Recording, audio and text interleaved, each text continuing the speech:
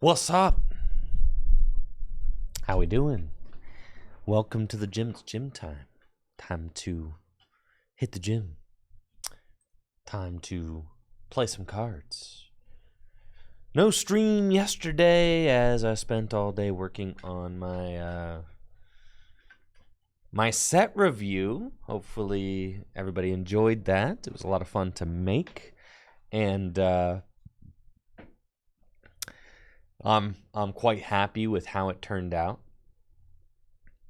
I had one editing error in the middle of the set review, which made me so mad. But the thing is, all right, because I was trying to crank out the video as fast as possible, right? And whenever there's speed involved, you're prone to have an error. But the thing is the set comes out this weekend. The video just had to go out, right? And I spent the GLC video you edited had 5 errors in the final version. Yeah. Well, that's the thing is all right, I spent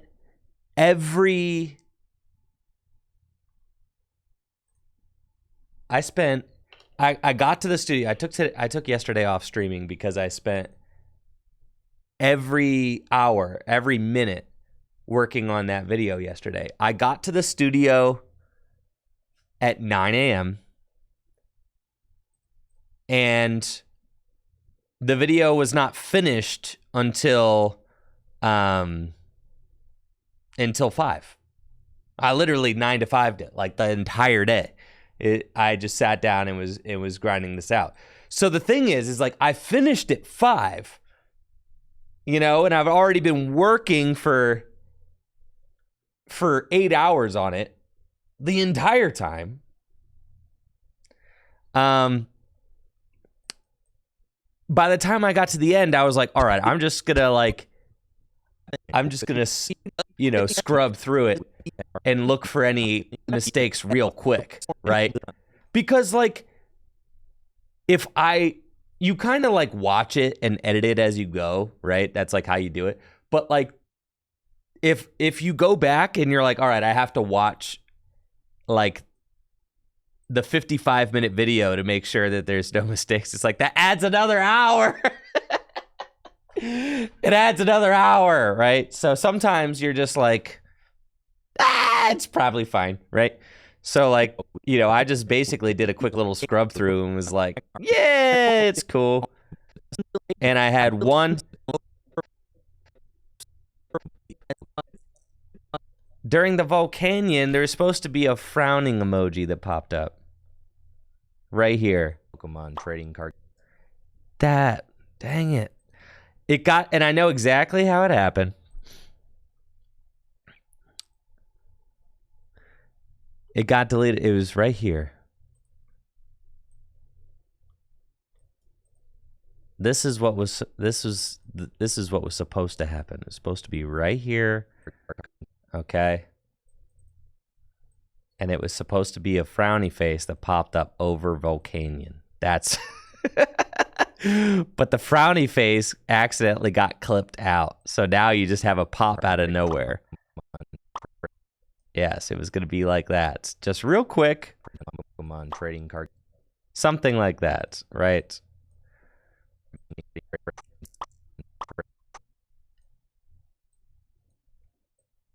Real nice and easy. So just imagine when you're watching it,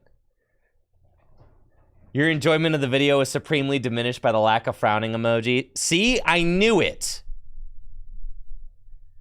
I knew it. Of the past in the Pokemon trading card game. But that's not even where that's supposed to be. Now all we get of the past in the Pokemon trading card game. Well, no, that is where it's supposed to be. Yes. So, yeah. Because we're talking about no more dual types. So then Volcanion, you get sad.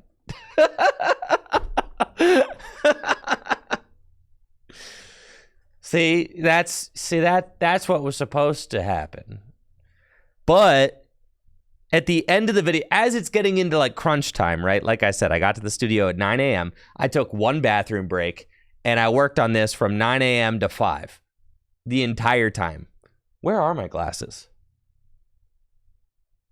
Where are they? Oh, they're right here. I was wiping them. I was like, holy smokes. I can see everything like, you know, about 15 inches from my face. Yeah. I was like, I brought him to work today, right? Yeah. I was going to say, it would have been a nightmare trying to drive without these. All right, there we go. Very good.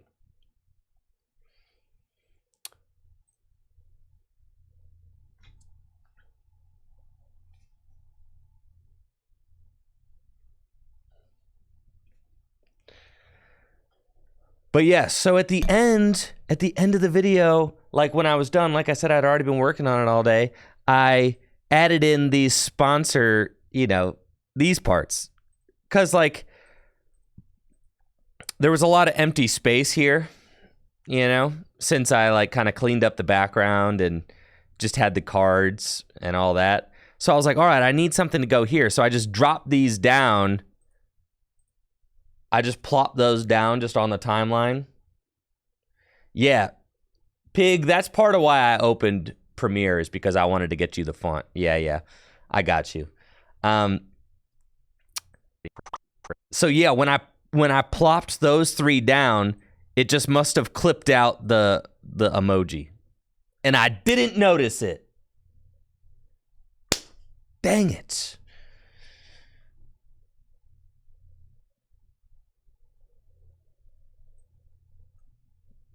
It's exactly 12 hours, Brandon.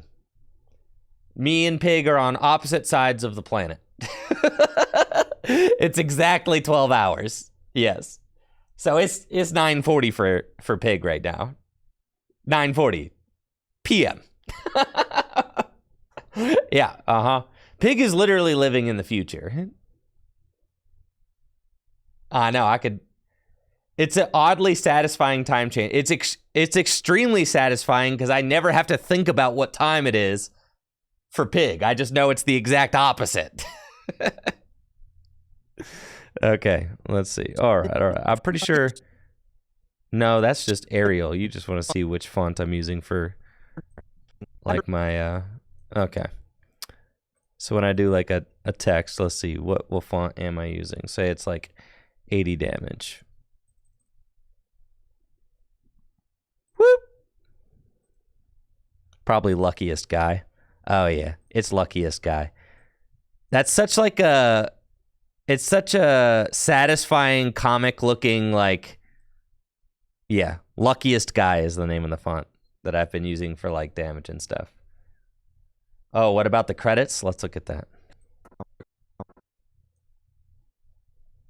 Oh, yeah, you guys like the credits section? Let's see. I've been doing that lately. That's the thing, is that the videos have been getting more and more, like, they're deep, right? Like, I'm using a lot of different stuff to do them. You know, like, I have hosts, I have music now. I got proxies from justinbasil.com. Gotta thank Justin Basil for those. We got the Twitch subs, the Discord subs. We got and then the YouTube members. Let's go. All right, let's see. What font is this? Babus New. Babus New. That's what it is. Beebus Meow. is the name of the font that is being used for the credits.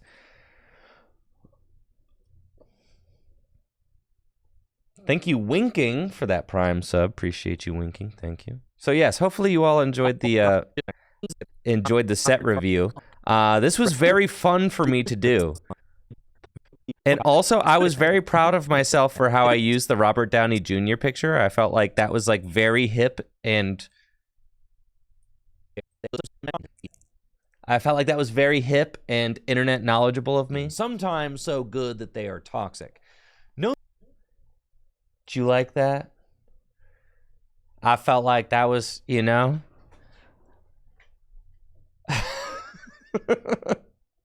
I'm really batting out of my league with little internet references like that. Dang. That was a lot of fun to make.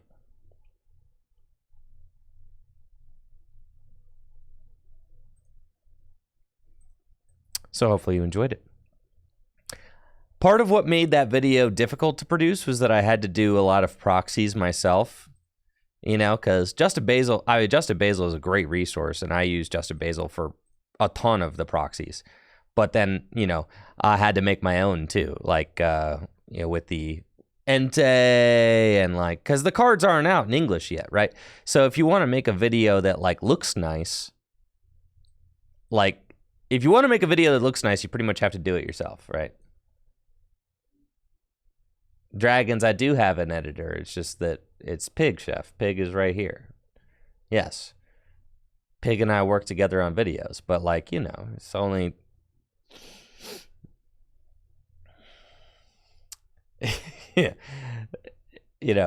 Pig Chef is a person with their own responsibilities as well, though. So it's we got a balance worked out. Just because I have an editor doesn't mean I no longer edit. It just means that, frankly, I cannot afford a full-time editor. My only responsibility is the Pig Chef for channel, $5 a month. Yeah. I should put chat up on the screen. Where's Chatterino? There we go. But look at this. After an entire day of video editing, this is what my desktop will look like, typically. I made a meme yesterday. I was proud of this one. For sure. This is a good one right there. That's an original meme, bro.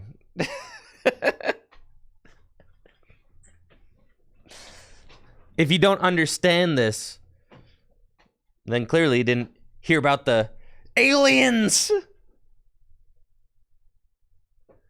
Yo, what's up, Blackpink? How you doing? Yeah. I don't know. Sorry to burst anybody's bubble, but I think this dude is tripping, bro.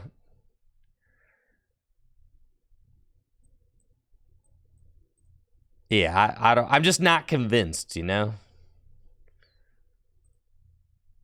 I'm not convinced of the non-human biologics that he claims that they all found or something. I don't know. I'm not gonna lie, I didn't pay that much close attention, but I was trying to, read the Cliff Notes, but I'm still not buying it. All right, anything else to waste time about? Nah, pretty much time to get to the Pokemon trading card game live, huh?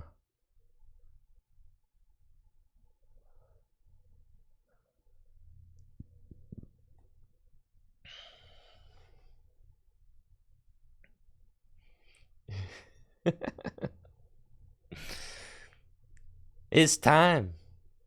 Time to get to the best part of the stream. Been talking to Riley quite a bit. And it's wild how much this client decreases my enjoyment of the Pokemon trading card game as a whole.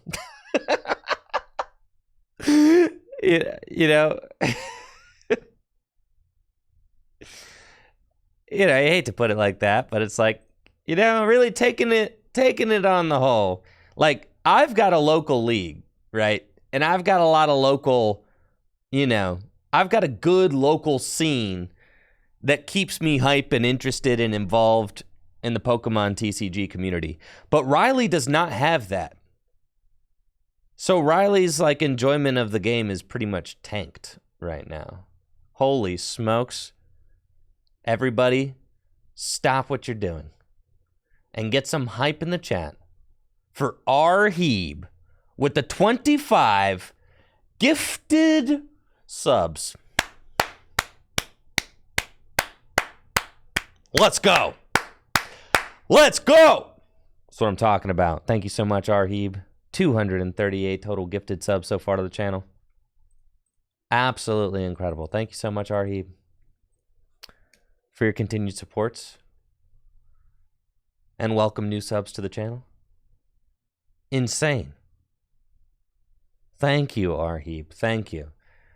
Thank you for your support, and hopefully you're having a great week, enjoying the content that I produce here, despite the fact that it's on the Hexagon Dimension app.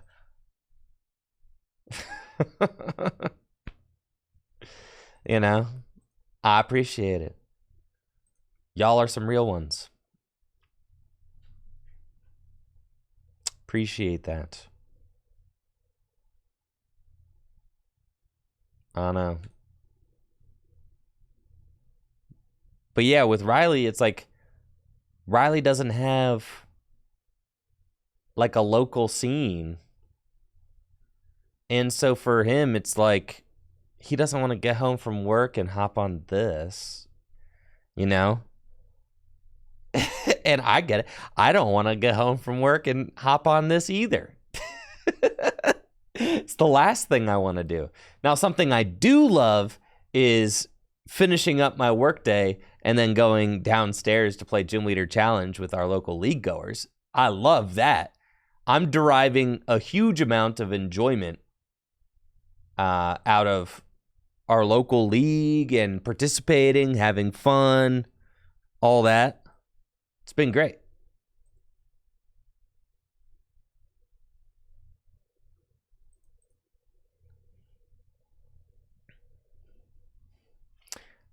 I don't know if I'm going to play tonight. I might just hang out and video edit. I want somebody else to win, you know?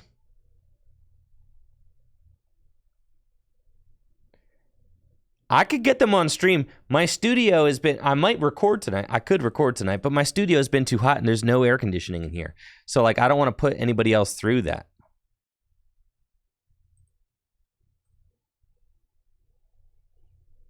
You know?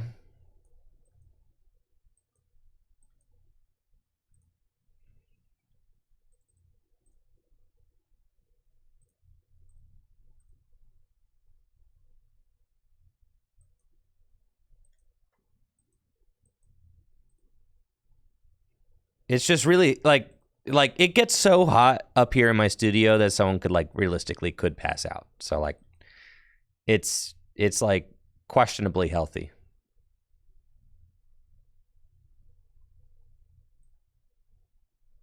This thing stinks. This I'm taking that straight out of this deck.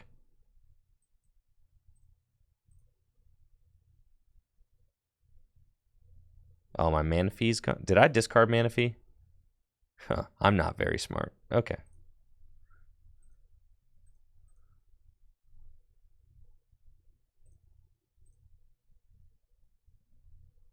I agree, Trey. I know. Jesse's been trying to sell me on this thing. Okay? I gotta tell him no. No. It's bad? I know it's bad. I've known it's bad the whole time.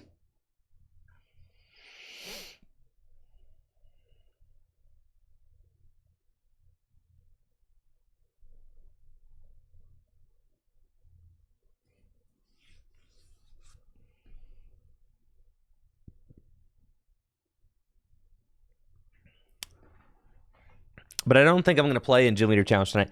I want to make a video like how to run our Gym Leader Challenge League video for YouTube, and I might film some B-roll for that.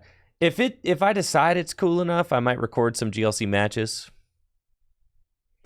I might even be able to set up, you know, my camera downstairs to record. We'll figure it out. I kind of want to record some GLC. It'd be fun.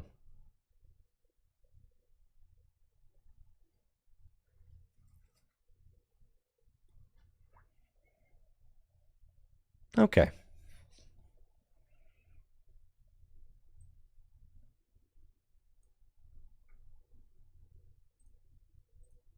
Gardevoir kind of broken, you know.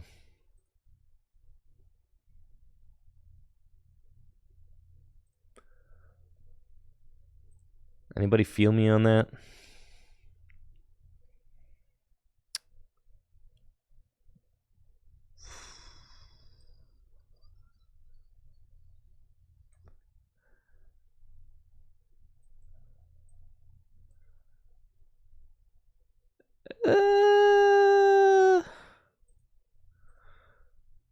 I can't back it. I hate this client, bro. I know hate's a strong word, but I do not like it. I do not like green eggs and ham. All right, that's fine.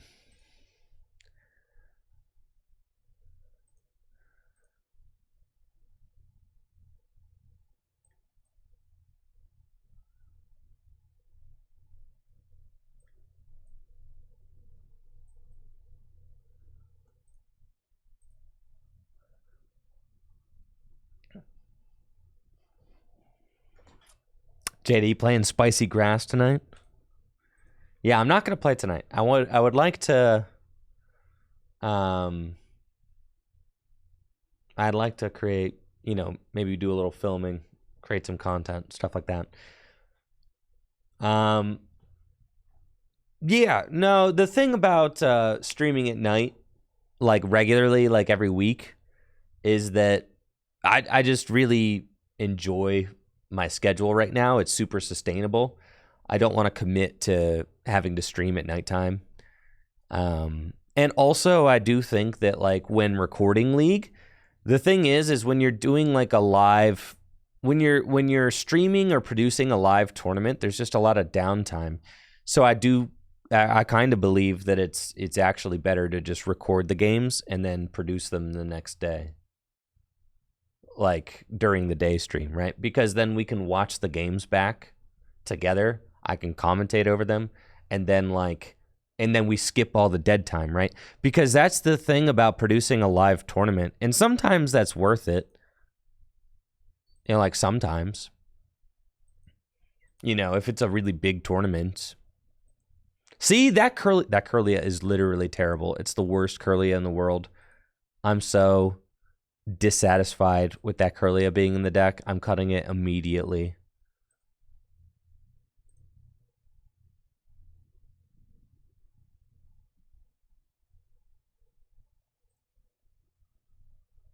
Holy smokes. I'm missing a knockout.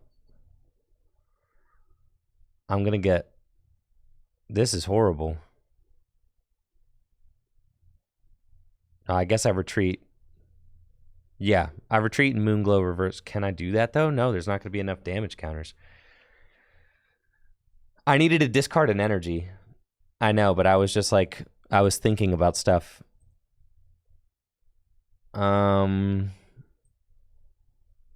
Yeah, I needed to refinement the energies for sure.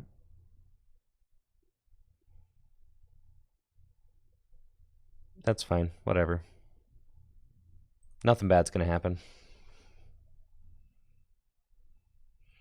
I know. My Curlia hate clouded my judgment. I know. It's because this thing is so worthless. It's so worthless, bro. I'm cutting it so fast. I can't. If this thing was the 60 hit point one, I could.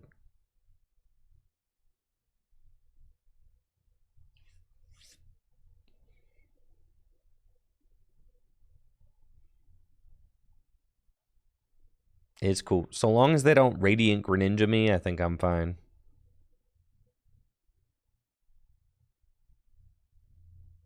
I know. It's possible they still don't have Baxcalibur, actually. No, all right, they got it. Okay.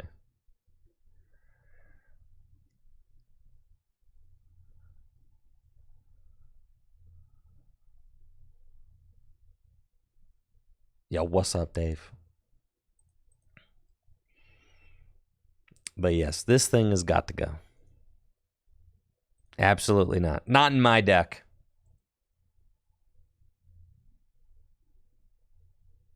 Yeah, I'm trying to keep an open mind. Try to keep an open mind about it. But no. My mind's back to being closed.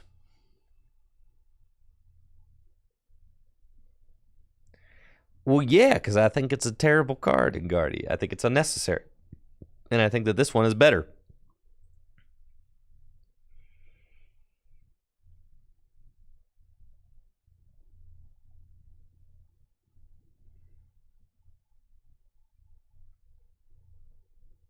What's up, Victor Natty? Thank you for the sub and the 30 months.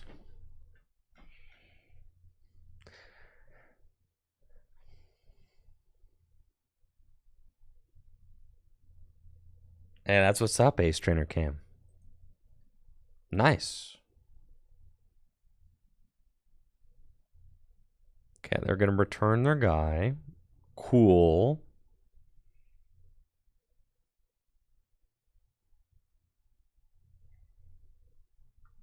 And promote damaged Chien-Pao.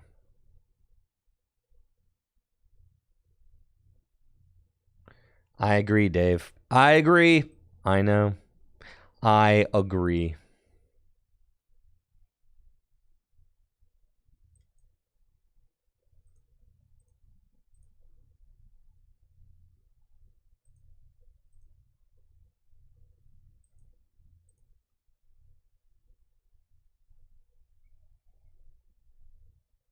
Sick. Yeah, that card's got to go right now. I'm fixing it post haste.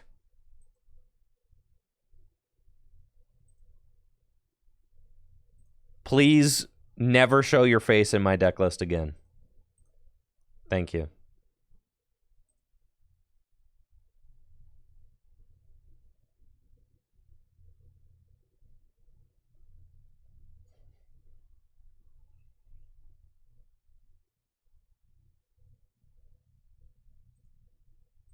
This list's a little greedy, but that's fine.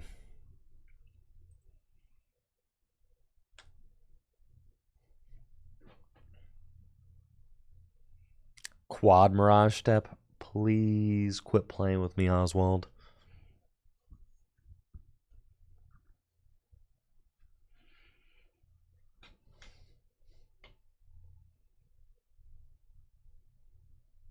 That's wild, Dave. Really? I feel like the Charizard EX deck is...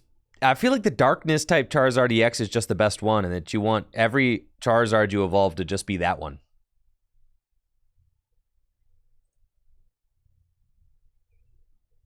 Because it's like by far the best one. Granted, you can knock out like...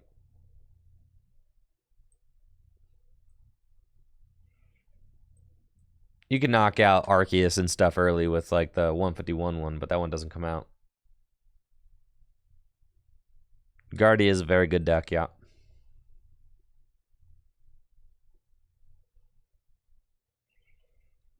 See, it's opening hands like this going first that make me not want to play Gardevoir. Gosh, this game is so free. I love this game. This game's sick.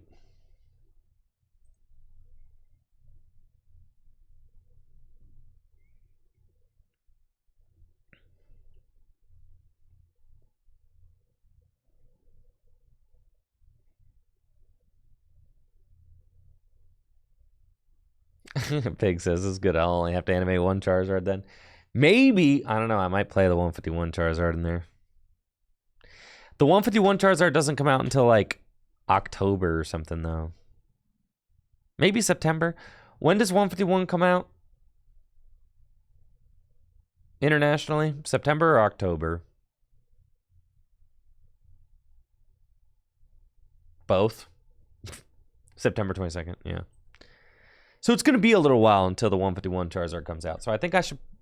So, but that's the question is like, do I invest time into making a Gardevoir video, or not a Gardevoir, a Charizard video that doesn't include the Charizard from 151? Probably, because people will be like, well, what should my list be like right now, right? So I think that's fine. Dude, Reggies are kinda sick.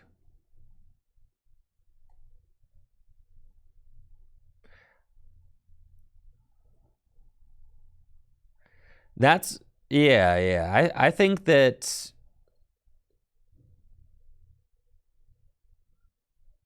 yeah, I think just the Darkness Charizard is the only one you need. Yeah. I agree. It's just 330 HP does a good amount of damage.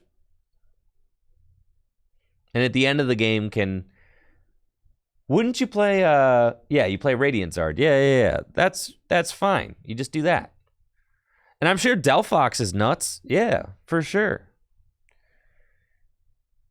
Because if your opponent doesn't get down Manaphy, you just slap that thing down and go.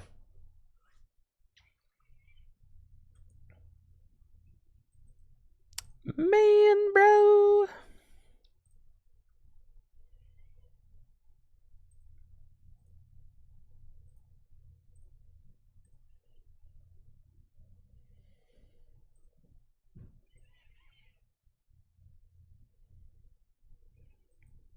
So sick.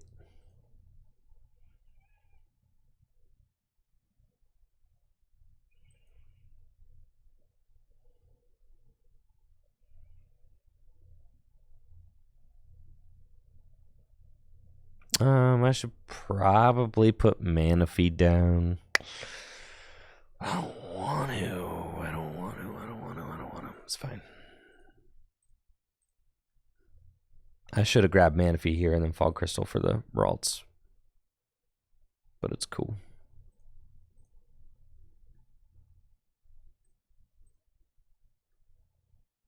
They're giving me a big thumbs up because they're impressed. I'm not going to Iono them because I don't want to give them more cards. That was sweet. Never punished, am I right? Okay. And I'll pass.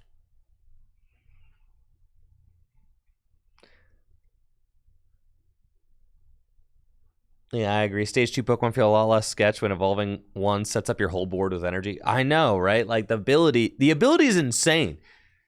That ability would have been good if it was 2 fire energy. 3 is like ridiculous.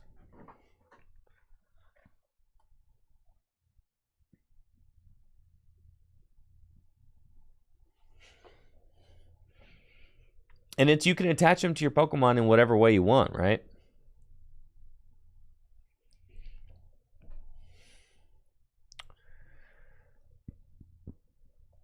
I think we are getting to a point. I think we're getting to a point where multiple stage 2 Pokemon can realistically be played in the same deck, but I don't think that we're quite there right now. I think that like once Sword and Shield, I actually see this format going in a direction where that will be commonplace to have multiple stage 2 lines in the same deck. I see us getting there eventually, but I do not believe that we are there right now. And I think that we're probably not going to be there until cards like Arceus, Forest Seal Stone, and Lugia all rotate. If I'm being honest. All right, I really do not want to Iono, so I'm not gonna. Let's conceal some cards, baby. God, it feels so good to not have a stinky Mirage Stepper in here. So good, honestly. Stinky, no good Mirage Stepper.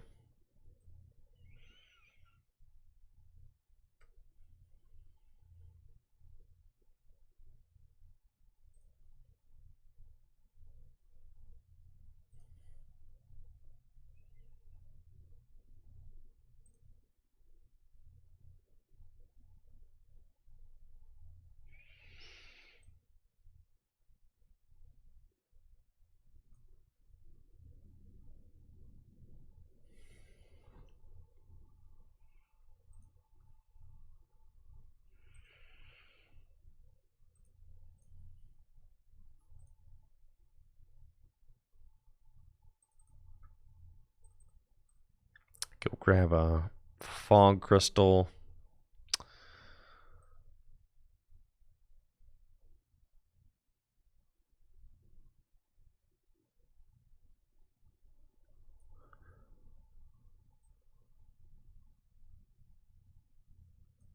Ultra Ball away.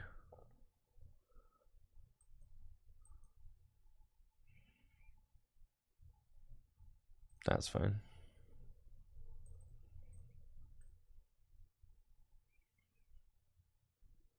Yo, what's up, Method J? How you doing? Take that. Rare candy into that.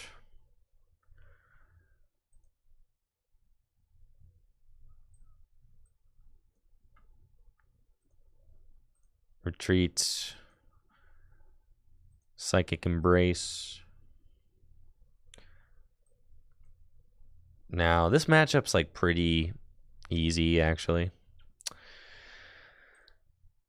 Because you just attack with Guardy EX, and then why do I prefer 20 damage on the Guardy? Because this thing is a 2-hit KO no matter what.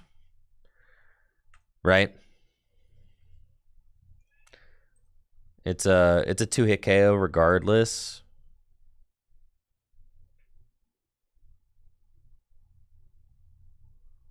So the 20 damage here doesn't matter, where the 20 damage here could theoretically matter. Yeah. Right. So, like, if they knock out the Manaphy, then 40 here knocks out the Mew. So I don't actually want to put any damage on the Mew. And since this is a 2-hit KO no matter what, it doesn't really matter. So I did think about that. The ideal play is to send up Gardevoir, let it take a hit, and then collapse it away. Right? I mean, that's pretty much checkmate if I can do that. There's just no way for them to keep up. There's just, I mean, it's this matchup's horrible. It's the reason why Regidrago is like, I mean, like, Reggie's is like an interesting deck, but this matchup is so bad that I just don't think it's really conceivable. Okay, we've got, I believe research here is fine, so we're going to do that. Put those two back in. Palpad back in. Boss Worker. I should have, we could have refinement first, but that's fine.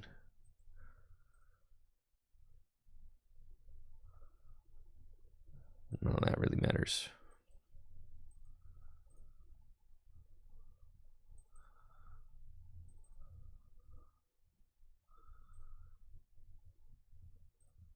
Oh, no. I'm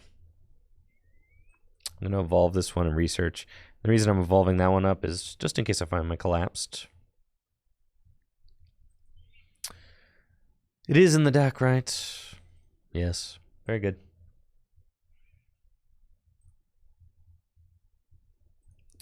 Arcana. Did not find the collapsed, which is fine.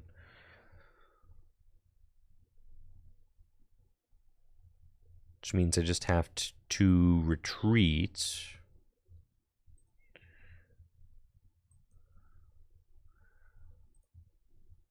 And we'll take the knockouts with this Gardevoir.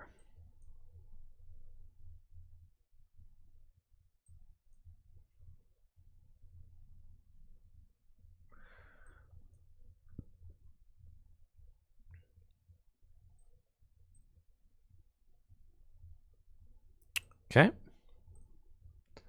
Brainwave for 150. I don't love having a damaged Gardevoir EX on my bench, but if they gust and knock this out, that is kind of their best case scenario. But then that just ties it up, right? So, like, that's why this matchup is so good, is because I have an opportunity to deny them prizes like multiple times, right? I mean, I guess the only way that I could see, you know, the Reggies consistently beating Gardevoir. And not consistently. The only real route that Reggies has to beat Gardevoir is you have to 2-hit KO EXs, and your opponent cannot collapse one away. And also, you have to get the first knockout, right? If you can get the first knockout and you're able to 2-hit KO an EX, then, like, you're golden. Or you could play 4 Path in your deck, but the thing is, well, that's the thing is, like, Reggie decks don't even play a lot of Path anymore because they're so inconsistent. You can't really afford to play Path. Brady, if you play the Dark Reggie, you're cheating because there's no such thing. I'm sorry, Brady.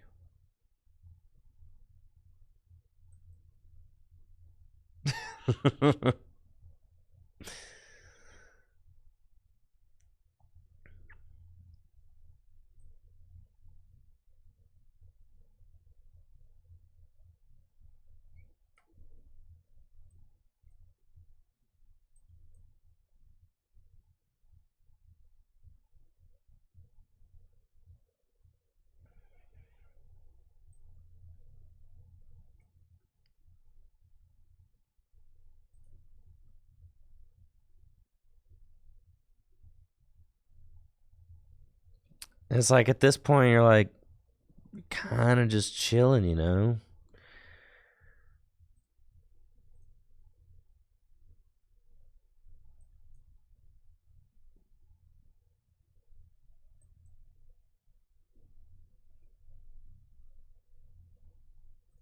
So now that I've denied that one, it's like all I have to do is just keep attacking for the rest of the game and I just win.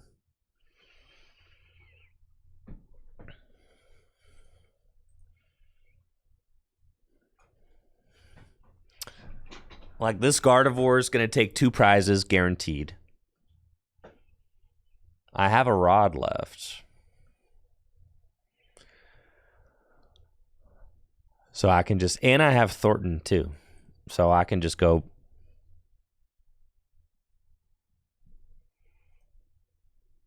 That's a Mew. Yeah, I've got a rod left, and I've got Thornton. I might mess around and Thornton that Mew into a Gardevoir. Get it going.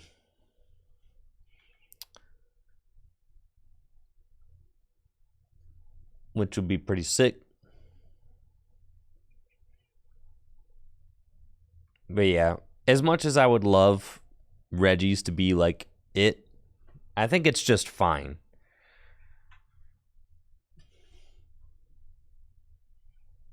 It's a fine deck, but it's not like horrible by any means, which is kind of what I expected it to be post-rotation, but you know, with all these special energy in it, or all these basic energy in it. See, they just missed the attack there. I mean, it's just slice out.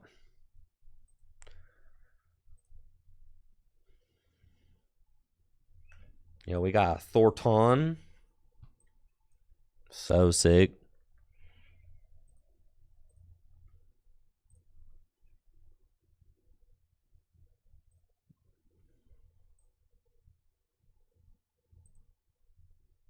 Okay.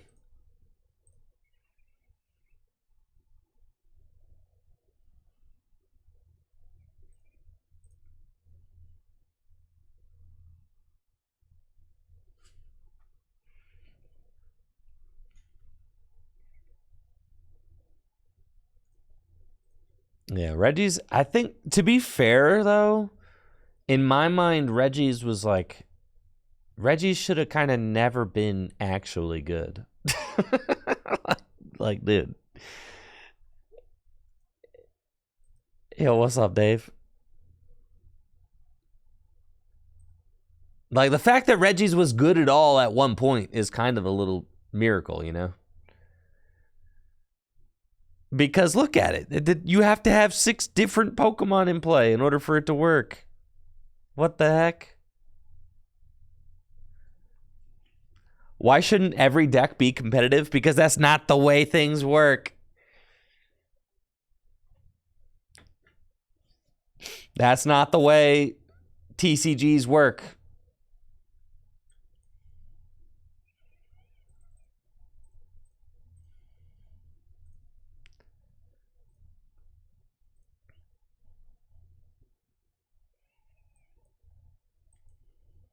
You know, it'd be nice if everything was competitive. Sure, but that's not. That's a weak excuse saying it's too hard. No, what I'm saying is that the deck shouldn't have ever been good because it's a gimmick, right? Yeah. It's like a huge gimmick. That's why. Not because like I'm a hater or anything. It's just it's a big gimmick.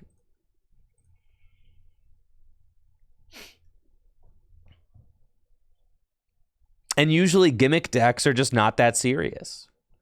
What I'm saying is that Reggie's was like batting out of its league for quite a while.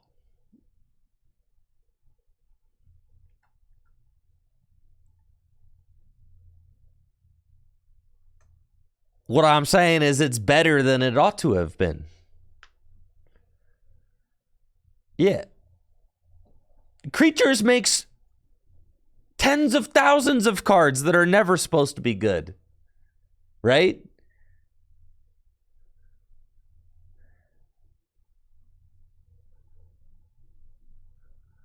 Oh, dang, I could lose this.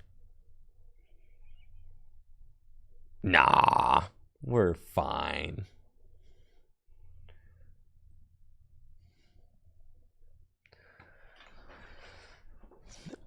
Here's the thing about, like, you could be an idealist and be like, every card that's printed needs to be competitive. But it's not really.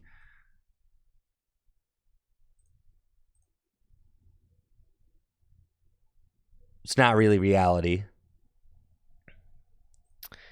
Because logistically it's impossible. That's not what you're saying? Well, I'm just saying, look, from a game design standpoint, it'd be like if they released 1,000 Smash characters, right? In order to make the characters balanced realistically, you can only have maybe 100. But I bet you even of the 100 Smash characters, how many of them are like competitive, right? What percentage would you say?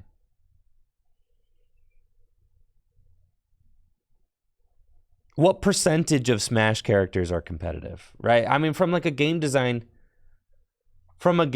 standpoint, of course, Smash, but like the top tier of the Smash characters probably are relatively balanced, right? Like relatively.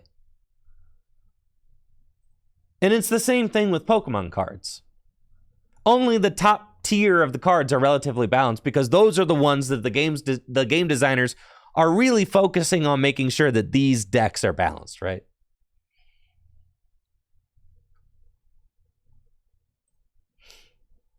And like Pokemon prints bad decks all the time. All the time.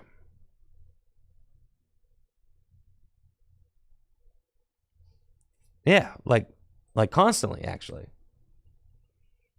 It's just part of the deal. There's gimmick decks. There's decks that are just bad. What I'm saying is that Reggie's definitely read like a gimmick bad deck. And it outperformed, I think, almost everybody's expectation of it. Night March was a bad gimmick deck when it was printed, that's for sure.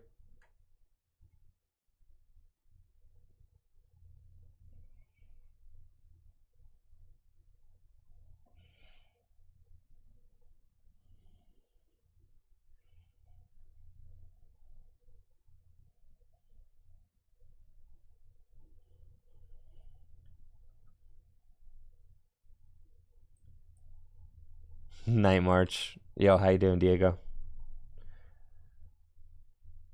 Night March. I miss her.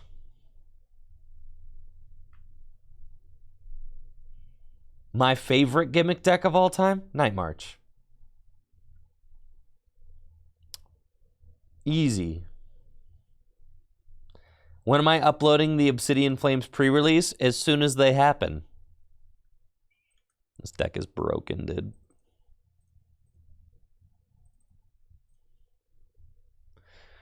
We don't have Night March at home.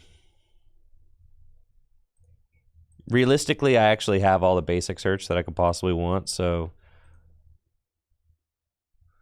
Brady's a big Grand Bull fan. There's a lot of Grand Bull fans out there. You're not the only one.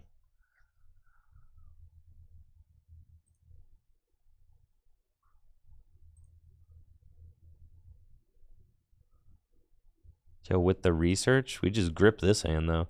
I don't even want to give my opponent the Fartazon. Because I think I'm playing, what, a Guardy Mirror, and it's just going to be like...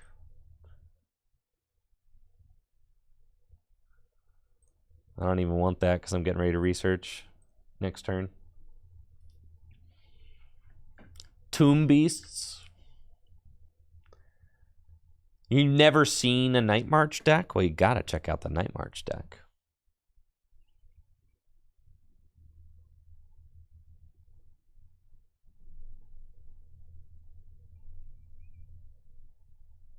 Tell me you've got more than just Boss Knock.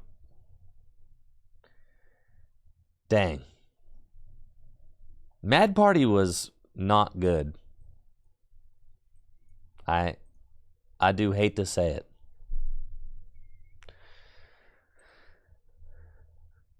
I know I'm breaking some people's hearts.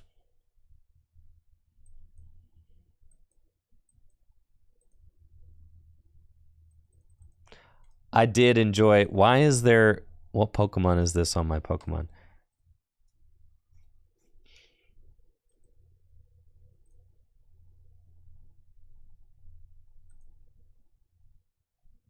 You still have the...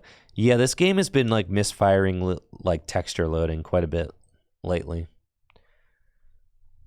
Yeah. Yeah, that's been a thing. All right. Concealed cards. Probably should play that level ball. What do I need to win? I need like a Zacian V. Enough energy to take a knockout.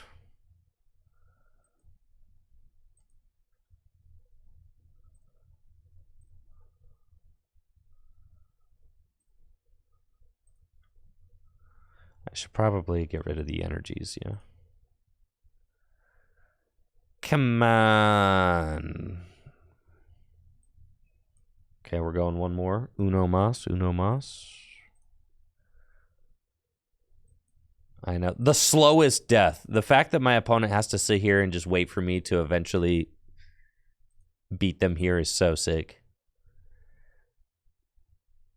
Dang, that's all you want to give me? That's fine. I didn't do the math, but I'm pretty sure this is it. 5 energy. Say that's not 210. I'm 1 energy short.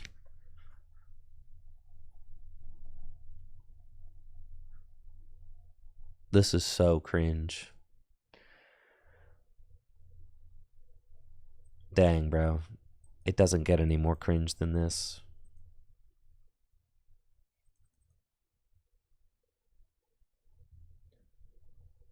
I wanted to hit the fog off the Mew. That's what I was going for, yes. It's cool. No, I'm just going to attack with Guardy. It's fine.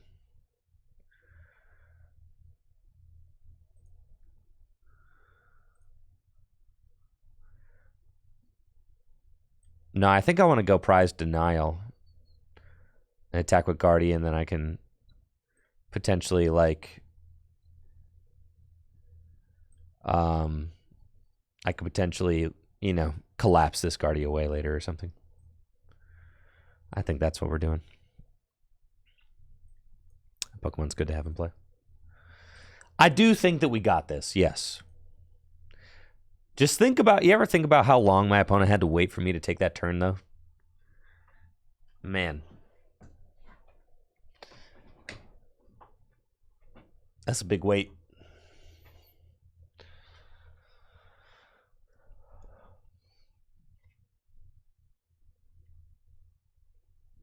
Hoping that the game will crash? Probably, yeah.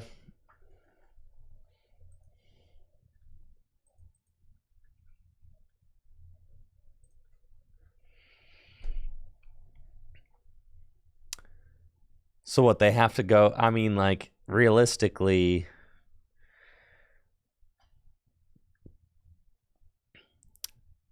like, technically they're in the lead. But can they win?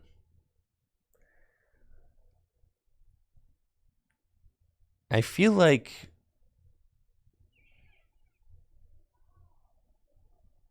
no. I feel like AI could even, probably pilot this deck to a victory at this point. I could just put it on autopilot, and I'm pretty sure we can't lose. But it would be hilarious to say something as bold as that and then to still find out a way to lose, huh? Not this game's AI.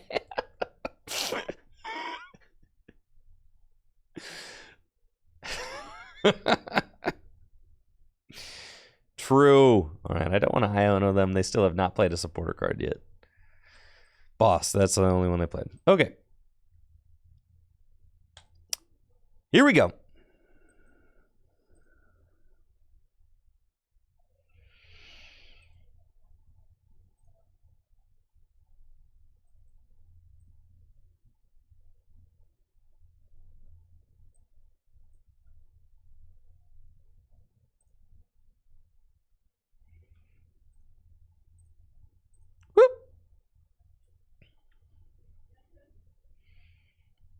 Okay.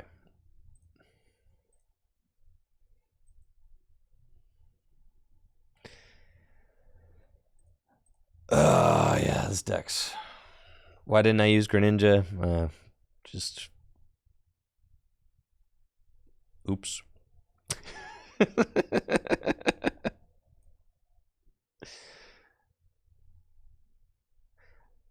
Probably not an error I would have made in real life, but one that, because the Greninja wasn't glowing.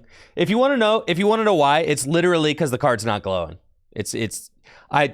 I constantly forget triggers where the card's not glowing because sometimes they glow and sometimes they don't. So like subconsciously, my brain is like, if the card's not glowing, I can't use it.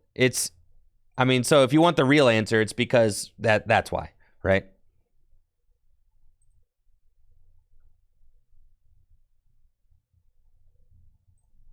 I was thinking about bossing the Zacian, but I also don't really think it matters, but yeah. The cards don't glow IRL either. Yes, but I'm trained to remember my own triggers IRL. On the game, it's like my brain is somewhat trained to the fact that like the cards that you can use glow, but not entirely, right? It's like, yeah, so that's it. You cannot put reversal energy on Greninja.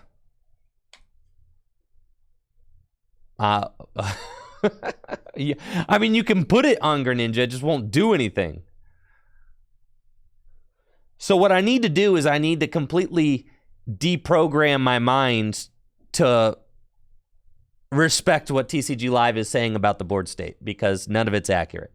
So what I need to do is I need to start treating this like tabletop gameplay and like it's basically tabletop simulator. But you know.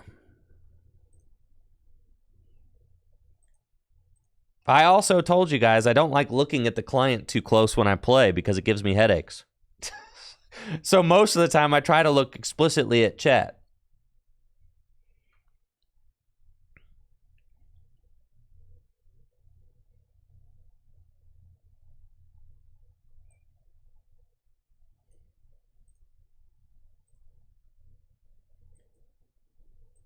I'll do the boss Sashi and play this turn. Fine.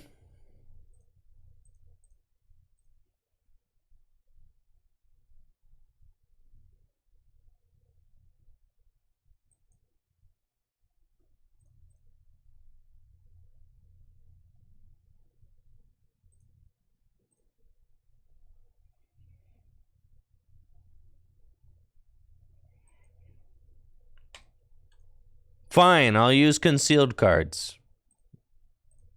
You happy?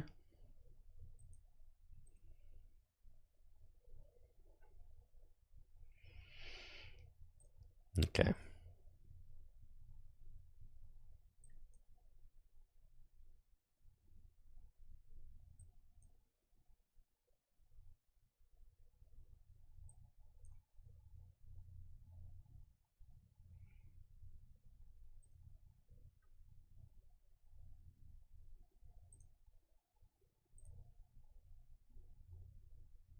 Boop. Cool. I take a prize. Any reason I don't play music in my streams? Bring your own music. There's typically hundreds of people hanging out, you know, and some people are working at the office and like a low key vibe. Some people are at home, you know, watching on their TV. Some people are listening in their car, and it's like, yeah, and it's like everybody's got different tastes, different wants for the music stuff. So like everybody can just play their own music, you know? And I think that's just the best solution for everybody to have the best stream possible.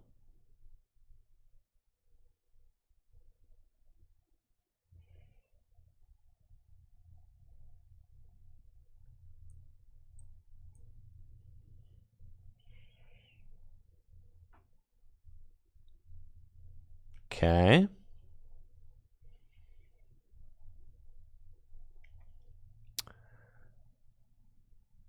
Yeah, this game is tied, bro.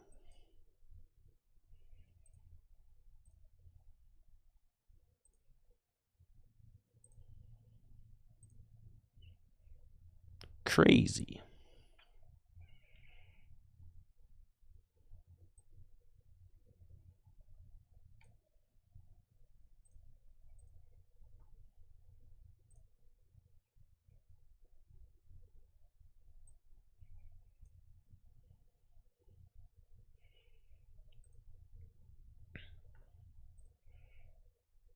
Okay. 8 cards left in deck. Anything else I want to thin out of here? Pretty much cool.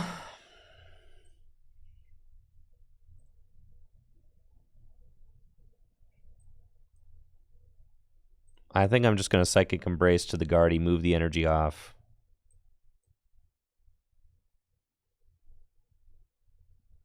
And then take Knockout with Cresselia. That's fine. But yes, also because of copyright, I cut up my my streams and make them into YouTube videos. And I kind of think of all of my content as like, think of it all as like, you know, raw footage for for YouTube videos that I create. You know, since I do have a pretty poppin' YouTube channel. So when I'm streaming, the content is all like potential YouTube content. And in order for me to cut stuff up and have it make sense on YouTube, having music in the background is kind of cringe for that.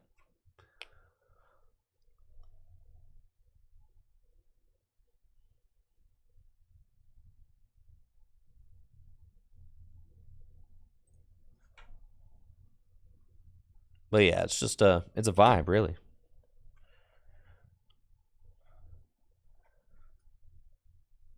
Most people that are watching the stream watch during their work day, you know? I don't do all of my YouTube editing, but I do maybe half of it. I used to do all of it, but in the last month or so, I've started working with an editor.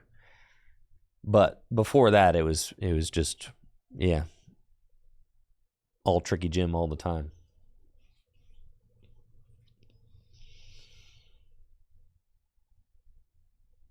You got it, Zerum. You're not the only one to ask, you know?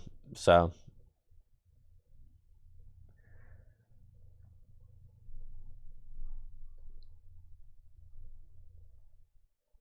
All right, what? They're going to Moonglow reverse one of my Curlia? Okay.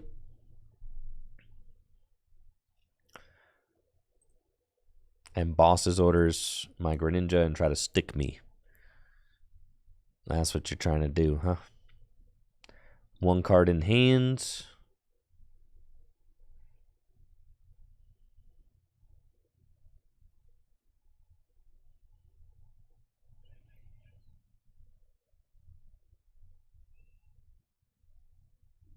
How many energy do I have in the discard pile? 3. Cool.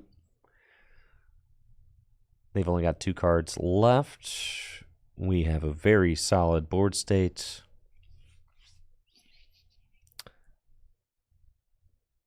Sure.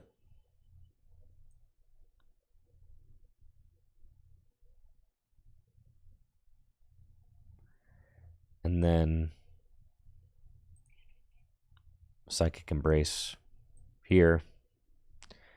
Just kind of thinking about like what do I want my like end game board state to be? What's like the most solid that it could possibly be? I've got that. Do I want to refinement any of these cards away? I mean, like there's like some Gardevoir play Path, you know, so do you want to like preload up an attacker just in case? I think it's fine to put like 1 extra energy on that Curly on the bench. And just take a knockout. That's probably fine. I don't think that there's anything that they can really do, but I probably should bench the Zacian, yes.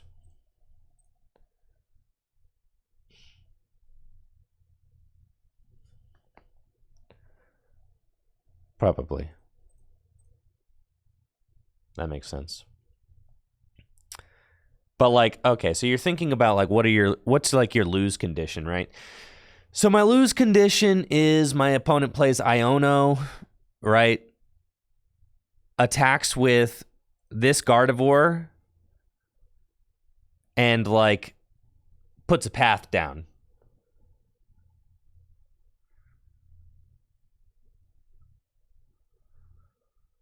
What if they knock out Gardevoir with Zacian, then I return knockout Zacian with Gardevoir and it's game over? Their only win condition is to Iono path. And hope I don't draw out of it.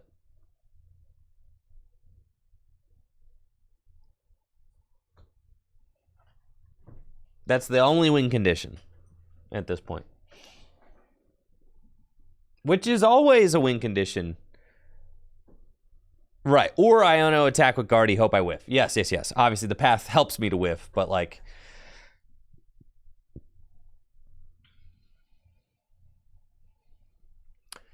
Some lists play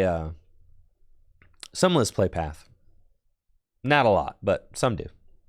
I noticed that at NAIC. There were quite a few Gardevoirs that I played against.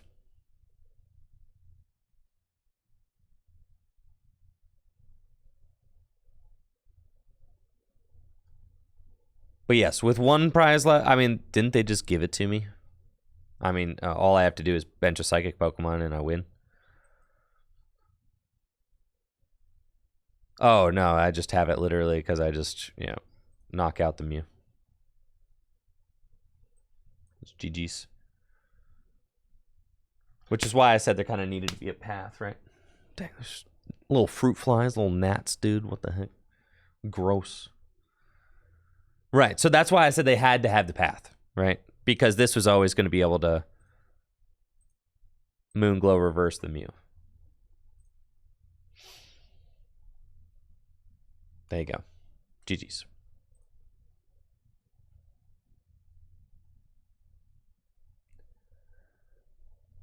Well, that's why Guardy... Okay, so that's the thing, though, is like... In a regional, they should have scooped that game, right? And it's like you can get... Like, even though it was only a 2-prize game, it wasn't really close, right?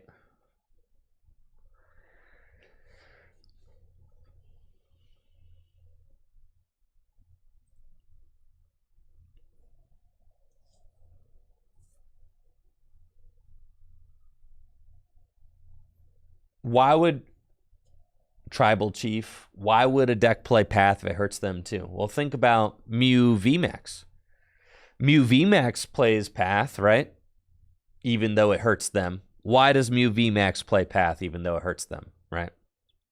So, really, it's not about... So, like, yeah, you want to think about, like, why would you play a card that hurts your own board? Because you can use it in a way that hurts your opponent more than it hurts you. If you use it at the right time, right? And that kind of thing has been happening in the Pokemon TCG for the longest.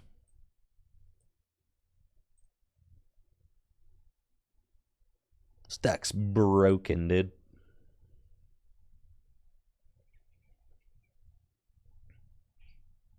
We got Lost Box up in here.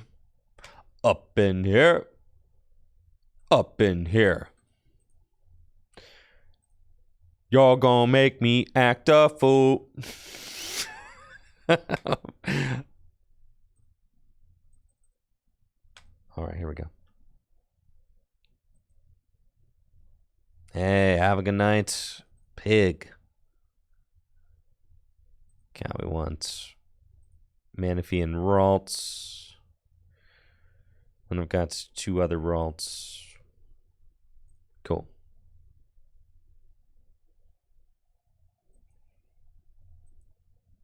Great. Reverse on the Ralt seems nice. Cresselia down. And I'll pass.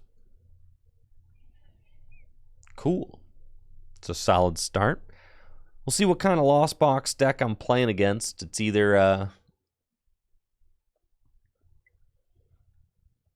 probably Tina. I've been seeing a lot of Giratina lately. Every single Lost Box deck I play against, actually, seems like it's Giratina. Almost no turbo.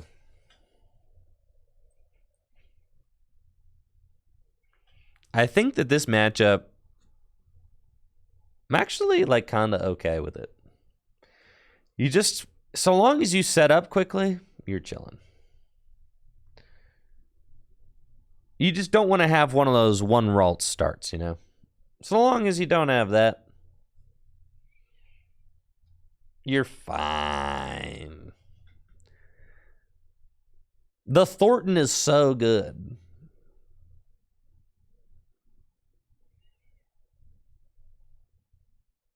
Okay.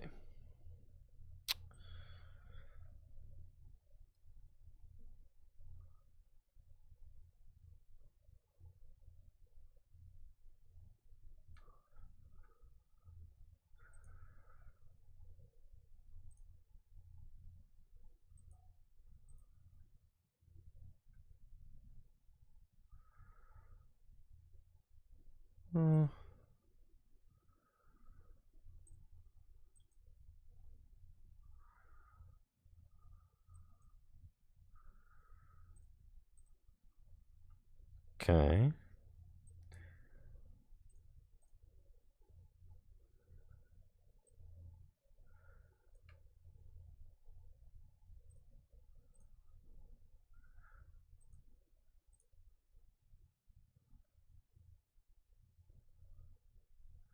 That's fine.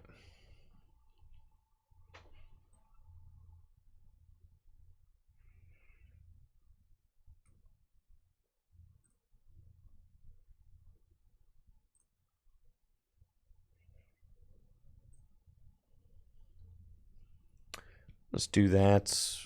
I could have retreat into Mew. That was probably stronger to try and go for the third Kirlia.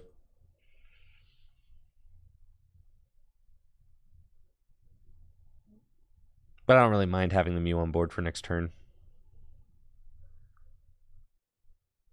Either. Just to help me get all the pieces that I need. The fact that we denied them a turn 1 KO is good enough. It looks like they are playing the Tina version. So that's cool.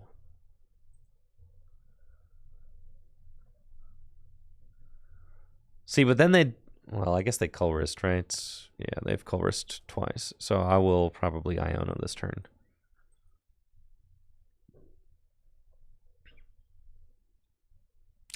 Okay.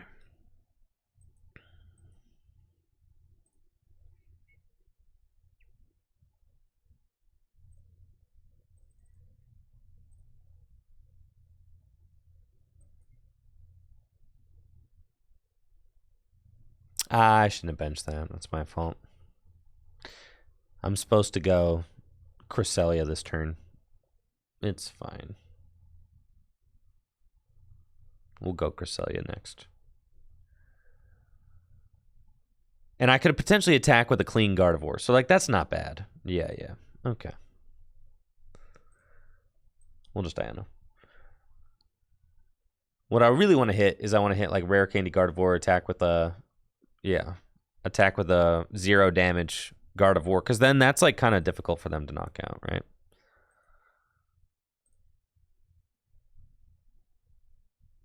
That's the want, anyways.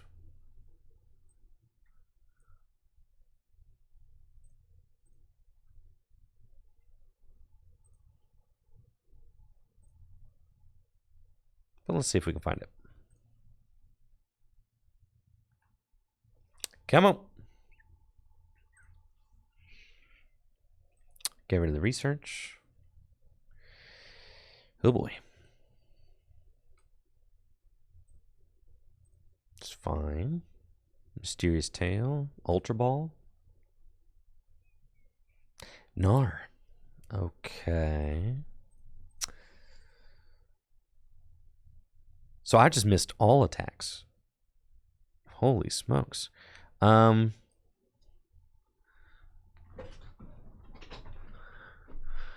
Where, oh, where have my Gardevoir gone? Dang, dude, that is cringe. Okay.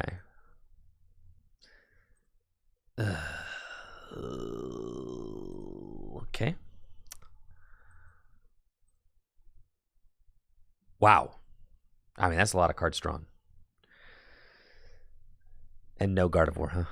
That's fine.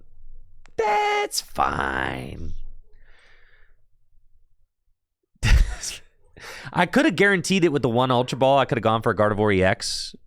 But even then, I didn't get like a good attacker back. So I could have evolved. All right, what I should have done, what I absolutely should have done is I should have rotted back before the Iono. I should have...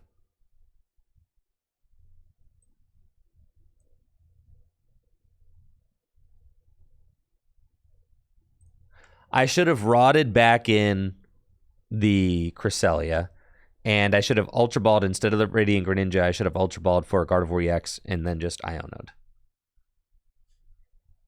I did get punished for reordering the deck. I got punished for that route for sure. It's fine. We're still chilling. I am extremely confident.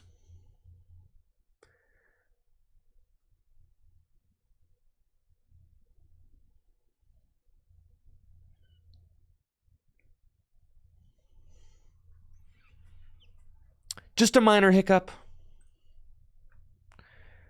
I do have 2 reversal energy Guardies down, which is cool.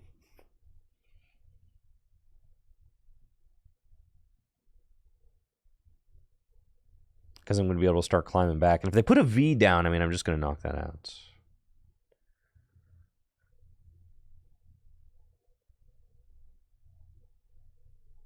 Yes, I mean, that's just going to be gone. So that's fine. I don't think I'll be able to knock it out. Let's see. In order to knock out a Giratina, you need 6 energy.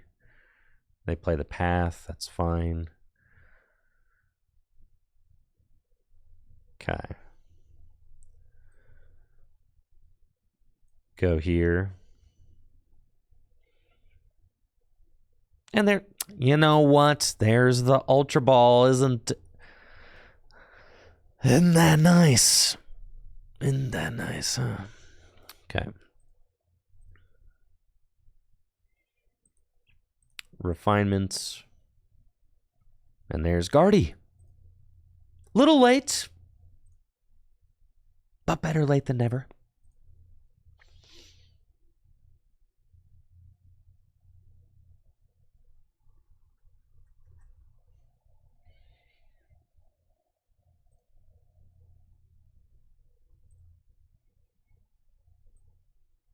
Dang. What if I've got nothing in the hands that I really want to...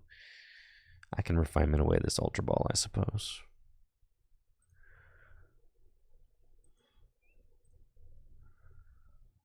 Okay, we got Ralts. Good. I've got one more refinement. Another one? This is ridiculous. I like everything in this hand, though.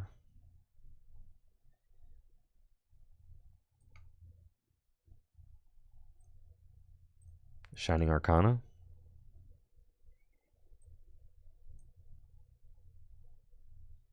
Alright, I probably don't need 3 rare candy. That's fine. Okay. Bench Ralts. Evolve into Gardevoir EX. Boss Tina. Anything I'd like to Palpad back in? Probably Boss, Worker. And then we go Psychic Embrace. I need 1, 2, 3, 4, and I need 2 more. 5, 6. Okay. And then we say, all right, cool. Little Brainwave for 240. It's annoying that I had to put these damage counters on my guy, but it's fine. There's Big Z money. We still got Cresselia. We can put back in. Probably do like a Cresselia play this next turn. With an Iono. Something like that.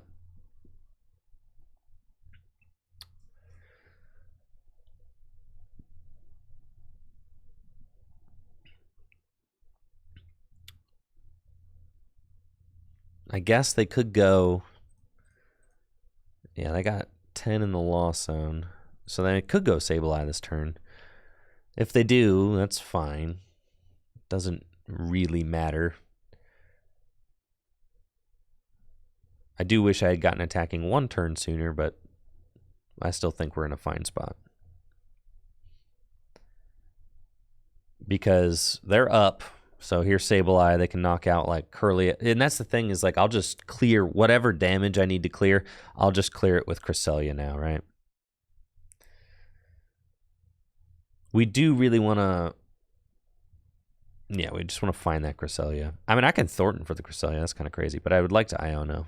But I could Thornton for the Cresselia if I wanted to.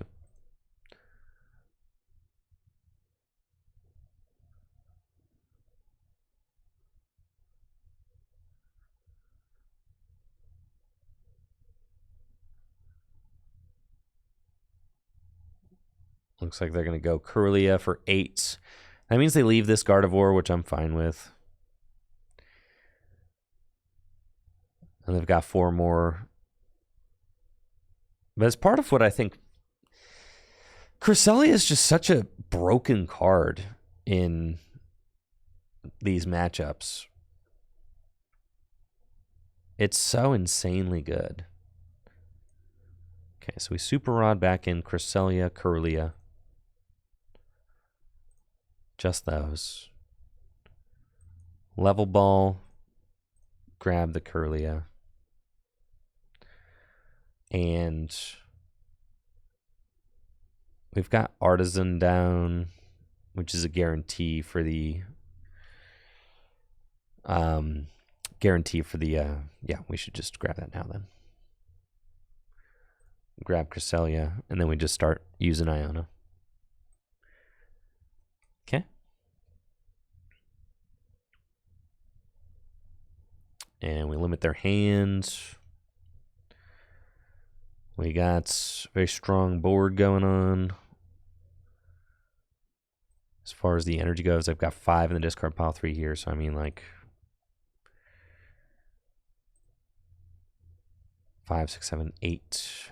Good. Okay. Refinement. Discard an energy. I've got 1 rod left, so I shouldn't have to worry about getting energy dry or anything like that. Shining Arcana. Okay. And then retreat.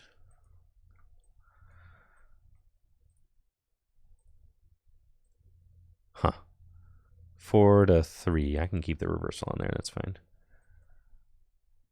And then Moonglow Reverse, and I only need to do 2 Moonglow Reverse in order to knock out the Sableye, so that's what we're going to do. Okay. Thank you. Yo, what's up, Blizzy? How you doing? Thank you so much for the sub and the 47 months. Hopefully you're doing well. Been a little while. Nice to see you again. And then Moonglow Reverse to the active. This card is so insanely good in this matchup. It's so good.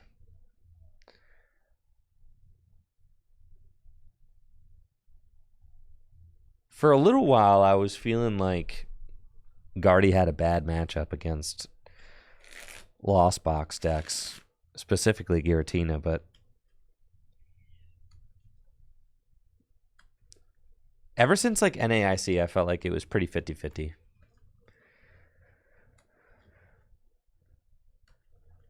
Like Guardy into Lost Box matchups.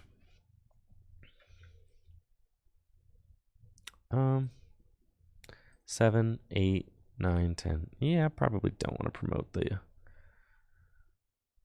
I could collapse away a Gardevoir. Well, that's fine.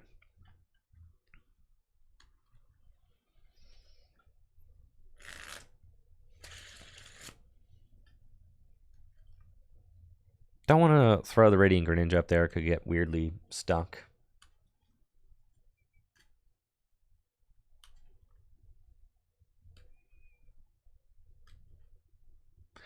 I mean, the Guardy matchup, the Tina is supposed to have a great Gardevoir matchup.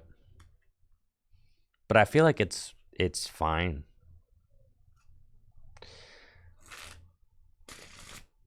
Maybe my opponent hasn't been going hard enough into Tina, but then that's also just like a liability too. If you do that.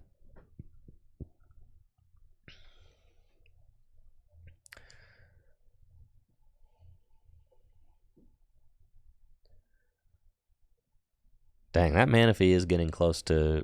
They're close to getting a double knockout here, so I need to put no more little guys. No more, no more, no more. Okay, so...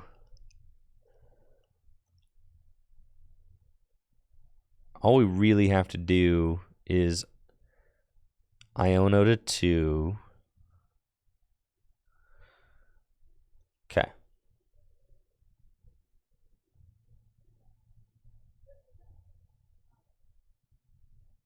And then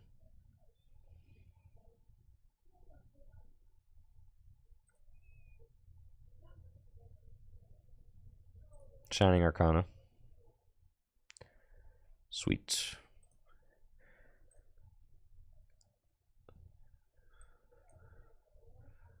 We go there. There.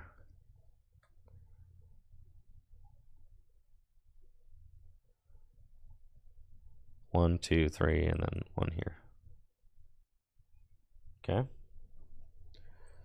Done. Tree. I could also... I don't... Yeah, no. Okay. I could Rod Artisan, collapse my Manaphy. I don't really think that matters, though. I think I'm fine. All right, Moonglow Reverse.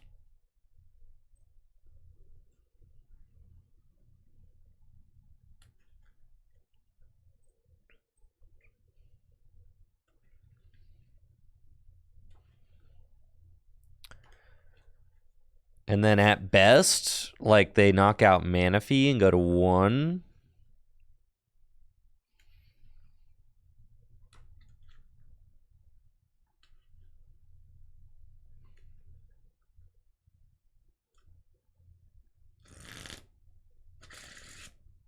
Thank you, Blackpink, for the 200 bits. What's been my favorite deck to play with? It can be meta-related or no. Favorite deck to play with in current standard? Gardevoir. Feel like it has the most options. But I also like Miraidon. Miraidon's fun. So is Gengar.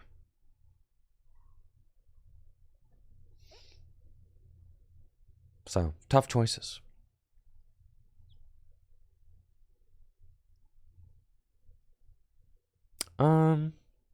So they got the Sableye. They're going to do that.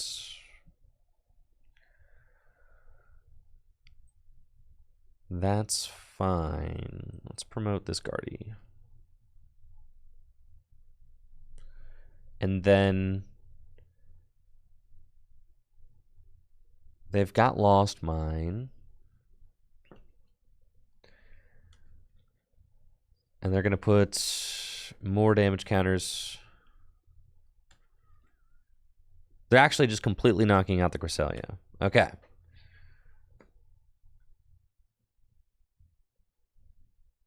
Sure. How do they plan on winning? They could go... Okay.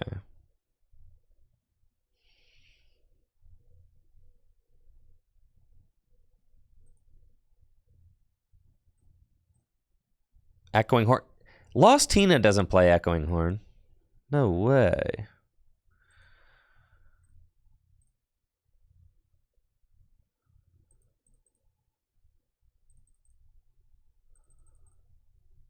Okay.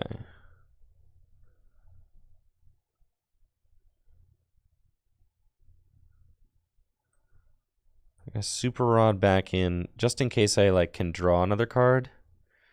Can draw a couple more cards. I feel like I Super Rod back in a couple of energy.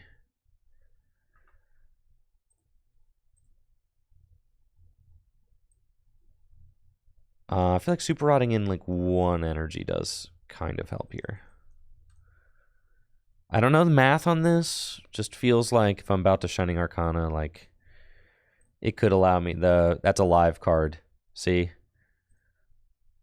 And we find Gardevoir. Okay, so then this is sick. Check this out. Okay.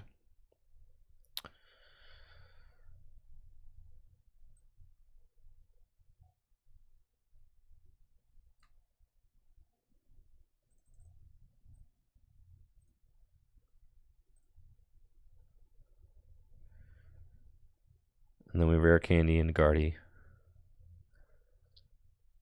Okay.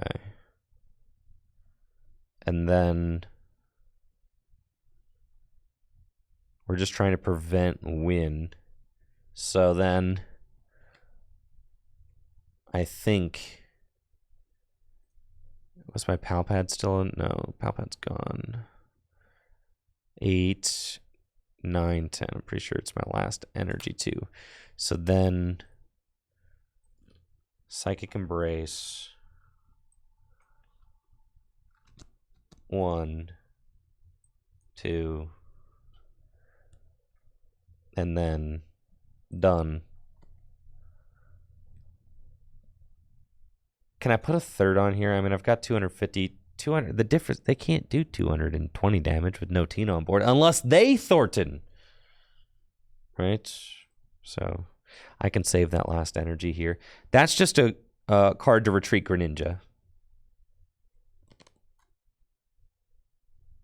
Done. Right. And then we retreats.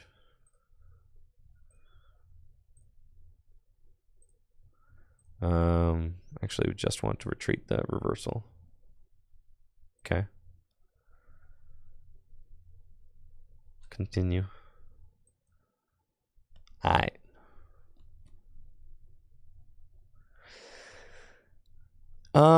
I think I have enough path outs in my deck that I can play that. I don't think it matters though.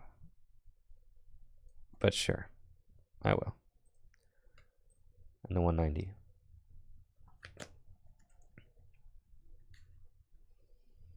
So that's pretty good because one of their win conditions was to power up a Tina and then escape rope shred. So we took that win condition away. Right.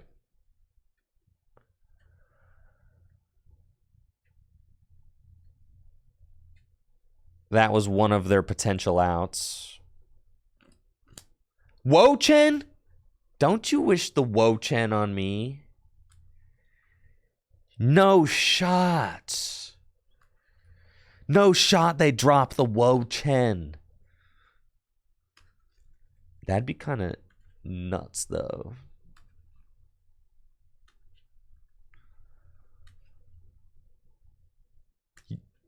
They don't play a horn. They're playing like they play a horn.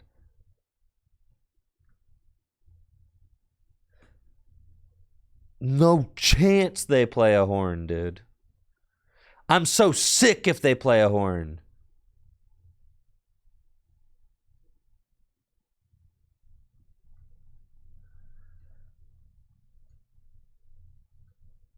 No chance. Lost Tina ain't got no space for horn. Nah, they're just tripping. See? Yes, they try to trap the frog. Which is exactly why I super rotted the energy back in.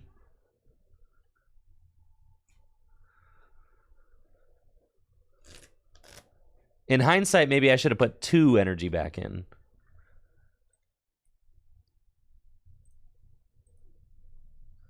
GG's, mate.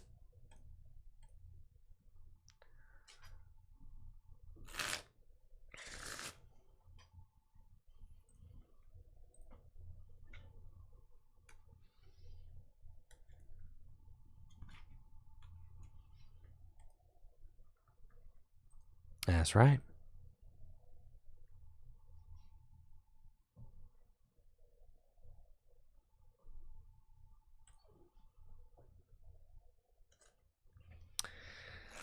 My issue with Gardevoir for Day 1 Worlds is that it just, you know, ties are bad. But you could go 503.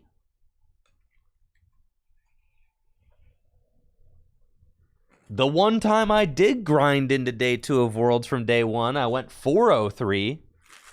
Back when you only needed to have 6 wins. Or 5 wins. You needed to win 5 of 7 rounds. But I went 403. So I got the same amount of points and I qualified.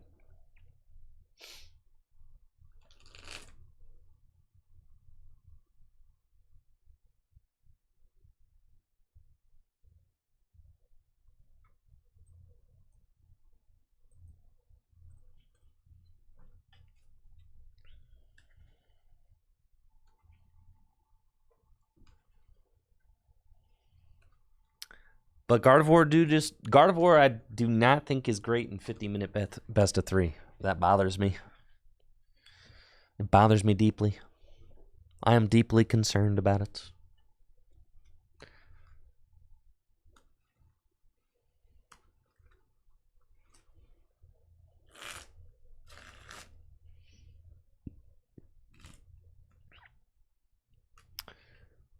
See what kind of Lost Zone deck this is. Is it Lost Tina? Or is it Turbo? Grass is looking like Lost Tina. Everybody wants to play Lost Zone Giratina. Everybody's drinking the Kool-Aid. The Tina Kool-Aid. Even my own testing group is drinking the Tina Kool-Aid. I cannot escape it. There are Tinas everywhere. Why? Everybody thinks it's the best deck. I try telling them that it's a pile. They do not believe me. Right, all of the Tina is in response to Arceus being popular. But now it's like I haven't seen Arceus on the ladder in days.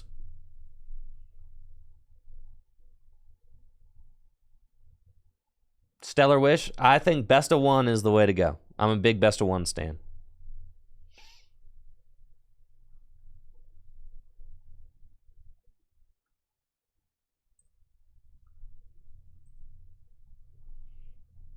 Yo, with the research top deck, let's go, baby. Let's go. Let's go. Can't level ball. And what we want, Greninja and Cresselia would be like our ideal final two here. Yeah. Yeah. Okay, we get the Greninja here. We Fartazon for the Cresselia. And the reason we do all that is because now we have our Cramorant defense set up. Our Cramorant... Big Cramorant defense well established.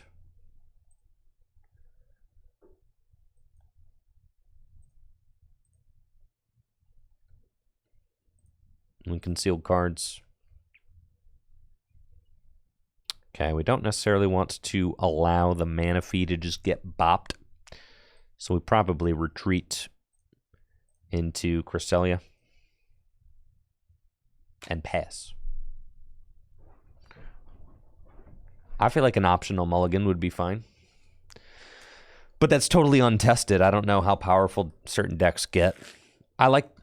Conceptually, I like the idea of an optional mulligan, but I don't know if it would change the Pokemon TCG for the worse.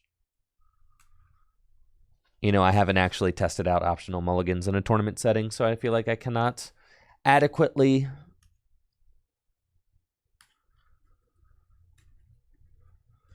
I think some of y'all are way too hung up on dead drawing, though. Just get good. If you dead draw, whatever, shake it off, go next. Next round.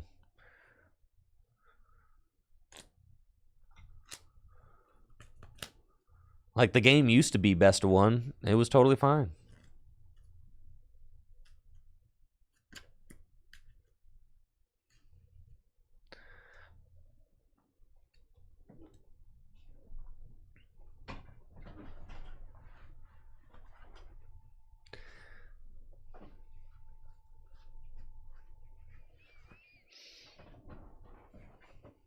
All right, they got Tina up. They got 6 cards in the loss zone. This is scary. Yeah.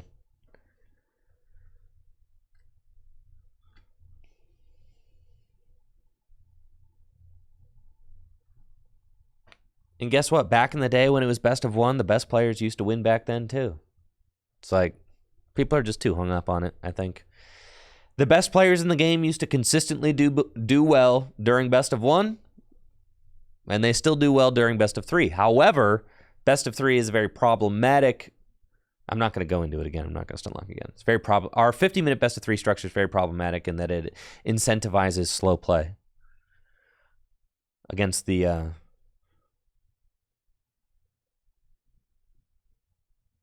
spirit of the game.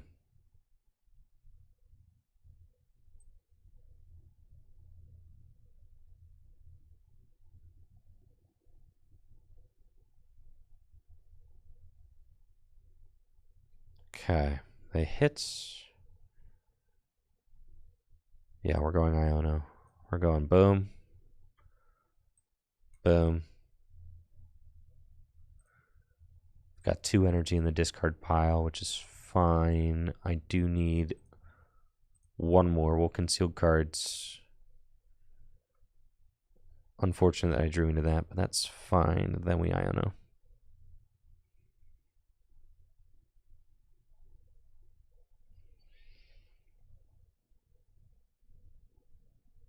And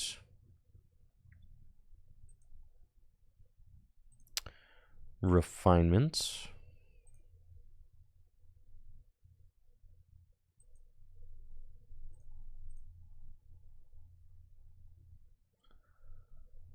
Oh, I'm bodied. It's fine. Well, we're just not getting the turn 2 attack, but that's not the end of the world. Okay.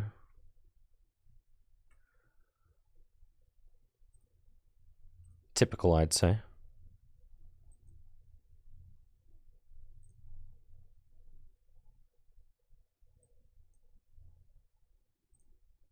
And we'll Moonglow reverse the Tina. It's fine.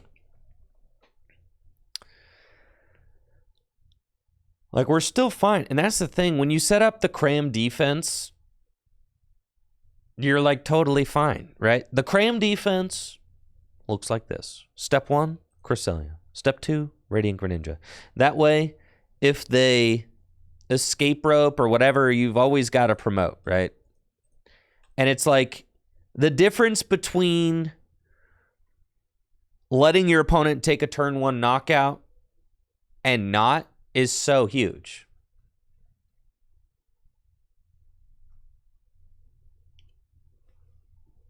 As someone who loves playing Tina, can I give you my reasoning for not being a fan of the deck? It's inconsistent. That's what I don't like. In my mind, what made the Lost Zone, what makes the Turbo Lost Zone deck so good is 4 Sealstone, right? Because even when you're a little slow to like find Colress, 4 Sealstone, in my mind, like totally fixes the consistency issues with the deck. And then Lost Zone Tina doesn't have that equivalent, which I do not like.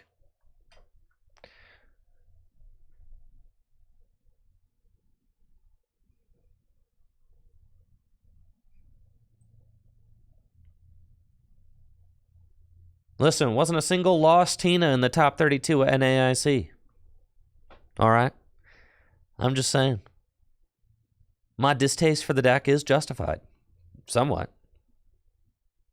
It's at least contestable. I think the deck definitely needs to be respected. I just don't personally like it. But it definitely needs to be respected. For sure.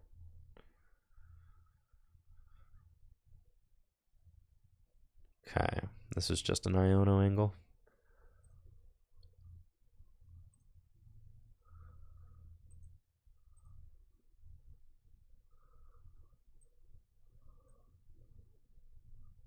It needs to be respected, just not by me. See? Yeah, you get it.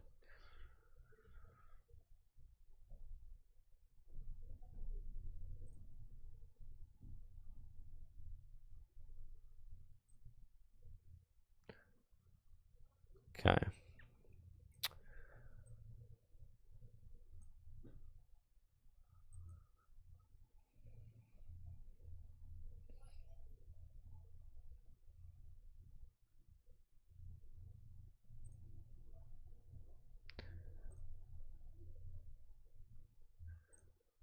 I should have done that. Oh no, my other Brawl Surprise. Sorry, I'm having a brain fart. I guess you don't really want to get out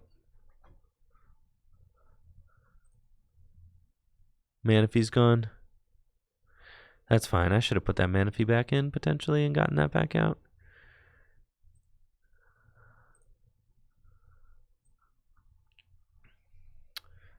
Because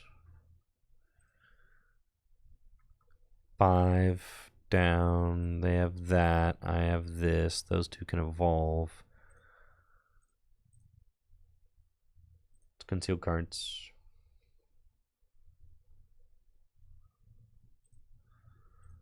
Refinements.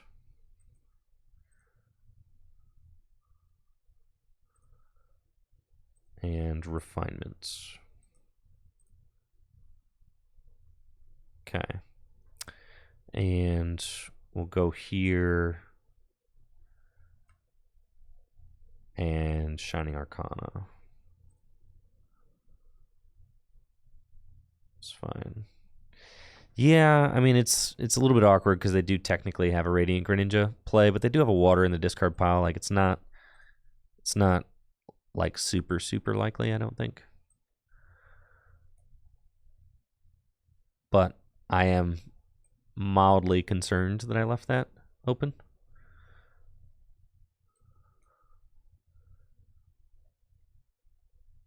Okay. Done. Did undone. Competition, why yes, I would love some. Okay. Moonglow reverse. Get him.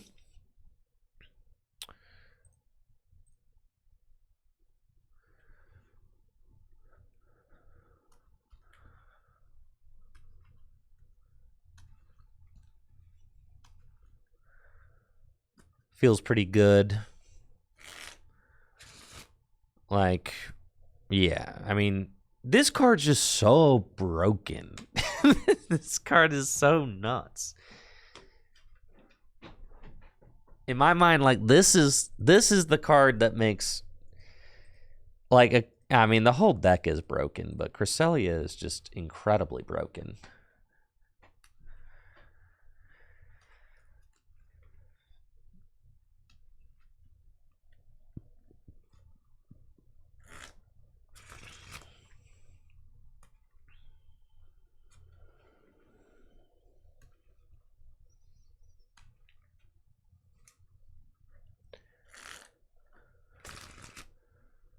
Why the Thornton? Because it's broken.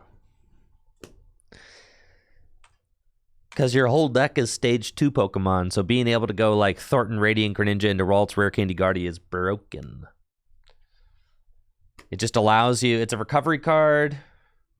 It allows you to just turn your useless Pokemon like Mew or Radiant Greninja into like Gardevoirs.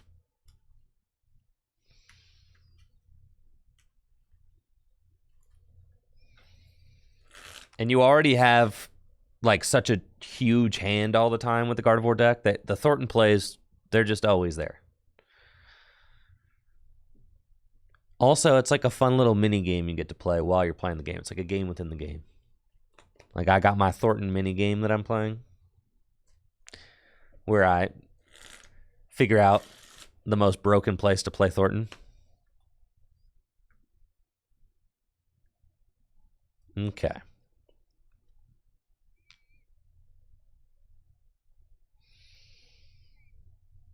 I could just Thornton the Radiant Greninja and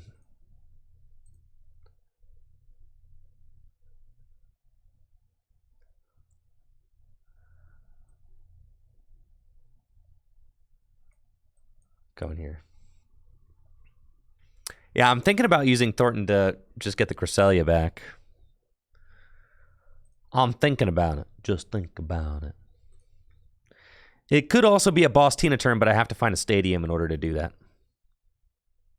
Or do I?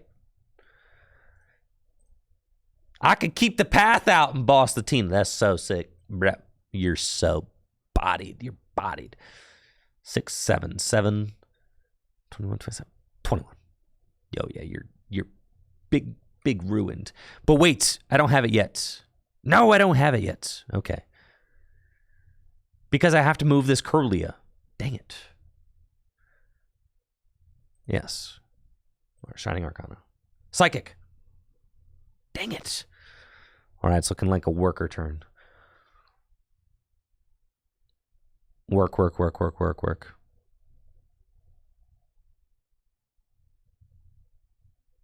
That's fine.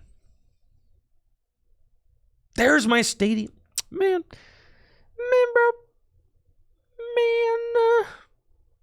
It's fine.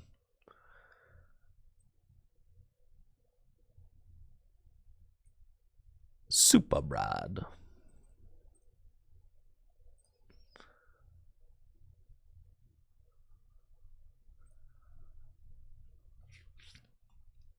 Okay.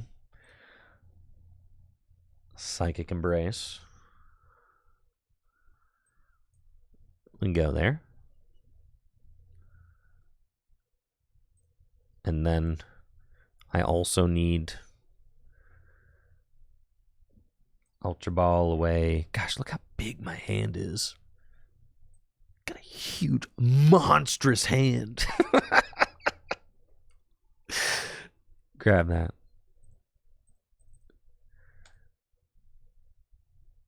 Okay. Cool.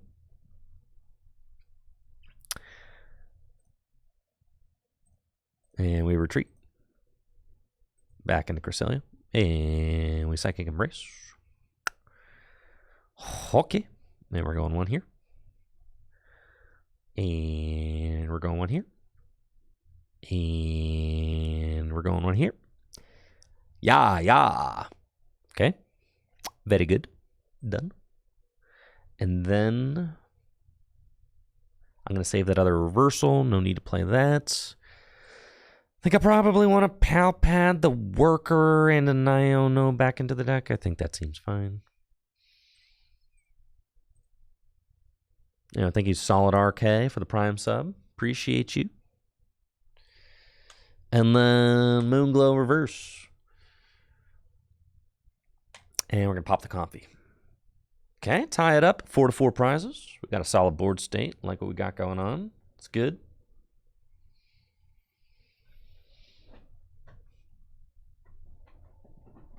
That's cool. I do have to worry about them just deleting a Pokemon. That's the concern. But they've only got 7 cards in the Lost End right now, so that's good. The path did make it so that I could not gust the Tina last turn, which would have been great. Oh, yeah, the World Championship ad was awesome. I absolutely love that. They did a great job with it. They might just boss Curly a knockout, and that's like, that's fine.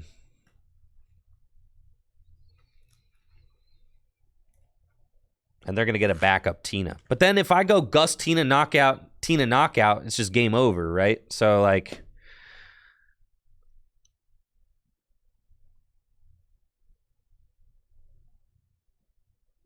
all right, we should retreat the Cresselia and go.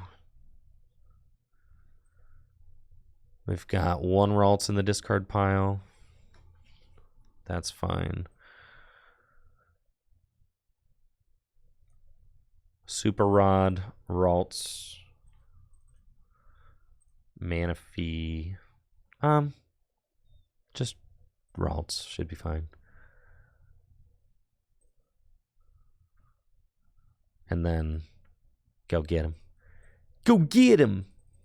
Okay, we got 1 Psychic Energy left in the deck, so be careful. Bench Ralts. Boss Tina. Retreat into Gardevoir. Reversal Energy. I could bench. I feel like. All right. Do I bench Zacian here? Thinking about it. The pros of benching Zacian are that I have it there to just pop a knockout. Heck yes, I can put 2 reversal on. What the heck? I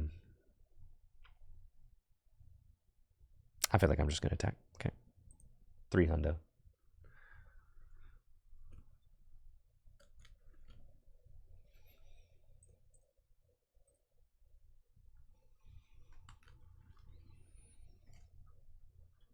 I'm saying no bench. I think I'm in like nearly an invincible spot. I think there's almost no way they can do. I think benching the Zacian is, I think, well, yeah, I don't know. I think no bench. Maybe though.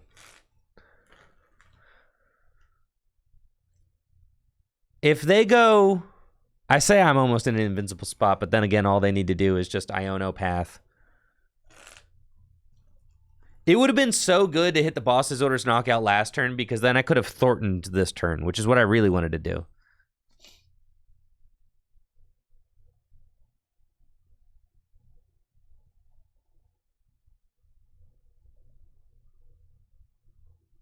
Which would have just given me another, you know, stable draw option. I do think, yeah, they've got Roxanne, so they're going to put me to 2.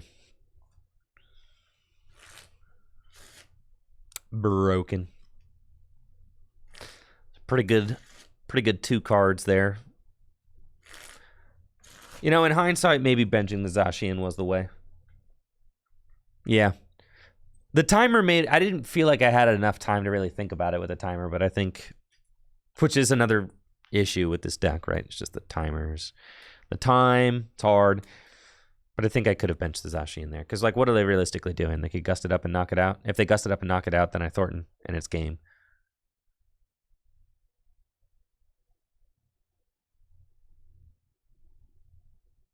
If they gust up Guardian, knock it out. If they gust up a 2-prizer and knock it out, then yeah. I bench it for sure, because if they gust and knock it out, then they're ahead on prizes, and I get the Brainwave for insta-win. Yeah. I should have benched it. It's cool, though. This line's more exciting.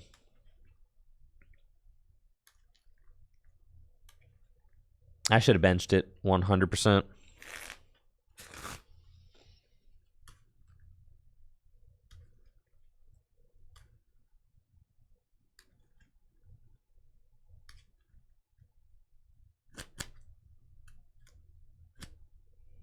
They might not have path.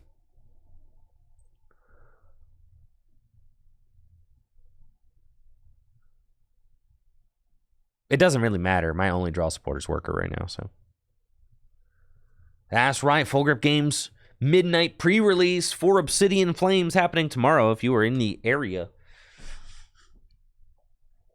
Even somewhat consider making a trip out. I mean, we've got a bar and cafe here. You can hang out until midnight and then go to the midnight pre-release. Plenty of space to play cards, hang out, play games. All that. Uh-oh. They've got 2 prizes left. We find I should have just benched the Zacian. I'm such a noob for that.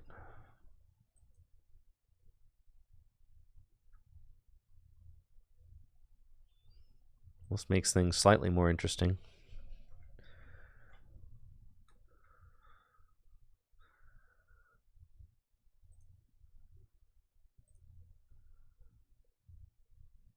Dang, bro.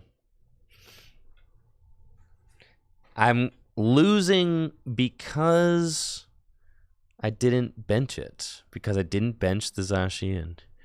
And that's my fault, really. Yeah. That's fine. That is a decision that I made that I ought not to have made. Okay. They're down 2 boss. There's a possibility that they don't have a 3rd boss.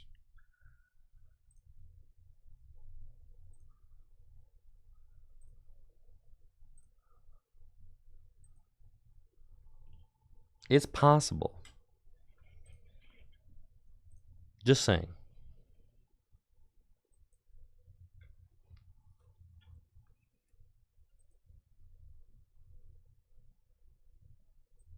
That's my fault. Bench Zacian, kids. I've been burned by doing it, but that was not a situation where I was going to get burned.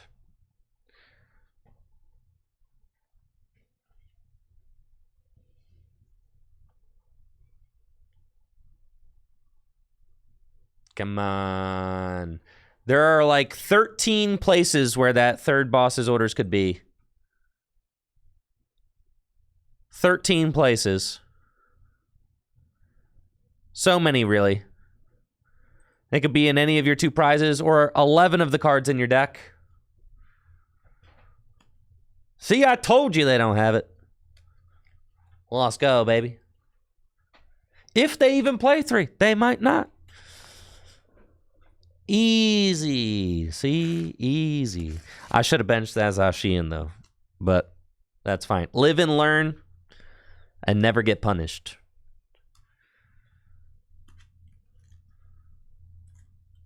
Escape rope, go ahead. You take... it's got to be Guardy. Yeah. No! No, it's got to not be Guardy. Holy smokes. I have realized the error of my ways.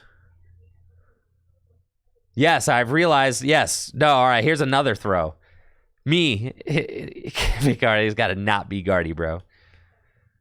It's cool. No, we got this, bro. 679. I got energy to spare, dog.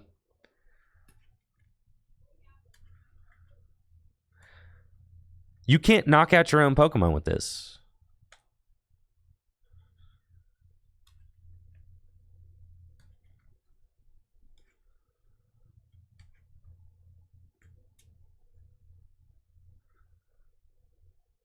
All right. They're not doing it. We're chilling, dude.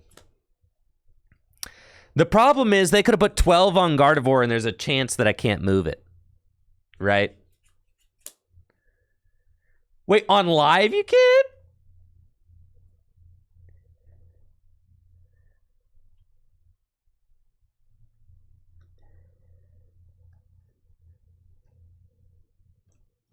Oh yeah, we're chilling. See, what they ought to have done is put all 12 on Gardevoir and said Pez. But they didn't. They weren't hip, okay? It's cool. We're throwing back and forth. See, I would have gotten out of it anyway. I got an energy there. Easy money. Easy. What was the energy in my deck situation like? I would have hit it, dude. I would have Iona. Well, okay, maybe not. Anyways. Don't think too much about it, all right?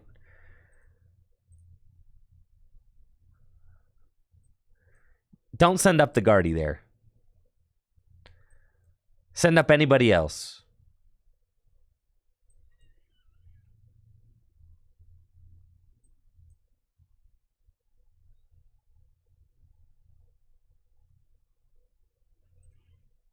To be fair, there wasn't like a great option to send up. I mean, because Radiant Greninja can equally get trapped, right? But so like, I was like, oh, I'll send up Radiant Greninja. Then I was like, oh, it could get trapped. I'll send up Guardy. It can't get trapped. And then as soon as I clicked to send up Guardy, I'm like, oh, it actually definitely can get trapped. Potentially worse than Greninja, right? So that was yeah. My flawed line of thinking was like, oh, I don't want to send up the Greninja, it could get trapped. And then as soon as I started thinking about it, I was like, actually, Gardevoir is worse. Yeah. But it didn't matter. It do not matter. Lil Uzi voice.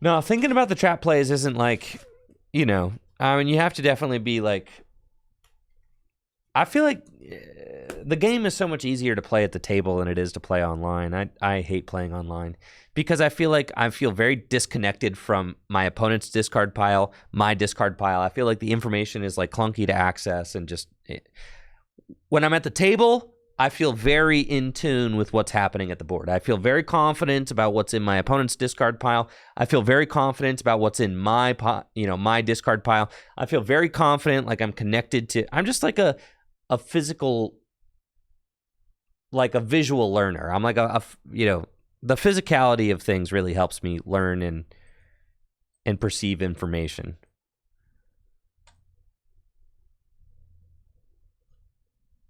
Playing online, I feel very disconnected from all of that.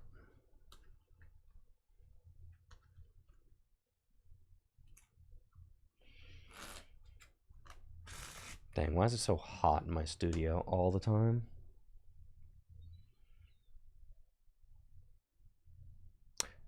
Milk was a bad choice. Yeah, it's gonna be 80 degrees today. That makes sense.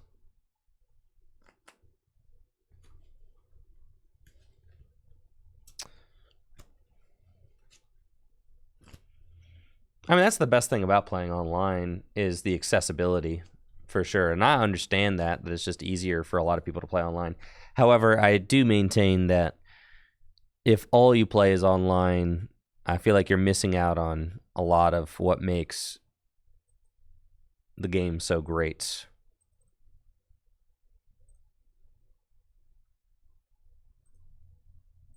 Yoink, yoink.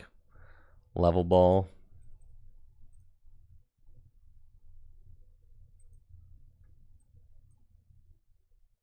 Research. Okay. I felt like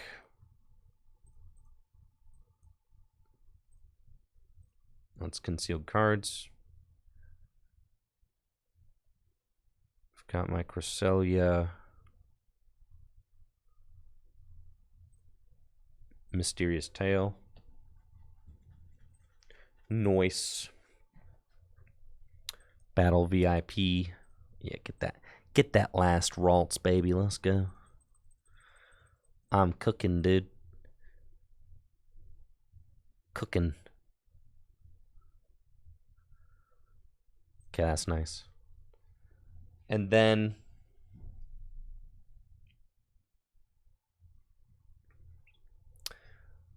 we're playing a Gardevoir. That's what we got.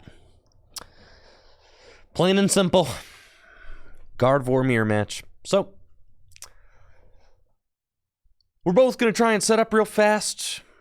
And getting the first attack is usually pretty good.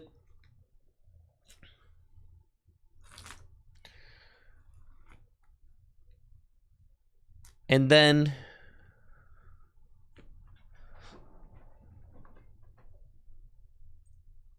Moonglow Reverse is going to be a huge part of this mirror match. Just completely. Because the Gardevoir mirror match is all about limiting your opponent's access to Kirlia and draw. And you kind of have to figure out ways to Cresselia basically as much as possible. And then at the end of the game, you want to Iono, and you want to be able to take big knockouts.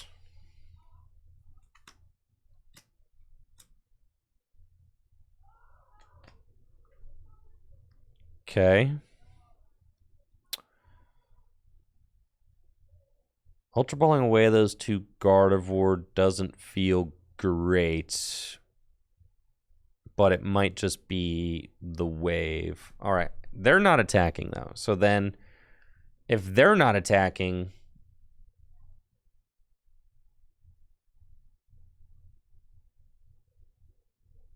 then what? I could go turn to Gardevoir. Turn to Gardevoir EX knockout.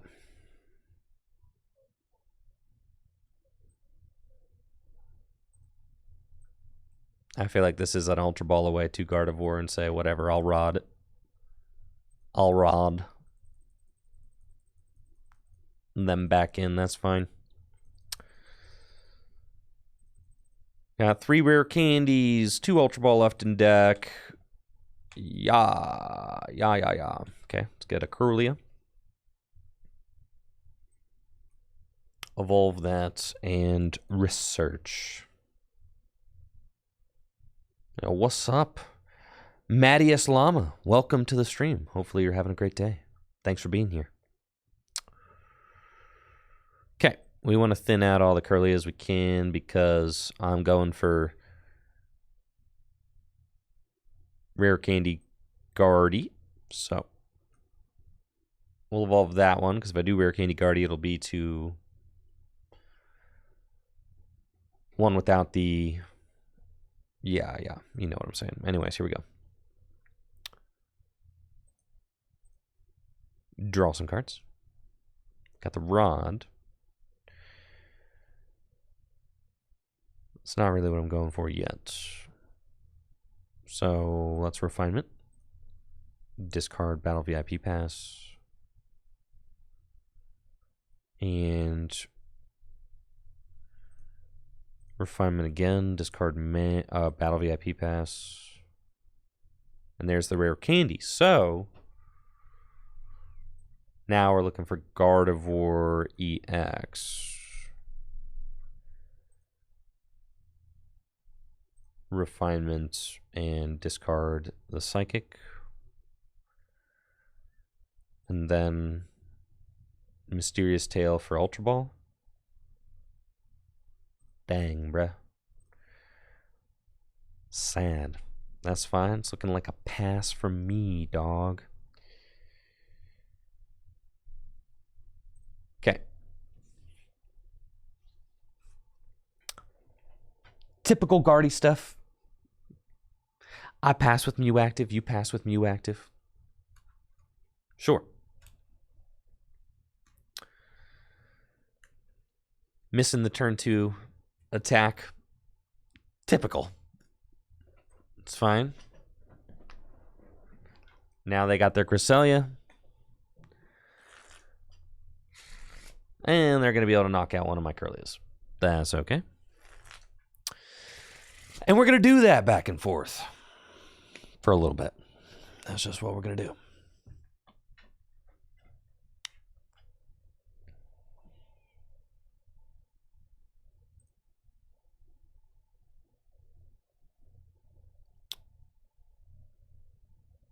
So ideally,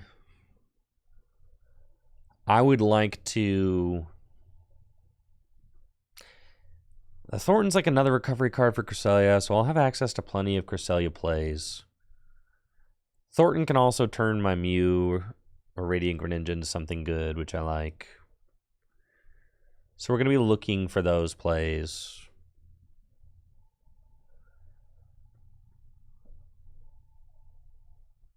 They've got Gardevoir EX online. They're definitely going to knock out my Curlia with the reversal on it. That's the most threatening one.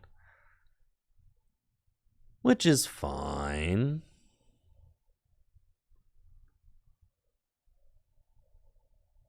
See, these Guardy mirrors, I mean, they're interesting and I like them, but I vastly prefer Gardevoir mirror. Like, I just prefer this deck in a best of one format. Because they just take too long. There's too many game actions. Finishing a best of 3 in 50 minutes is like, it's not realistic. So the player who wins first is incentivized to just basically win game 1 and then basically play at the slowest legal pace possible. And that's like a huge problem with the Pokemon TCG right now, is you got players asking themselves, what's the slowest legal pace possible? Right? And that's just like against the spirit of, against the spirit of the game to even ask yourself that question. But the current state of Standard has people asking themselves that question quite a bit.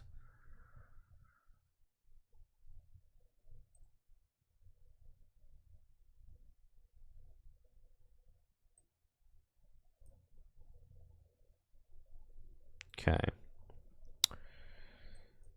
Artisan. Cresselia. Yes, clock management is a part of a lot of games. However, it should not be the defining factor of our game. Of course, clock management is a part of soccer, but they have updated a lot of the rules of soccer over the years so that you don't get people basically being poor sports, like kicking the ball as far as you can out of bounds, right? Sure, all right, so you're just going to say kicking the ball as far as you can out of bounds when you're in the lead, that's a valid play in soccer, right? No, like that's against the spirit of the game and should therefore be discouraged, right? Exactly. So you should update the rules to discourage unsportsmanlike play.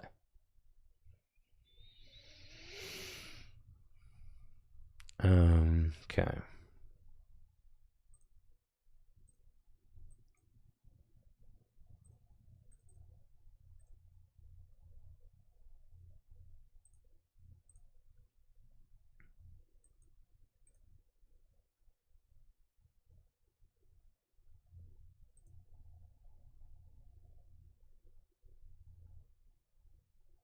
One of the things that I hate most about soccer is the amount of flopping that goes on. I mean, I wish that they would change the rules to address that. Because players just pretend that they're hurt. And it's a huge problem with soccer right now.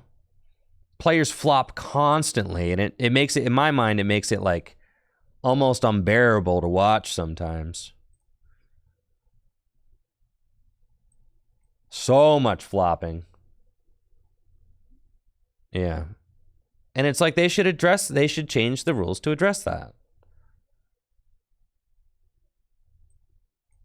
Because right now it just negatively impacts the game. And you could say, well, like, oh, that's just part of the rules. But you need to be able to address when something is not, you know, kind of in line with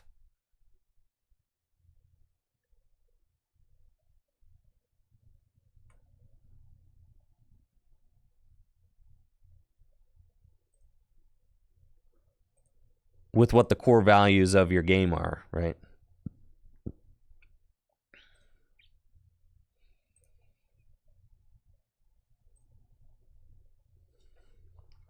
And it's the same thing with time management. Like, of course, time management is going to be a part of the Pokemon TCG.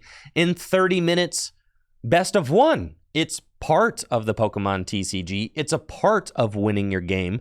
However, right now, players are being in the difference is not, it's not that just time is a part of the game. It's that players are being incentivized to cheat the clock in a way that is unsportsmanlike.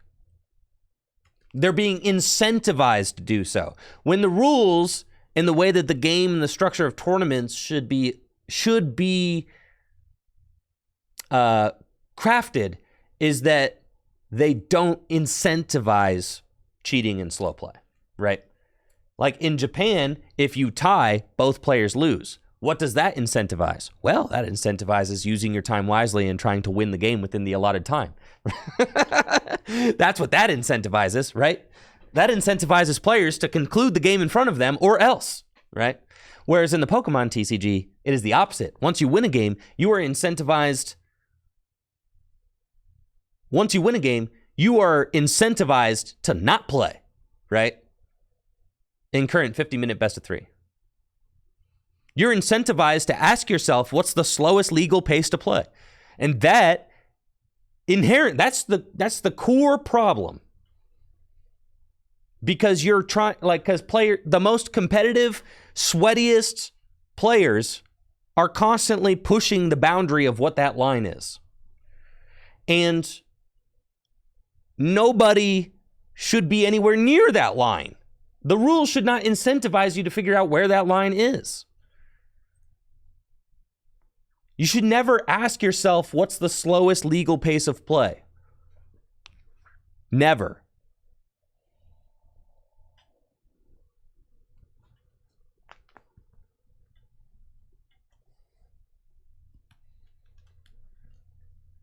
It's always been an issue. However, it is becoming more of an issue now that tournaments are bigger and there's more eyes on them and everybody kind of realizes what's going on. It used to just be that the best players in the world just got away with it, right? But now there's more accountability. It's like everything else, right? There's just more accountability, more eyes on the game, more people realizing that it's whack, right? So naturally, the rules just need to evolve, right? And the game's more competitive now than it's ever been. So with the game being more competitive, more players are abusing loopholes. Yes. Exactly. Precisely.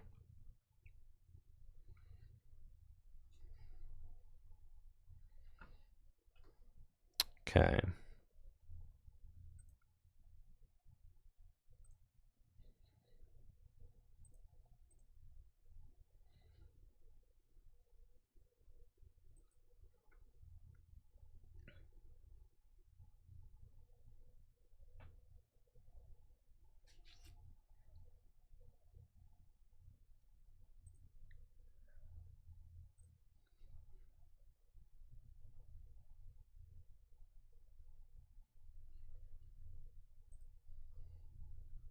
So they've got both their Guardies evolved up. Okay.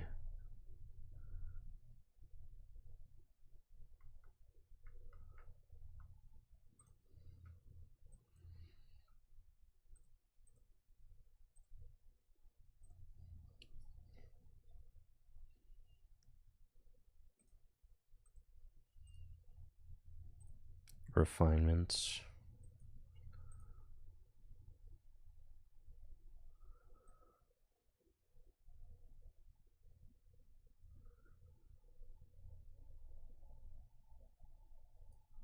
I think I can do this. That's fine. Shining Arcana. Okay. And then we say Ultra Ball, Away, Worker, and Collapsed to go get Ralt again. Okay, we've got a Palpad and 0 energy left. Oh, I just have this one reversal. No other energy. I've got 8, 9, 10. I've got 10. I've got 1 prized. Okay. And then I've got Palpad. I've got Thornton in the discard pile. Thornton could be a good card this game. I've got 1 rod down, 2 rods down. All right. Both rods down. All rods down. Okay. All right. So we are in crunch time. That is for sure. So I can go 1, 2, and 3. That's fine. Done. And we're going to go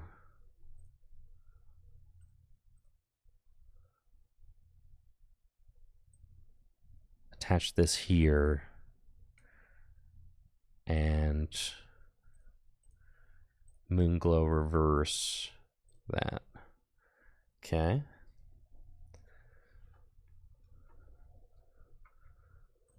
There we go. Okay. So we're getting into it. We are getting into it. I mean, this is just going to be a very close Gardevoir. But that's like, see, these games, they take so long. I mean, there's no way. And they're good games, is the thing, though. Like, I would have no qualms with the result of this being the result of our 50-minute best of 3. That's fine.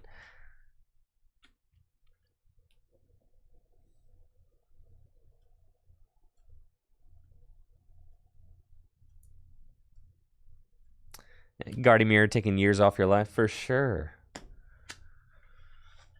Thank you, Skizmaster, for that sub in the 4 months. Missed you. Thank you. Appreciate the support. So they're going to boss and knock out my Gardevoir this turn. That's fine. With what? Your Gardevoir? That's okay.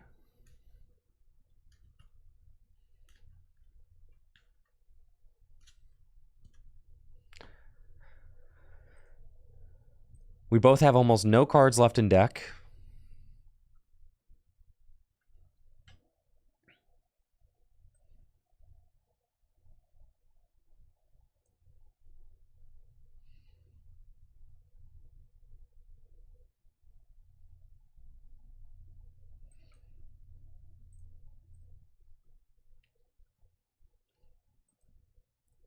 I am running out of resources, definitely.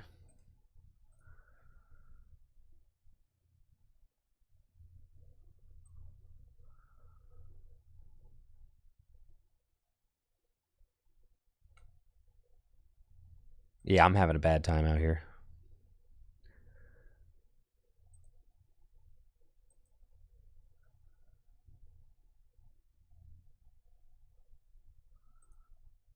I think I'm just not going to be able to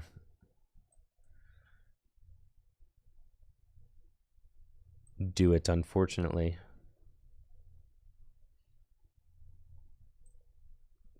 Just, I prized, or I didn't get 1 Ralts out. There was 1 Ralts that was like slow to get out. They just had a better, they went first and they had a better setup, frankly. And without the strong board presence to be able to like Curlia, they basically are doing to me exactly what you need to do to somebody in the Gardevoir mirror. And it's like they just have more draw available coming down the line.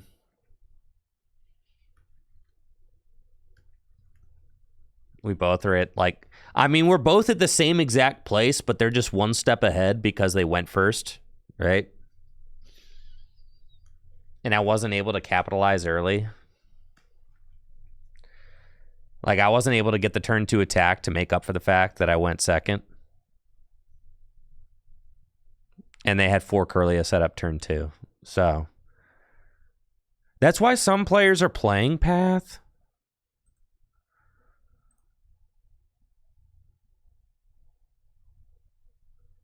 To try and give themselves like a comeback out. They may not have, like, they might be in a situation where Gust Greninja knocks them, like, they just lose.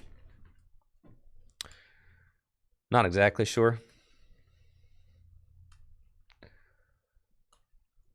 All right, so they've got 9 cards left in deck. They're going to spread some energy out. And then what? Knock out my Ralts?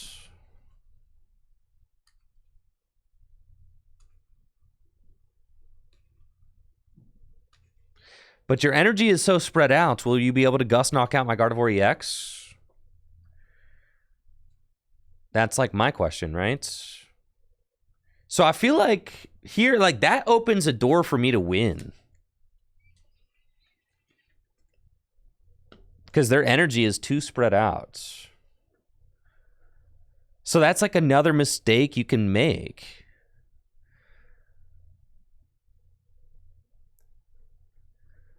All right, I'm going to Palpad, and I want Boss Thornton back in my deck. It'd be an insane play for me to find the Thornton this turn.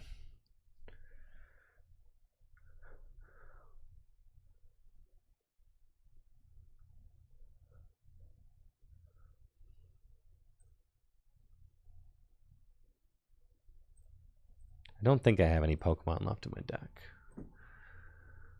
2 Ralts in the discard pile, a Curlia here, a Curlia there, a Curlia there, a Curlia there. Okay, let's Shining Arcana. Did not find it, unfortunately.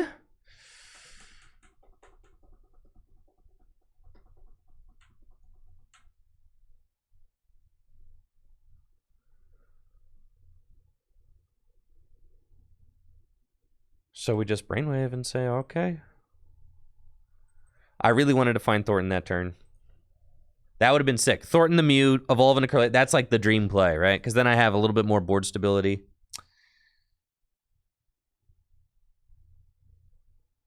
How many boss they have down? You're looking to build your first GLC deck? Definitely check out the Tricky Gym Discord. There's a huge community there that talks about deck building and things like that.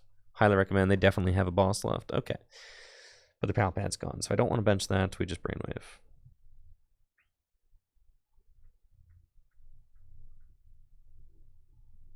Is KO with EX ever worth it? No.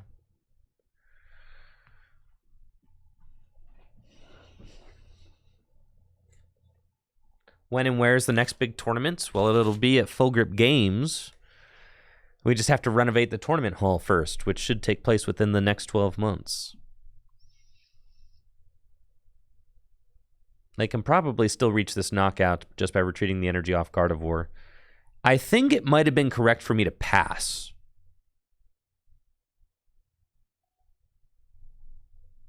Right? Instead of knock out their guy and let them get the energy they need in the discard pile. They play a switch?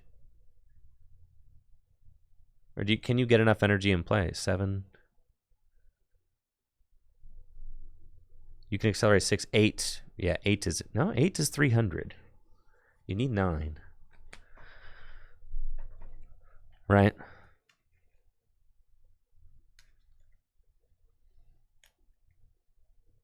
Don't you need 9?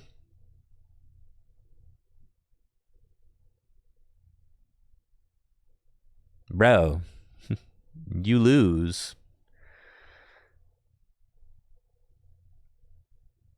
I think. Can I get 9?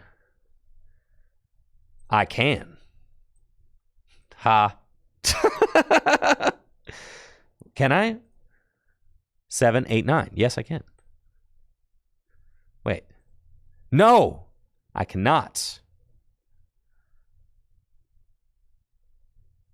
Okay. Because I can only have 6. 7, enter. 1, 2, 3, 4, 5. Actually, I can only get 5. I can only get 7. Okay. So then what I'm saying is that you just ball score ninja here. Yes.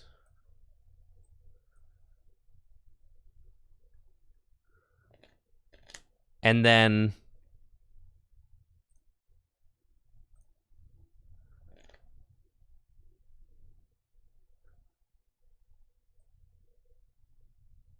retreat here. Psychic Embrace. Wait. Let me think about this for a second. I don't want to take a knockout because they could rod, but I need to count the rods. 2 in my discard are reversal. That's why I do not have it. See? Okay. All right. They've got 2 boss and their pal pattered down. They've got 2 rods down as well. And they've got 1 energy in the discard pile. Yes, they scoop. See? Got it. Oh, you don't really see because chat is in the way. Sorry. Chat's always in the way.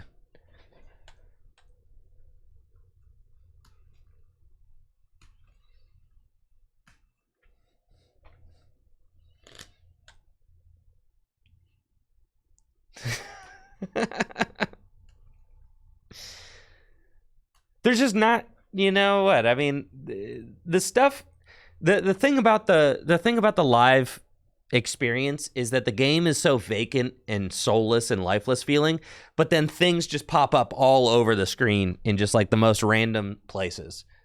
You're like, the discards are over here. Your V-star counters are all like right around the side and all that, so you can't put anything right there. And it's see, now game 2, exactly. That's why it's like, well, that's the thing, is like, that was a good game, right? That was a good game where I outplayed my opponent. But in 50-minute best of 3, I am not incentivized to see that game out. Instead, I was supposed to scoop that game, right? So that's another huge problem with 50 minutes best of 3 is it doesn't incentivize you to play to your outs. Instead, you have to calculate like, okay, I probably have a 30% win con here. I need to scoop. Instead of skillfully navigating for the 30% win con,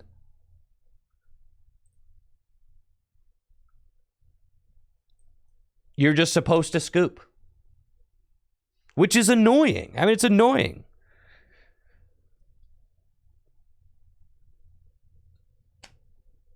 And then if you do scoop, your opponent can slow play you to make sure you have no chance to win.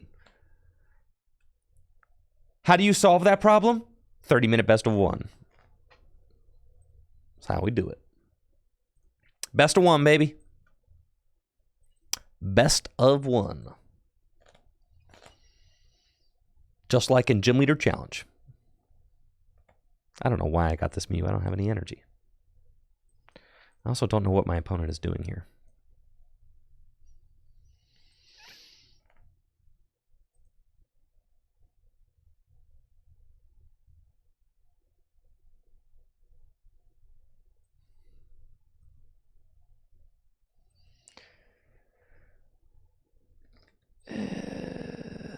It's fine.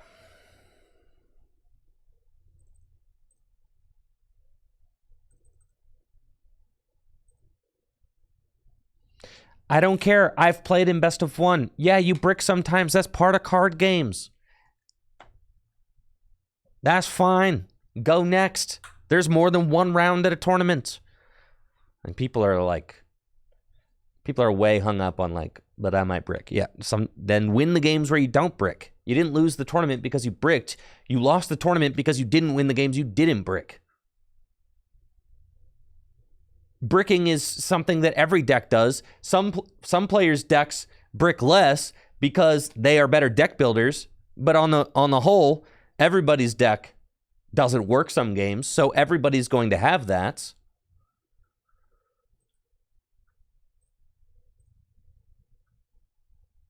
And I think, just frankly, best of one's more fun than best of three. Ian's deck bricked in the finals, right? Precisely. Did I not roar the sword last? I was so involved that I didn't even roar. That's crazy, bro. I need to quit tripping.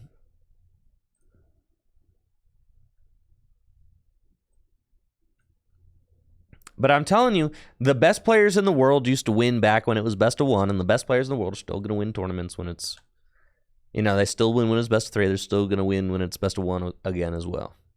I say win because I mean it.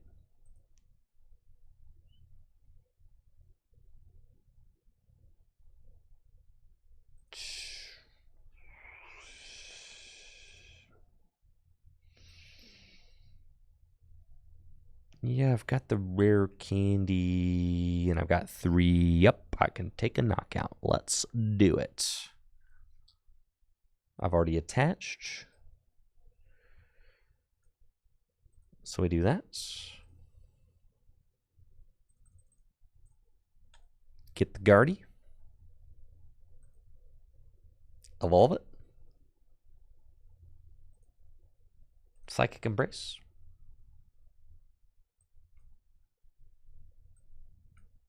Here we go. What's the point of a best of 3 if there's no sideboard anyway? That's what I'm saying.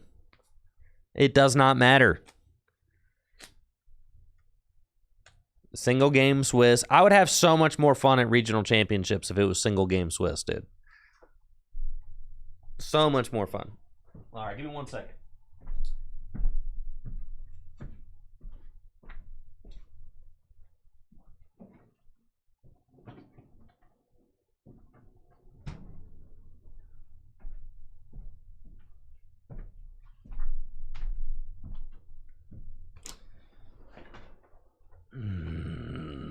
Escape. Okay. There's not that much emphasis on going first, and it's changing. Some decks don't mind going first or second. And I feel like the game is growing to a point where it's getting more balanced.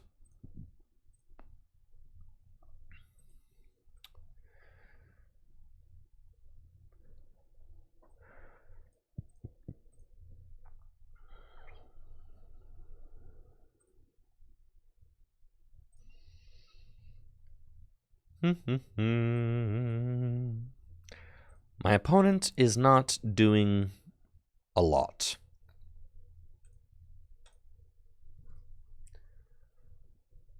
Best of one is that doesn't. What do you mean? Best of one is less competitive? It's not true.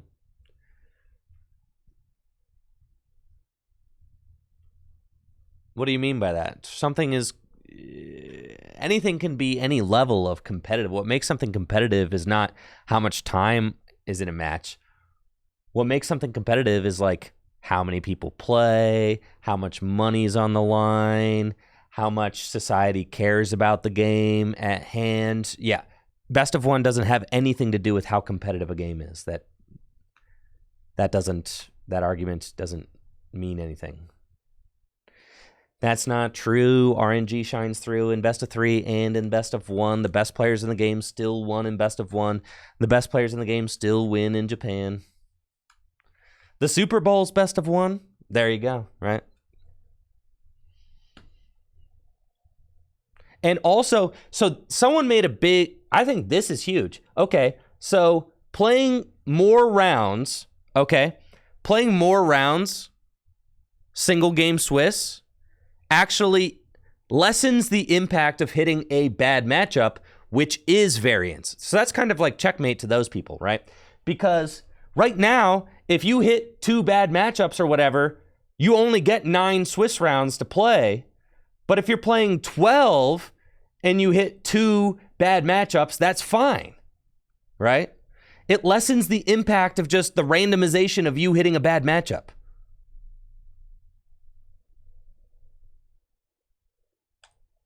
Right? Because hitting a bad matchup is also random. But right now, it makes more of an impact than it would if there were more rounds, right?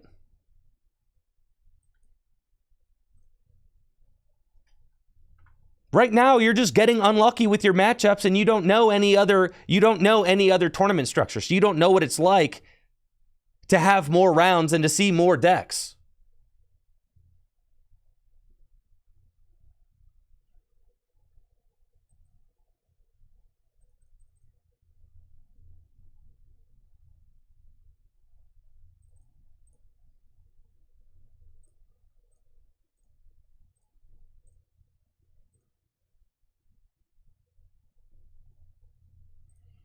Cool.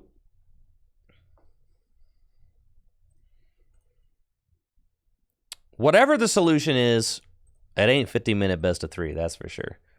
50-minute best of 3 was designed for Magic the Gathering, not Pokemon. And you can see very clearly why it's better for a game like Magic than Pokemon. Because the pace is just different.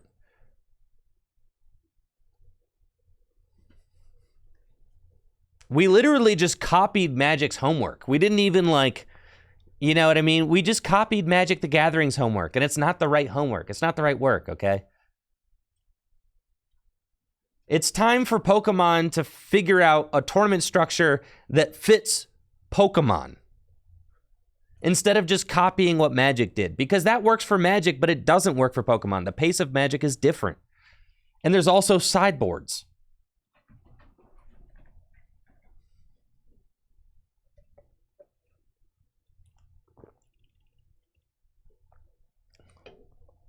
Right? And many argue, myself included, that Pokemon already did figure it out in Japan.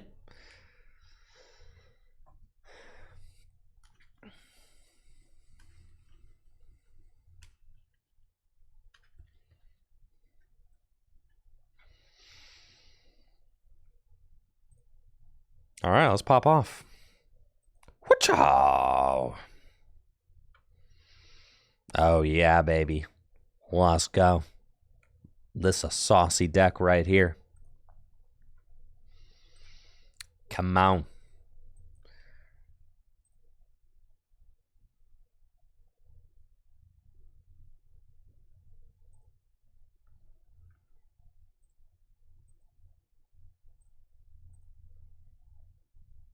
Something can be cringe and correct. Source, I see it all the time.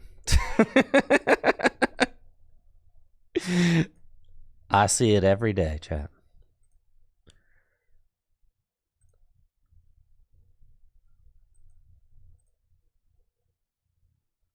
Best of 1 is indeed kind of cringe, but it can also be correct. You know, like... I'm not going to say it.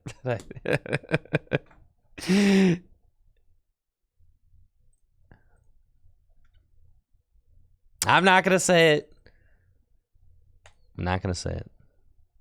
I should have... Well, yeah, I should have done this first and then done that. That's fine. A little bit of this, a little bit of that. A little bit of this, a little bit of that. I would ideally like to find a 4th energy, I guess. So that did make sense.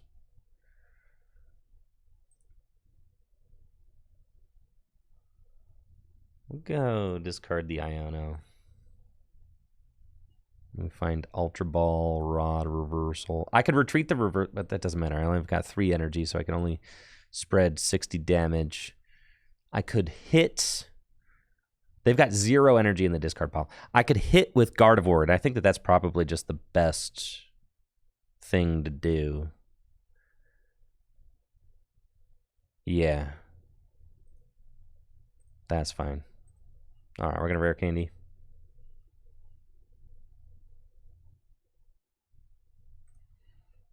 Psychic Embrace.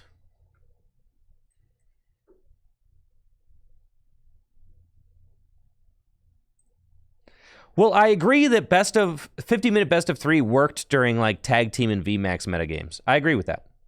I just think that as the game improves, as the design of the actual game improves, so does the tournament structure. I was talking to Chris Fulop about this at the League Cup. Chris Fulop's World's 2004 World's finalist, you know, longtime player in the game, and Northeast Ohio local.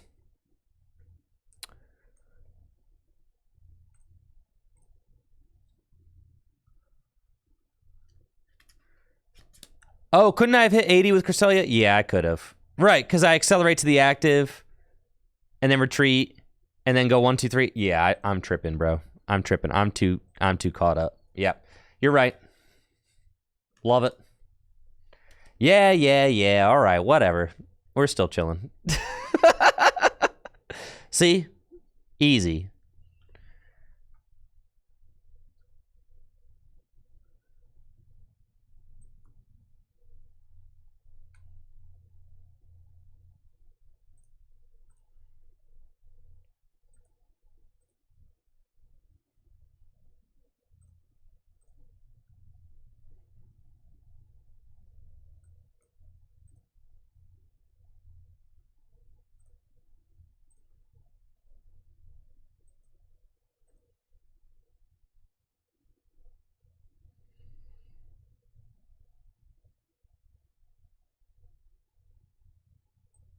This deck is so ridiculously broken, dude. You don't even need to play good for real.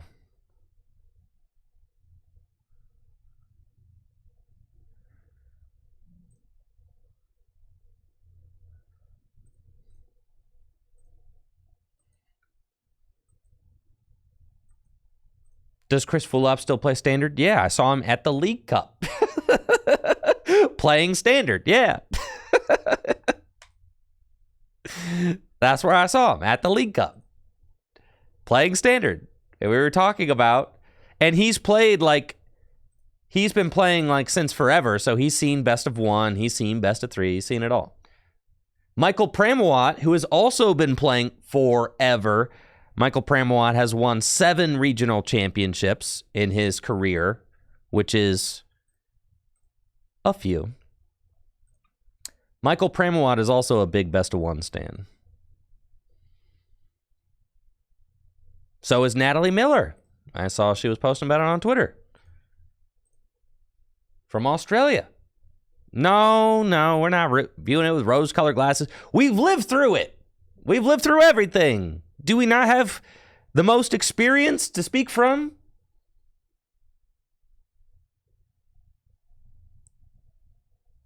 All right, you only need to do 3 because I can 1, 2. I actually already have 4. Okay. We're going to go here.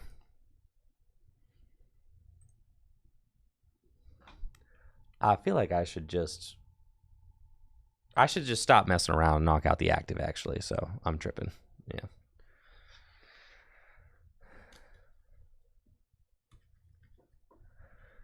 No, I know that we have I know that we could be viewing it through rose color. I know that that possibility exists, but then also, do we not have the experience to be able to speak from that, though, having done both? And also, we currently play best of 1 at League Cups. So it's not like that we're only looking back to the past, right? So we're familiar with what current best of 1 looks like and feels like, and what best of 3. But it's like we've kind of seen it all, right?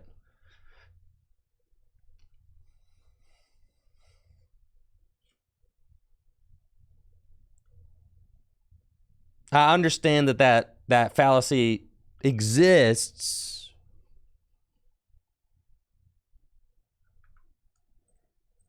Well, I think that the way that the game and the rules are designed right now encourages it literally encourages cheating in best of 3. So I do think that we should get rid of it quickly. You even have the best player. You even had Tord on Twitter saying it, right?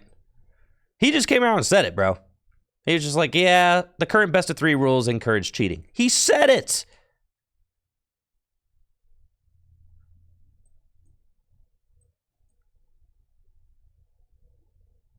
So I think I'm not opposed to the best of 2 idea that he proposed. I think that that's fine.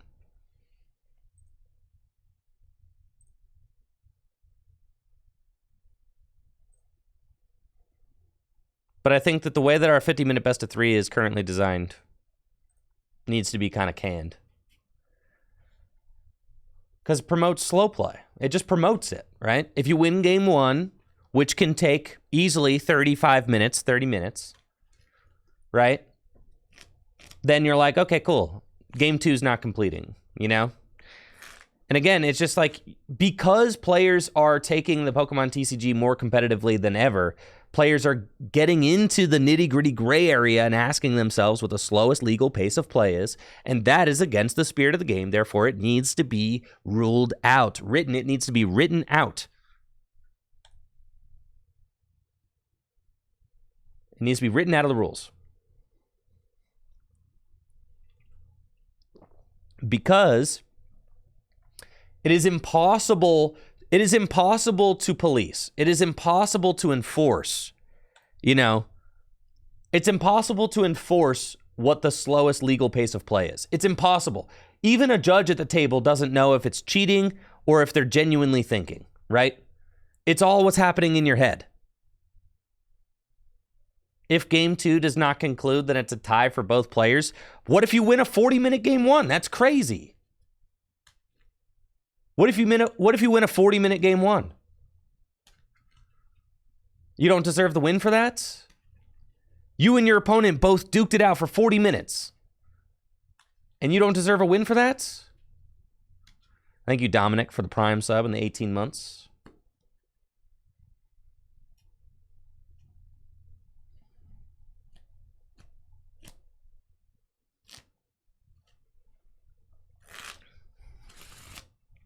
I think that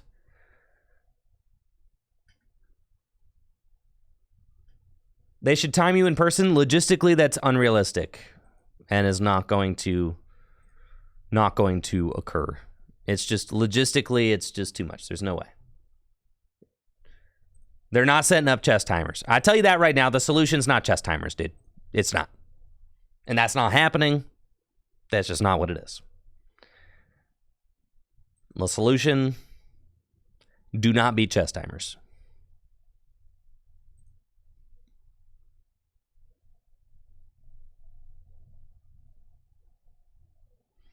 Yes, but in a 30-minute best of 1, you know going in that, like, both players know going in. A 50-minute best of 3, it's like, you're encouraged. Are you not encouraged? You should be encouraged to, like, play out the game in front of you. And if it's like a long, drawn-out game,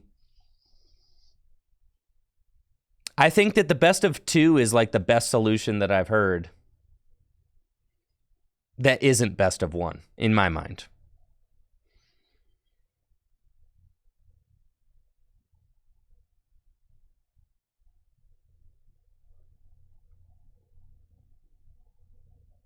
Okay.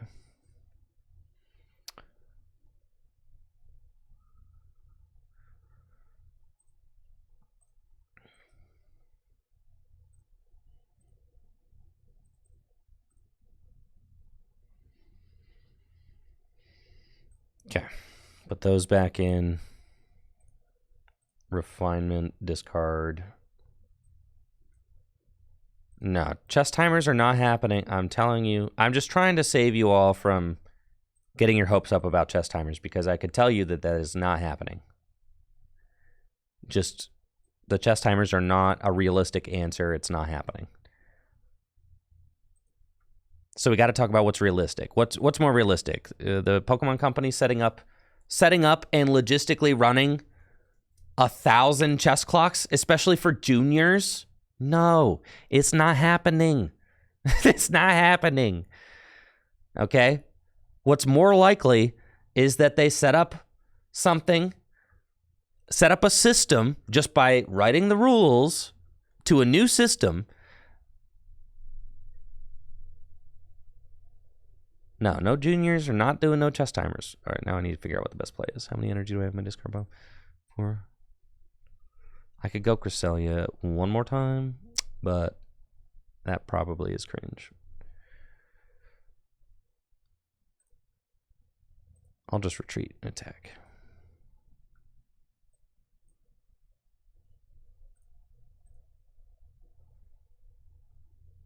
And then should I collapse that Guardy EX away? No. I could, though. Where's the Thornton? Thornton's in there in my discard. Palpad's in the deck. Yeah, let's just brainwave.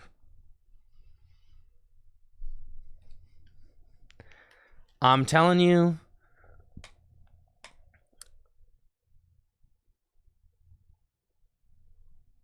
yes. No one's going to apps. No one's going to apps. I'm telling you, the chess timer people need to stop. Okay, it's not happening. I promise you it's not happening. I promise. It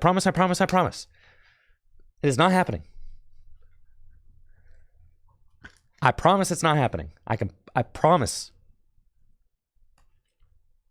The better solution is not to increase the stress of the 50-minute best of 3, which is already problematic because 3 games don't conclude in 50 minutes. It's already a problem logistically. So instead of trying to bandage up the problem with something that is a logistical tough thing to do, the better thing to do is to restructure the rules, which is free. Do you understand? Creating an app, managing an app, coaching judges on how to use the app, coaching players on how to use the app, all that stuff. You can't even use your phone at the table because you could use it to cheat. What if you get a text message and someone claims that the text message was cheating? It's not happening.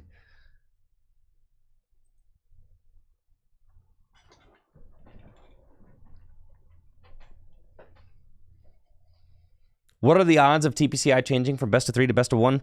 I'd say actually decent.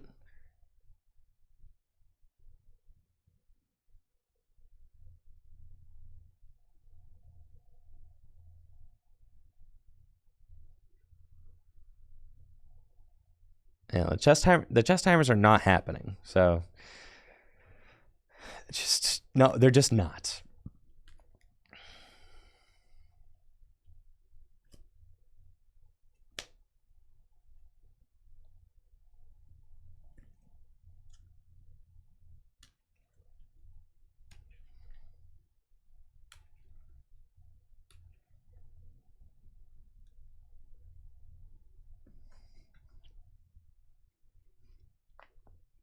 Has regionals ever been best of 1? Yes.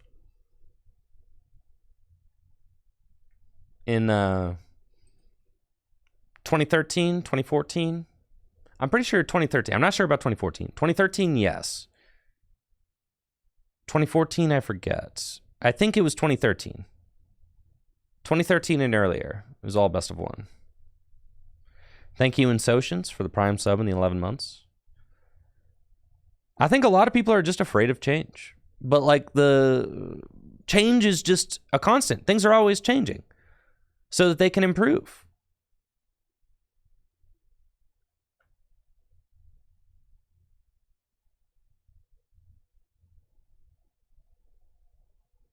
Now, for casual players, they may not very often see, you know, what's unfair about 50-minute best of 3 right now. But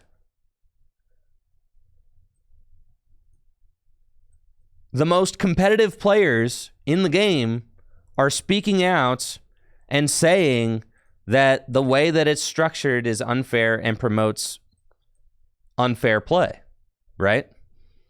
And that's because they're the ones who are towing the line, right? They're the ones asking themselves like, okay, I'm the most hyper-competitive person in the Pokemon TCG. In order to win the most amount of games at a regional championship, I have to ask myself what the slowest legal pace of play is.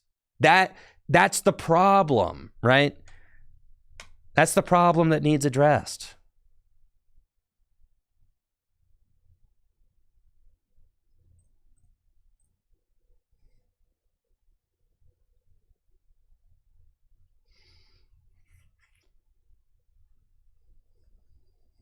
Right. And then one is this fact: the current best of three is not even best of three, because part of what being good at best of three means is knowing and having the confidence to scoop on turn one. I scooped on turn one and turn two of many games at NAIC and was still going to time.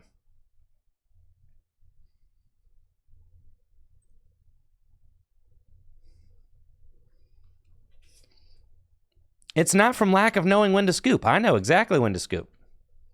For sure. I've been playing best of three since 2014. I get it. I felt like I used to have a serious advantage over most people at tournaments because I knew how to play a best of three better than most people. But now that everybody's figuring out the optimal way to play a best of three, it's messed up, right? Because you kind of see what it means, right? But it's just been the way the game's been since 2014.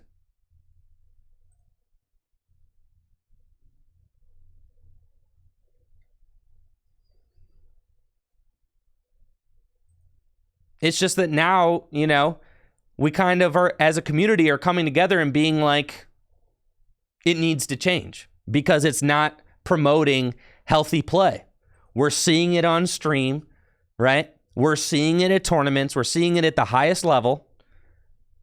And it's like, okay, something's got to give. I don't mind the best of two solution, where you have 50 minutes to play two games. Each player gets to go first once, and a win gets you 1 point, right? So if you win game one, lose game two, you get 1 point. If you win game one, win game two, you get 2 points. If you lose game one, lose game two, you get 0 points.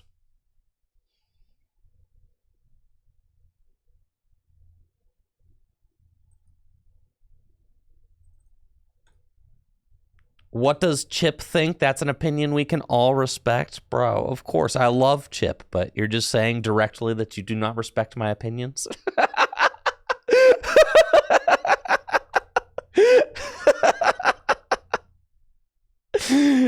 Yeah. I'm tired of asking Dad, what's Mom got to say about this?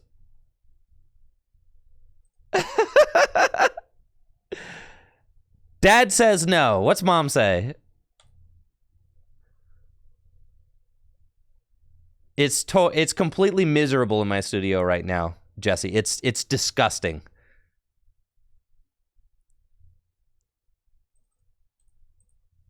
All right, let's see. I don't know what deck I'm playing against. I'm assuming it's Drapion, so like maybe there's... That's fine. I still think it's just correct to go here and then say end turn.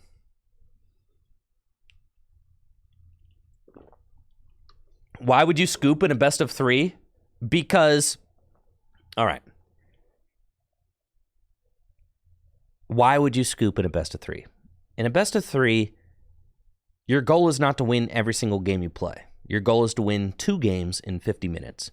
If you are playing game one and you open a slow start against an opponent who is setting up well, it behooves you to scoop that game as quickly as possible so that you can get on to games 2 and 3 and have a chance of being able to come back and win 2 games so long as your opponent doesn't slow play you.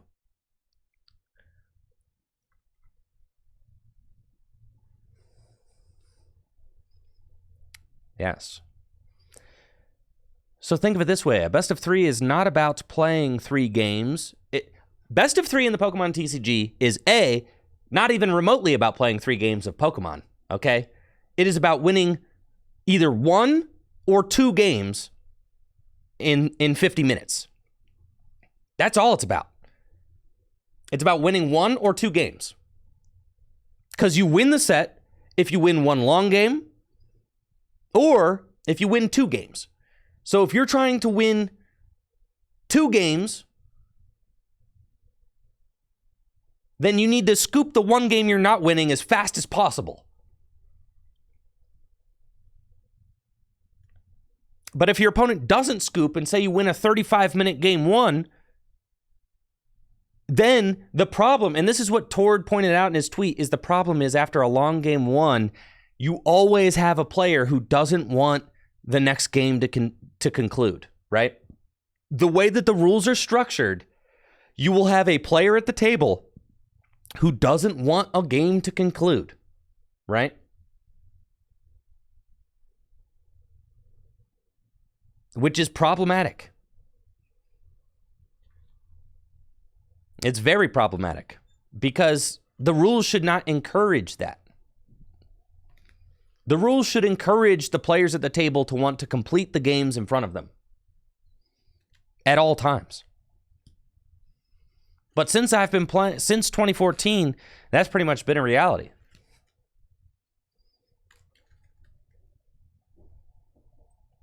You know, and it's not like...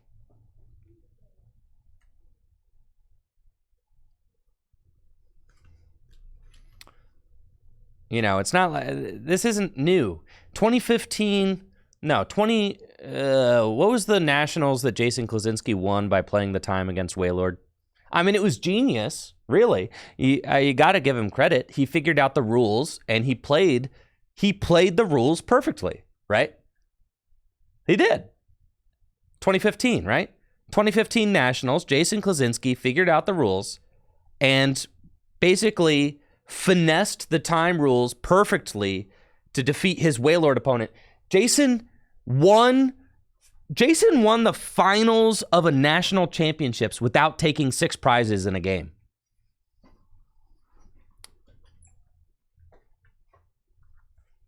You understand how crazy that is? He literally, Jason Klaczynski, changed the rules because he finessed them so hard, right? Basically, he changed the way that best of 3 works.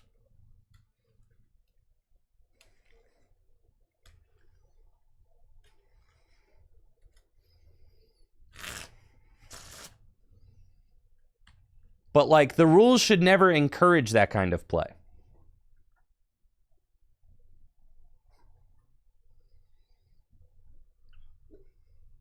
They should not. They should not encourage that kind of finessing. They should encourage you to focus on the game and play the game in front of you. So that's why so many people want the rules to be changed.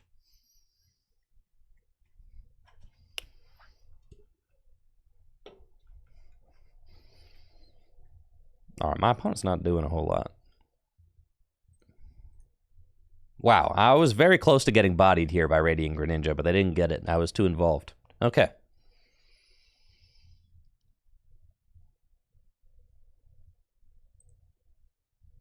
Yes, of course, sour cream. Yes. They've got Drapion. What if they accelerate to Drapion and knock out my Gardevoir? That'd be kind of cringe.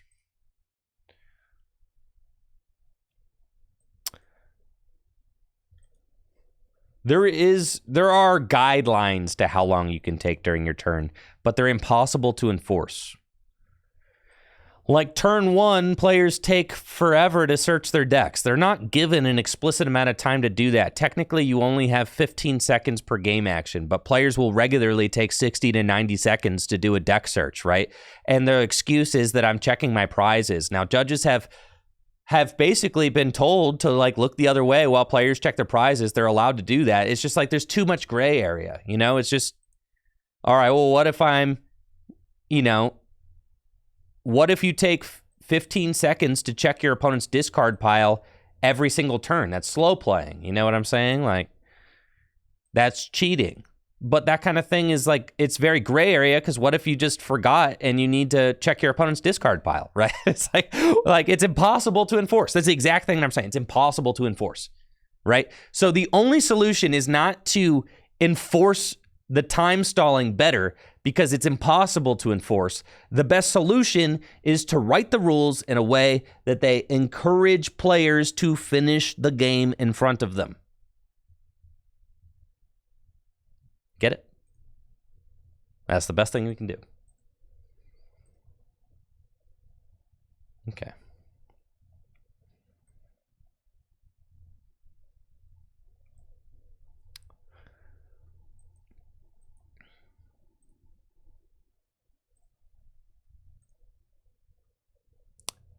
Yeah, slow play is a symptom of... Right.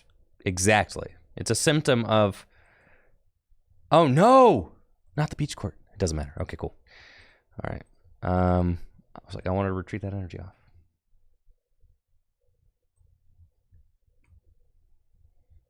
Okay. Oh, I still didn't get Manaphy. What's wrong with me? Why? What is wrong with me?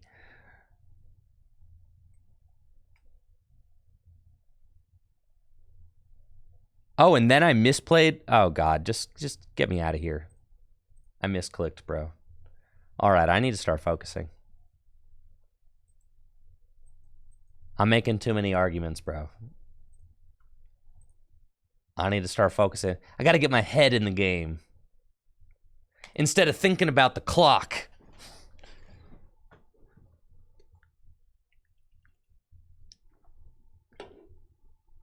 Oh, I'm sorry to hear that, Minty Burst.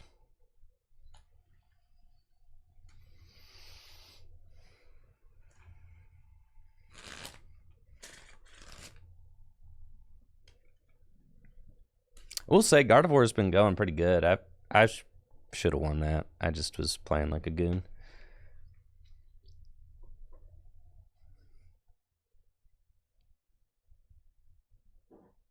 But Gardevoir's been smooth sailing right now.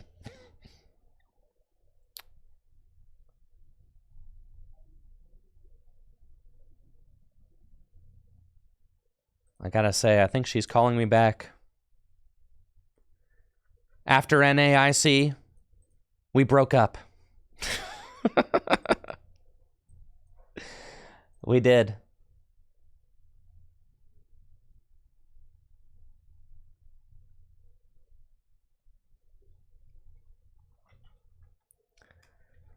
We agreed to go our separate ways, you know? Talk to other people.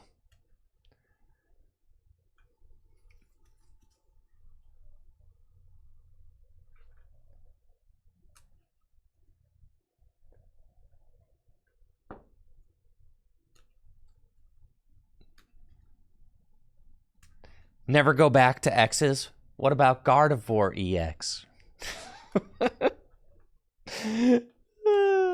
It's not you, it's the best of three, she said.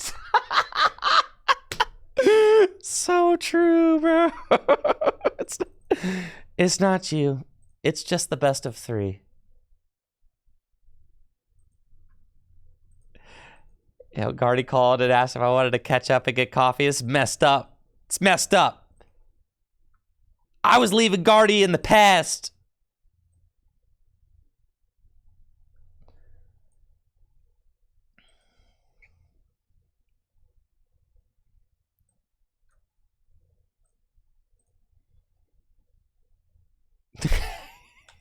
Hey, Tricky, you up? You guys want to see something crazy? Shit, bodied. Memory skip. Let's go. Yeah, no Hailblade for you next turn. Our love would have been undeniable in a best of one.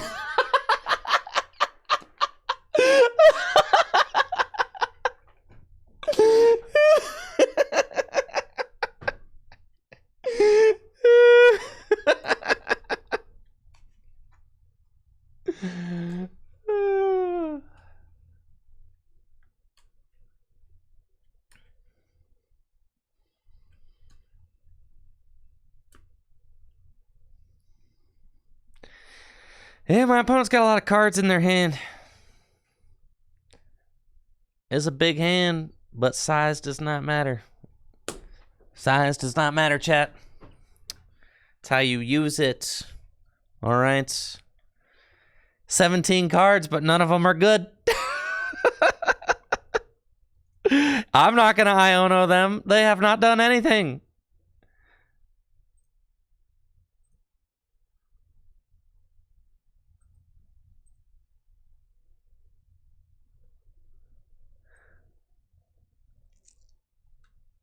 All right, I'm like,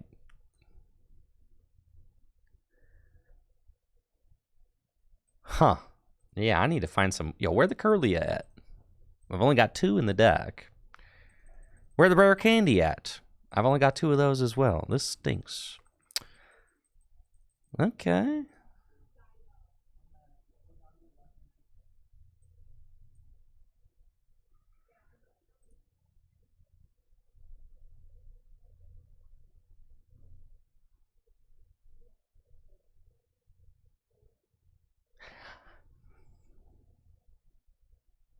Yeah, I guess I can get rid of this boss. Oh, I have a Curly in my discard pile? Oh, I have... Sheesh. Head in the game, Mahone. Head in the game. Oh, that's where they are. Yeah, that's fine. Okay.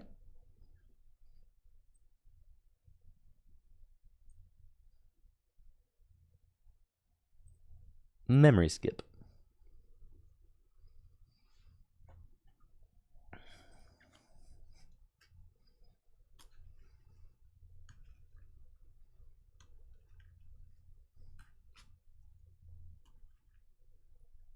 Why does Gardy play 4 Iono? Because Gardevoir is the best deck at disrupting the opponent's hand in the Pokemon TCG.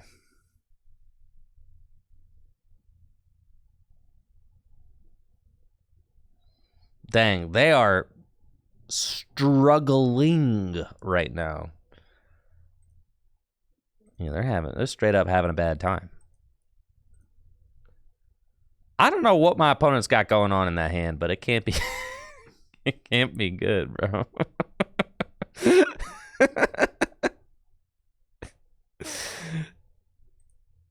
Yeah, I'm not exactly sure. Thank you, Master Omok, for that Prime sub. Appreciate you.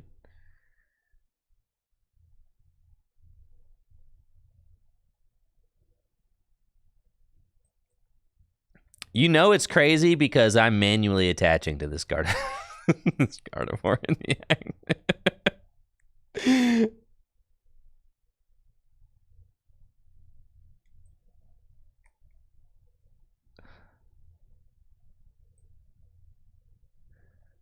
That's fine. We're chilling.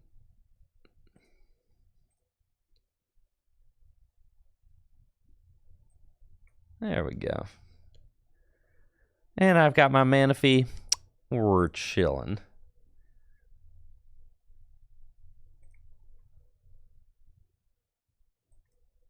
I hope they're managing that hand on mobile. Right, me too.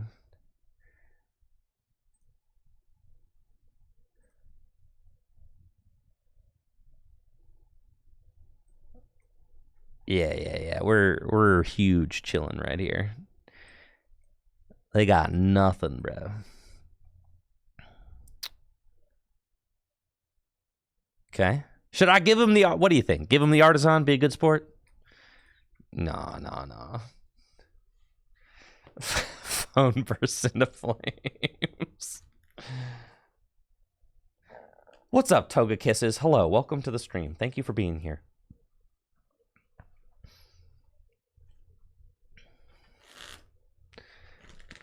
Dang, they got the they got the Frigibaxes.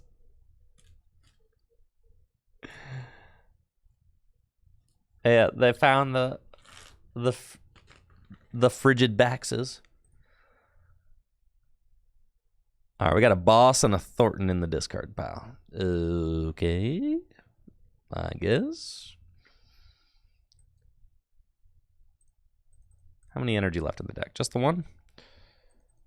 Okay. At this point, all I need to go is 2, 4, 6. Game over. So...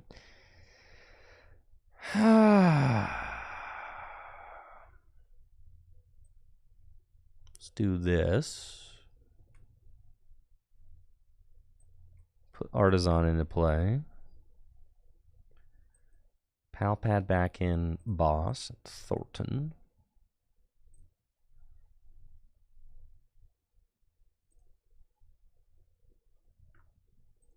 And Iono.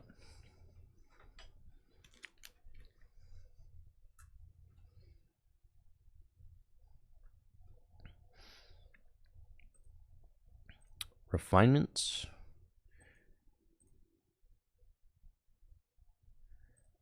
Refinement.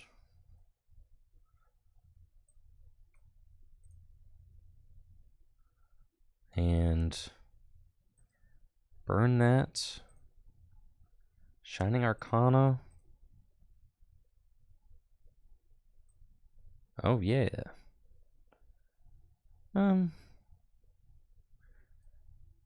I wanted to inspect the board, but that's fine.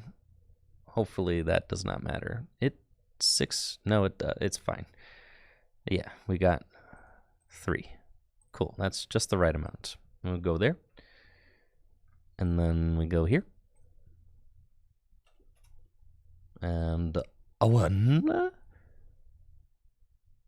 A 2. A 3. Okay, there we go. And, yeah, we're going to let her rip. 240 damage. Okay. Should be pretty smooth sailing.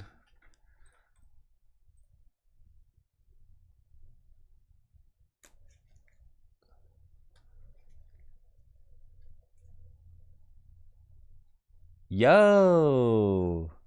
You got to cap the hats. Yo, thank you for supporting a great cause.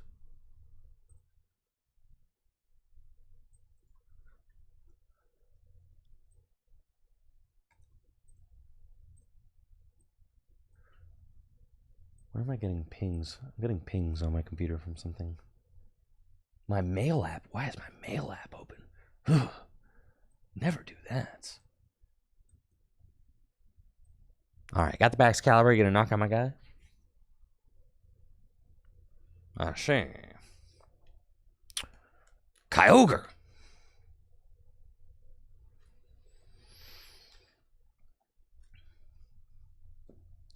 I saw something crazy this morning when I was in the Sheetz gas station. I saw sour Tootsie Rolls. I'd never seen that before. I'm a big sour candy aficionado. I very much enjoy sour candy. No, they sounded awesome.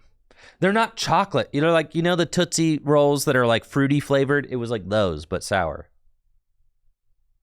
I saw them in the Sheetz, yeah. Not sour chocolate. Yeah, that's disgusting. Come on.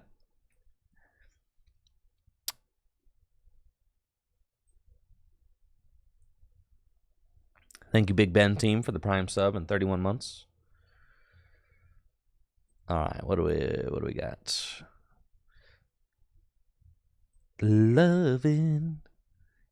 It's what I got. I said, remember that. It's what I got. I don't cry, my dog runs away. I don't get angry at the bills I have to pay. I don't get angry when my you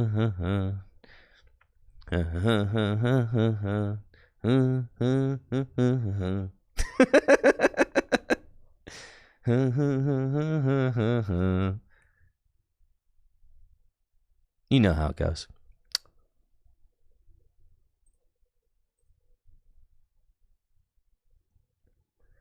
Okay. I think I'm going to go here and then retreat into here. No! Why do they go to my hand? I hate this card. That's fine. Concealed cards.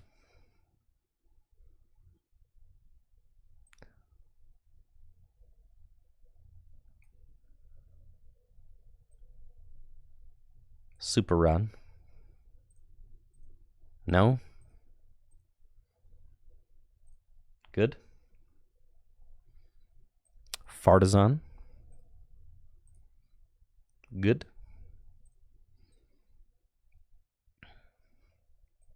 Thornton.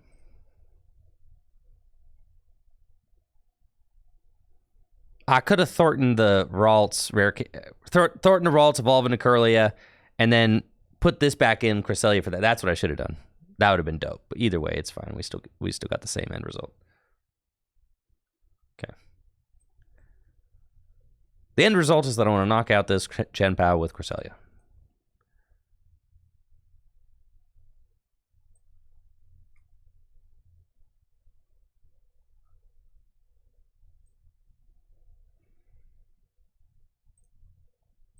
There we go.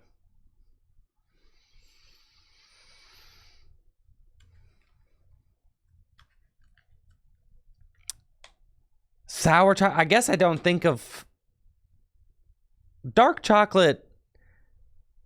Dark chocolate's okay. I guess I don't think of dark chocolate as sour though. But I guess like if it is, dark chocolate's okay, but I don't prefer it. I do prefer milk chocolate. Yeah, it's more bitter though, right? Yeah. Right. Dark chocolate's not sour. I'm pretty sure, but that's what Rizon was saying.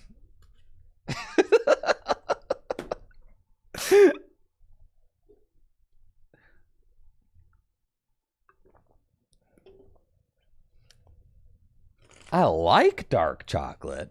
I just prefer milk chocolate, okay?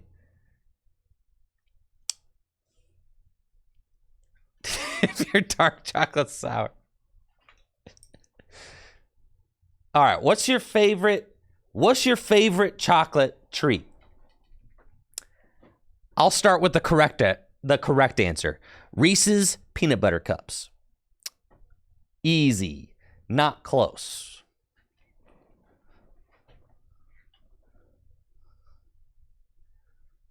Reese's peanut butter cups go crazy. So what if my opponent colognes me? It's 2-5.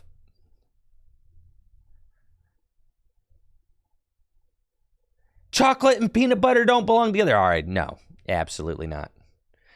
You're tripping. What?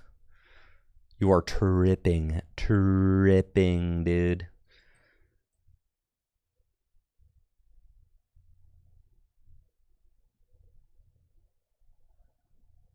Then not to mention if you like refrigerate Reese's, they're insane. What am I doing here? I got 2 cards left in the deck. Are they good?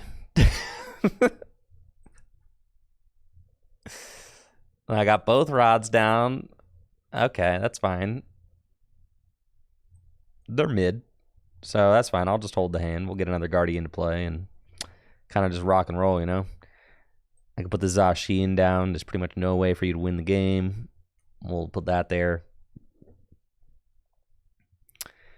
And I think the energy can go here. And then we'll just boss and take a knockout and say, like, okay, I think I'm just chilling. Like, unless you play Path, there's no way Bax Caliber plays Path, right?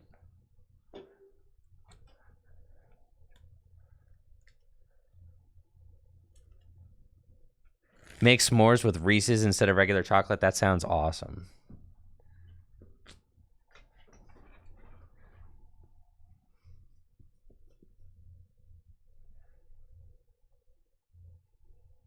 I'm not like a big chocolate guy.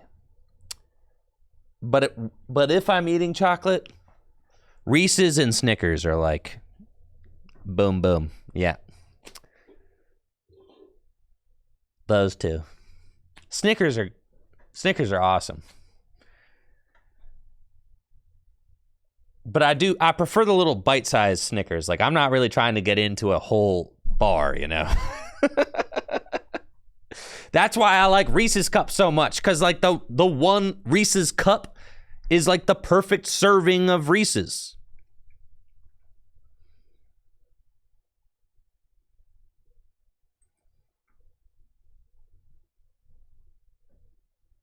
Oh, Snickers ice cream is insane, definitely. The Snickers ice cream bar, yeah, that thing goes crazy. Chocolate sauce that hardens on the ice cream is goated. That's true. All right, that's GG's, mate. You notice how much smoother it goes when I just play a good deck all day? It's ridiculous. You know how much harder it is to play bad decks? My only loss today, or one of my only losses today, was because I misplayed. This list is not even particularly good. It's just Gardy.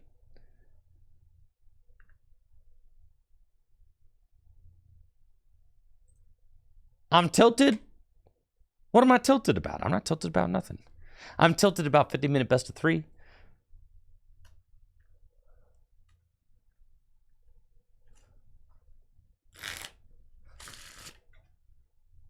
I'm tilted about it being 80 degrees in my studio right now.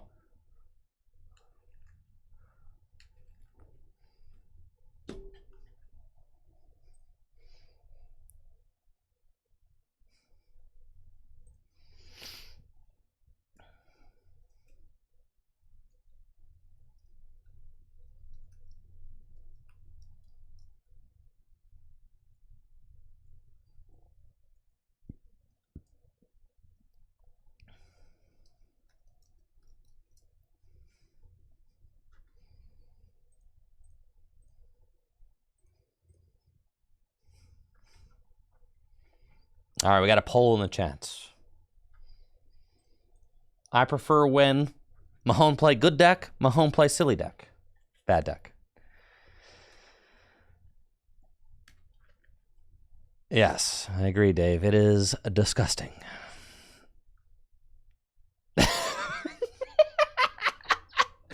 Mahone play bad deck. There's no chance.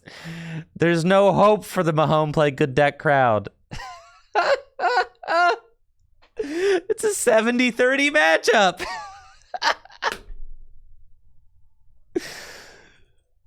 Ooh, 70-30 matchup, bro. You're lucky we can't buy more votes. Oh my God.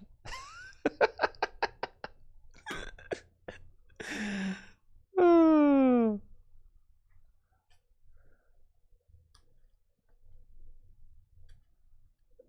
Time for Dundozo.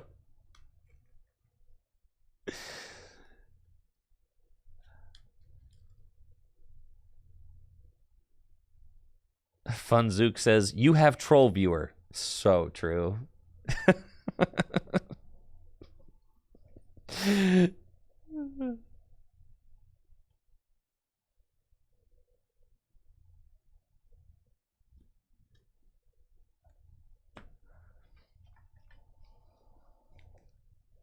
Unique decks are fun. Unique decks are synonymous with bad decks. Because the good decks get found out, they never stay secret, right? So it's like, it doesn't matter. The actual good decks, they don't stay secrets. So as soon as they get found out, they're no longer unique and fun and silly, right? So then all the unique decks are always bad, for the most part. Because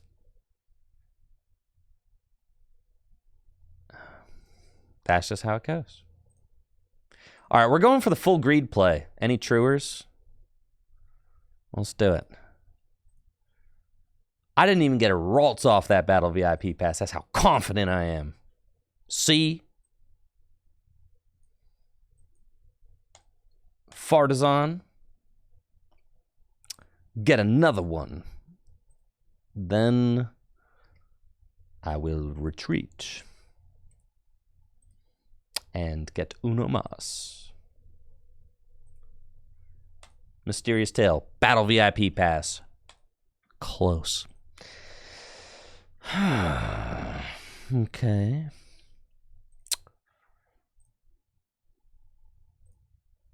We will take the Pog Crystal. My home play bad deck won 72% to 28%. That's a shocker. I cannot believe this. How does this keep happening? We'll get Ralts.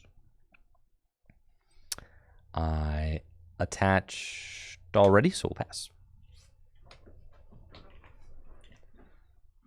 Well, you want to get the Greninja turn 1 versus Lost Box because they're going to try and go Cramorant, and if they play Escape Rope, you want to be able to send up Radiant Greninja. Ideally, we would have, like, Radiant Greninja and...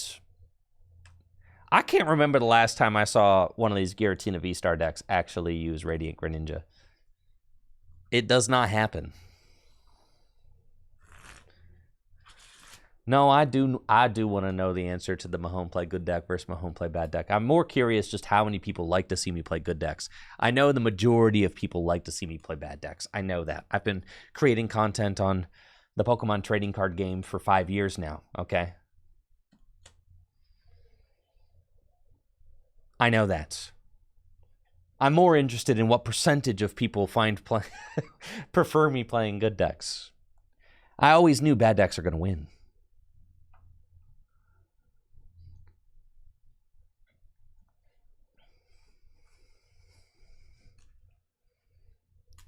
Okay, they got me with the old Iono pass swing with Cram. That seems like an awfully early time to be playing the path.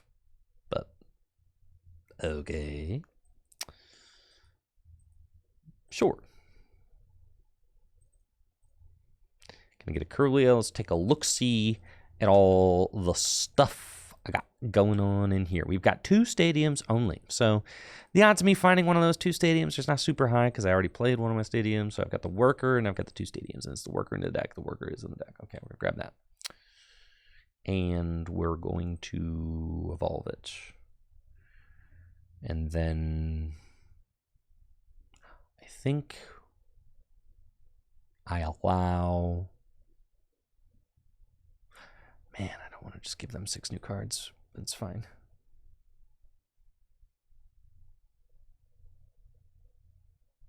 Okay. I think we're just going Curlia. And then bench another Ralts. And then we could just let this Greninja get knocked out. It's fine. Hiya! Hiya!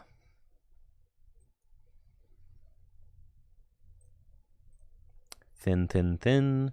Draw, draw, draw. Get some energies. And then they don't have bench space for like Sableye or Greninja, so I don't really have to worry about a lot. That's fine.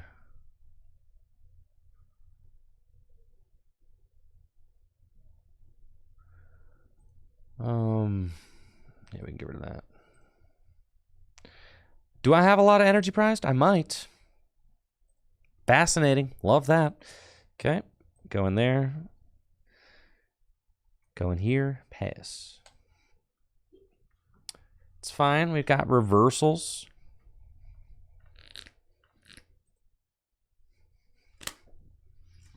Chilling.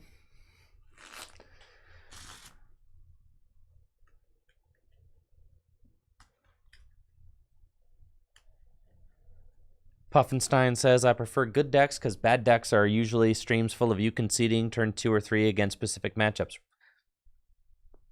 Ain't that just the way it goes? That's why the good decks are good, because they allow you to play against the most amount of decks.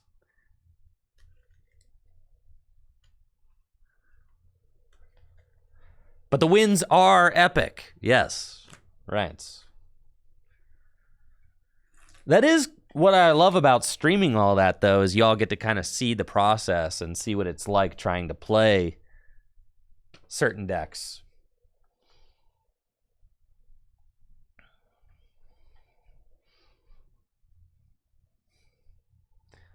Was horse good or bad? Horse was sick. That's the answer. Yo, you just going past like that, dog? For real?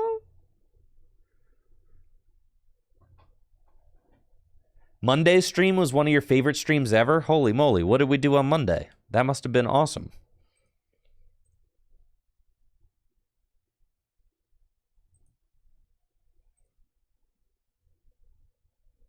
Monday was the horse stream.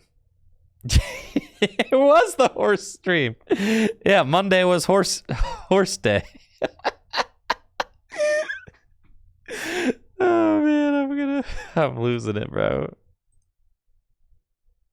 All right, we got collapsed, but I got rid of the energy in my hand. I'm a freaking goober for that one. That's fine. What if I get rid of all my Ionos, you know? That just seems ill-advised. I'll probably get rid of the Cresselia's fine. All right, got Rare Candy. We got I could Thornton. What can I have? Yo, I could Thornton into Cresselia? No, but then I can't accelerate any energy because I don't have any energy. Okay, so I'll evolve into this final one. And I will refinement again. And I think I'm going Rare Candy. We found a Psychic Energy. Holy smokes, what do we got? Anything cool? Not really. I could collapse away this Radiant Grenade. Wow, I actually don't have any attackers. So I guess I'm going to work her. Okay, that's better. Cool. Then I will concealed cards.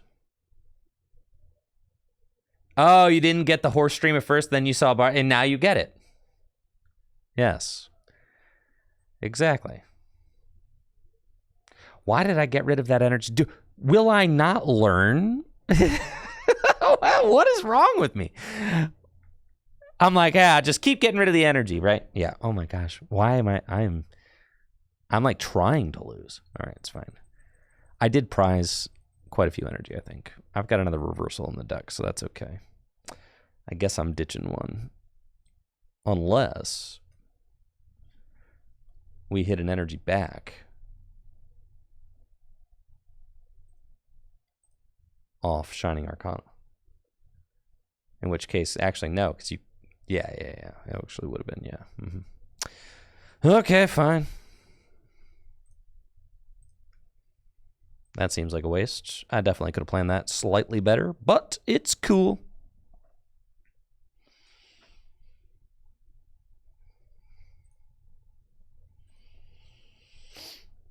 Psychic Embrace. They have not taken a prize yet, which is kind of crazy. Collapsed a ninja for what? They play paths. I just want to keep my stadiums.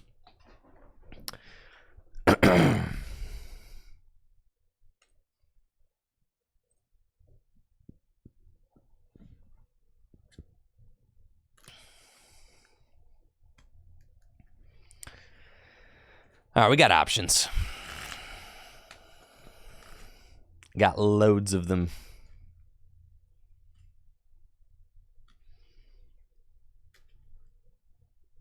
Sableye takes 2. Good, I can Iono.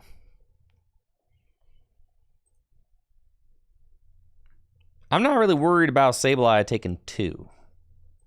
As much as I'm worried about... Yeah, as much as I'm worried about just path, right? I mean, like, that feels like the real lose con is, like, getting path locked.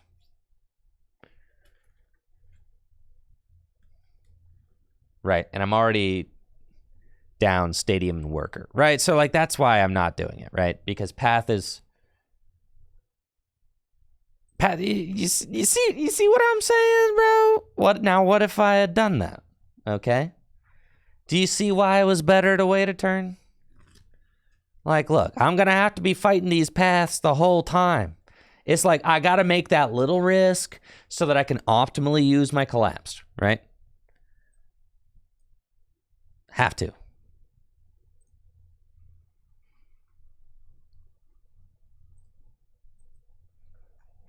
Right about now. The Funk Soul Brother. Check it out now. The Funk Soul Brother. Okay. We're going.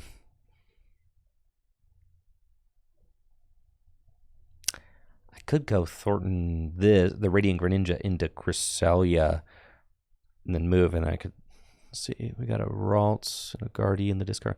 Oh, check this out, bruv. Okay. Mysterious Tail. Palpad. Okay. Uh-huh. Uh-huh. Uh-huh. Wait a minute. Wait a minute. Uh-huh. Uh-huh. He's cooking. Okay, wait for it. Okay. Okay.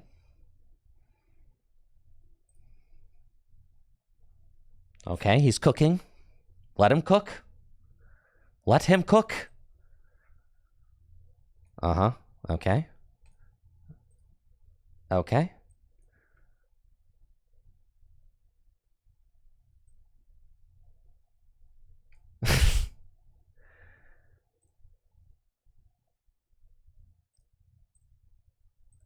I can Thornton. I should have Thornton the. Yeah, it's fine. I have to Thornton into this now. Okay, that's fine. Can't evolve. That's fine. I'm just attacking with this. It does 110. Or I can knock out the Sableye. Okay. And then I've only got 5 cards left in the deck, so I want to chill. We're going Palpad back in. Thornton Worker. Okay. And then we're going Psychic Embrace. And I can do 1, 2, 3, 4.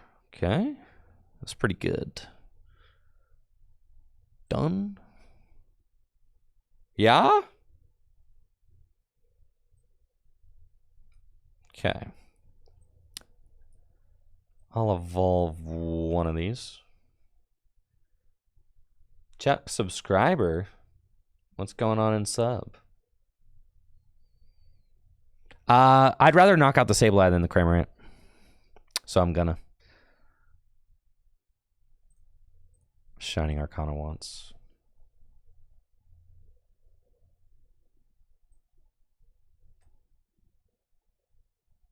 Sick.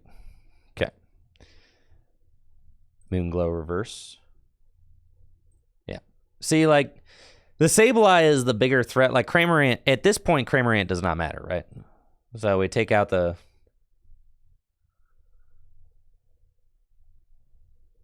We take out that.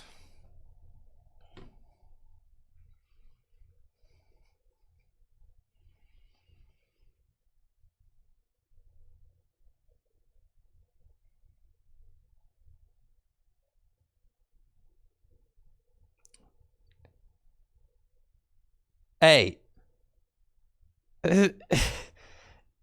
Good meme there, Knife. I see. All right, so they decided to delete my Gardevoir. Very mature. Fine. But now I will delete their Tina. And Iono them. So we're going to go Rod. Back in Ralts. Gardevoir EX. Ralts, Gardevoir EX, and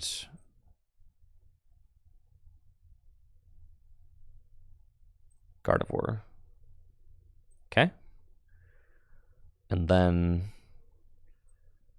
we're going here and Iono.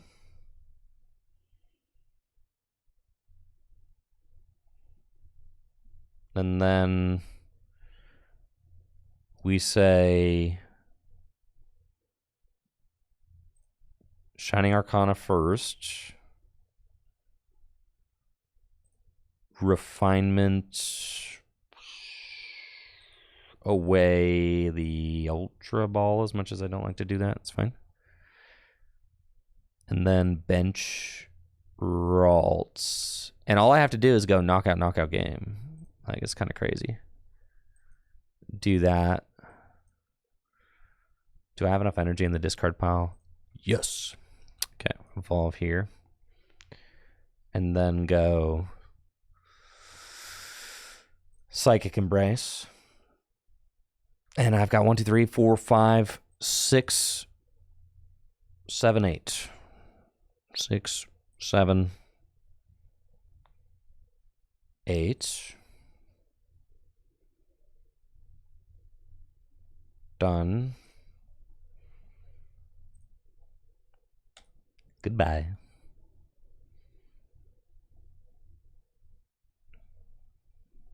Okay, we'll take our 2. I've been feeling real confident against Lost Tina today.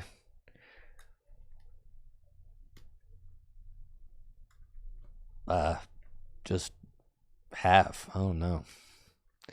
Maybe my opponents have been cooking hard enough. But I feel like I've been kind of goofing off and playing, you know. I feel like I've been goofing off, frankly, and still getting a lot of wins. You know? Like, I feel like I'm barely paying attention and we're still out here cranking out fat dubs.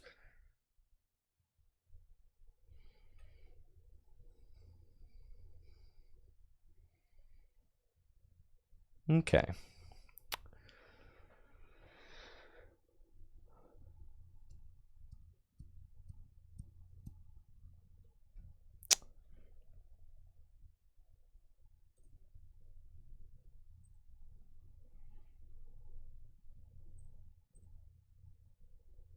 Cool.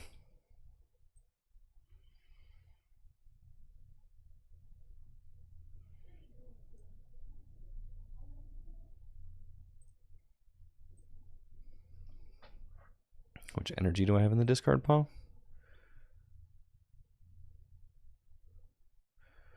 3, 4, 5, 6, 7. How many cards do I have in hand? 2. I've got 7. All right, so attack with Cresselia is like a very reasonable play here. Cresselia the Sableye and just be like, you ain't got it. Yeah, but first I'm going to see if I get win. Okay. I do not get win. But I've got cool plays regardless. So let's go.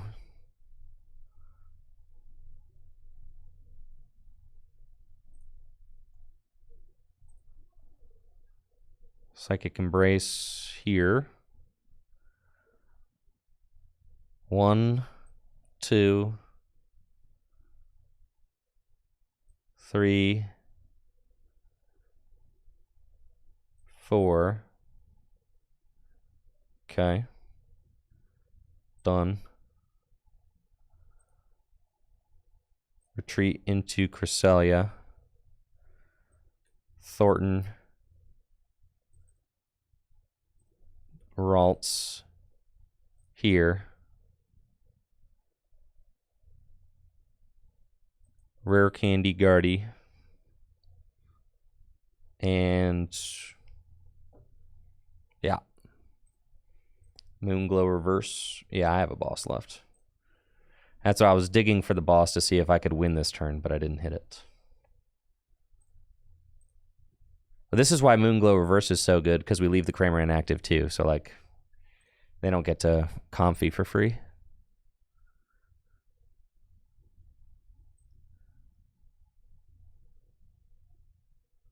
They need, what, Mirage Gate Boss, Switch. They've already used their V-Star power, so they need an energy to attach to. Nar, brar. It's GG's. And gloves. Ain't happening. It is not occurring. No way, Jose. Dude, people not on Thornton are asleep. Asleep!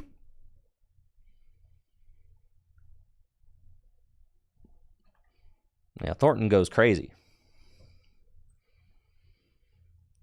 Let's see the let's take a look. Let's take a little gander here.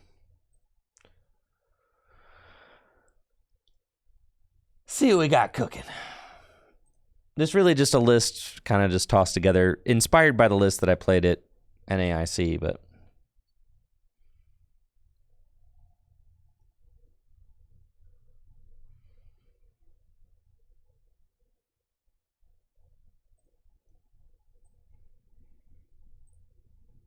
okay. You guys see everything? Yeah. Almost. Whoop. Whoop. Okay. At NAIC, I started off 5-0-2, and then I just I had really tough draws, back-to-back win-and-ins, so I ended 5-2-2. It was really disappointing after starting 5-0-2. I felt like I was really cooking, really playing well. I was really proud of the deck. I was proud of my plays, but I played against Arctura and I played against Lugia back-to-back and just had really abysmal games. The wheels just completely fell off the deck. And it just stopped working entirely. Nah, the Mirage Step is capped, Jesse. I'm not putting that card in my deck. Yeah.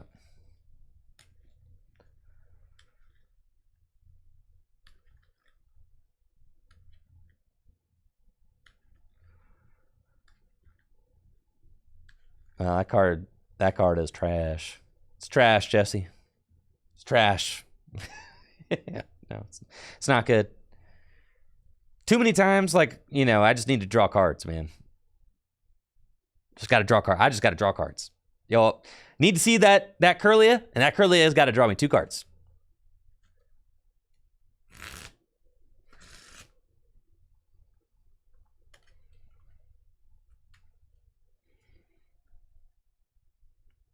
But I've really enjoyed the 3 stadium. I think is like kind of necessary now in the meta. There's a lot of paths out there. I know. Well, Gustavo built different, all right? Not everybody is Gustavo. That's fine.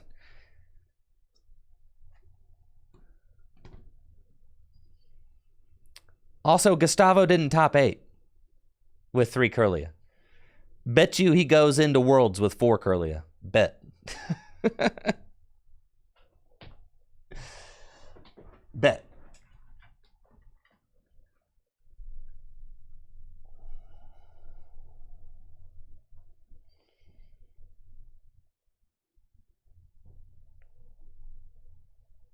But the 4 stadium counters has been really good. I mean, with Worker and 3 stadiums, you're not even sweating, right? And then I've got the extra Artisan in here just because I feel like going into Worlds, you have to set up turn 1, period, right? Or else, because it's 50-minute best of 3 and you can't afford to lose, right? So that's when I said the tournament structure will help dictate your deck building. You kind of need to. It's instead of the 4th level ball, I'm playing an Artisan now, in that spot. I really like the Thornton. I feel like it just gives you more flexibility, more recovery. I like that. The 2 reversals, that's kind of cool. Gives you some comeback potential, gives you some good explosive plays, right? I like that. Also, versus Lost Box decks, it allows you to attack without damaging your guy, which is crazy, right? Up against Lost Box, you could just be all right, reversal knockout. You can't do anything about it, because 140 is out of range for Sableye. So if you're attacking with, Guardy 140 just with a reversal, yeah. It felt great to play all day today. The Thornton is technically is like technically a flex spot, but I like it. So I play it. And you watched me play all day today. I didn't play Reversal at NAIC either. I played 11 Psychic. But now I'm Reversal pilled now. I might have won one of my win-ins if I had reversals. So that's on me.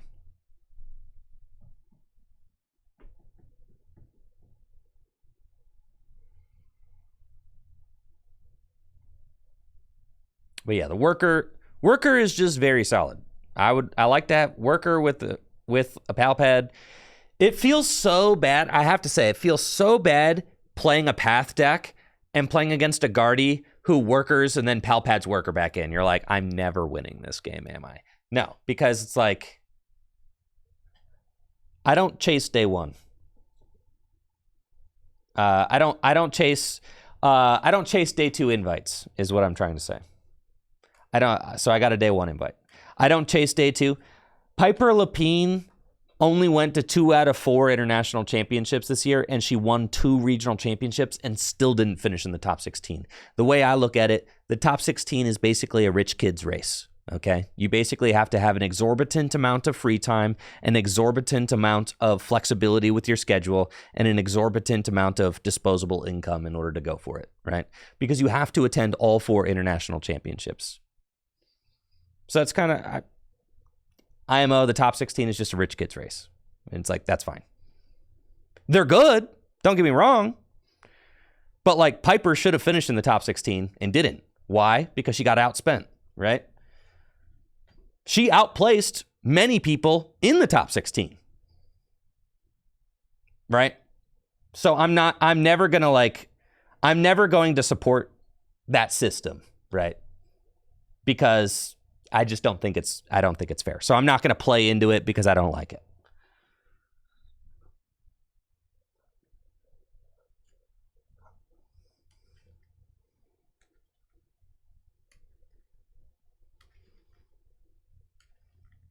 So, and that's not any disrespect to anybody who finished in the top 16. It's a very big feat. And it's very difficult to do. I just don't like the structure of the top 16 race.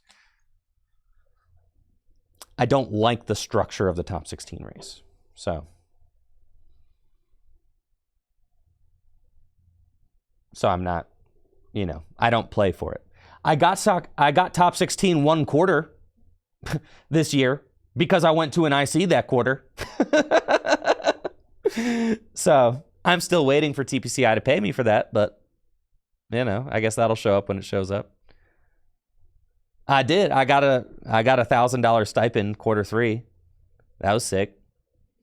And that's just because for that quarter, I happened to go to EUIC. I went to 2 ICs this year.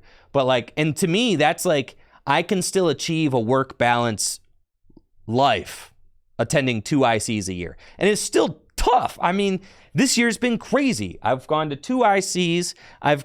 It helps that 1 IC is in my backyard. I'm going to Japan for Worlds. I went to a bunch of different regionals. It's tough. This next year, I'm probably just going to do the lazy invite. Go to some locals, go to Indy, go to Pittsburgh, and probably try to do the lazy man's invite this year. The lazy person's invite. Which there's something to be said for doing that because, playing Pokemon cards in my mind is like a marathon, not a sprint. I'm not trying to burn myself out. Whatever I do for the hobby, it needs to be sustainable because it's also my primary source of income. It's what I use to pay all my bills, right? So it's like, I can't do stuff just for the glory of it, right? I can't just make decisions just for clout.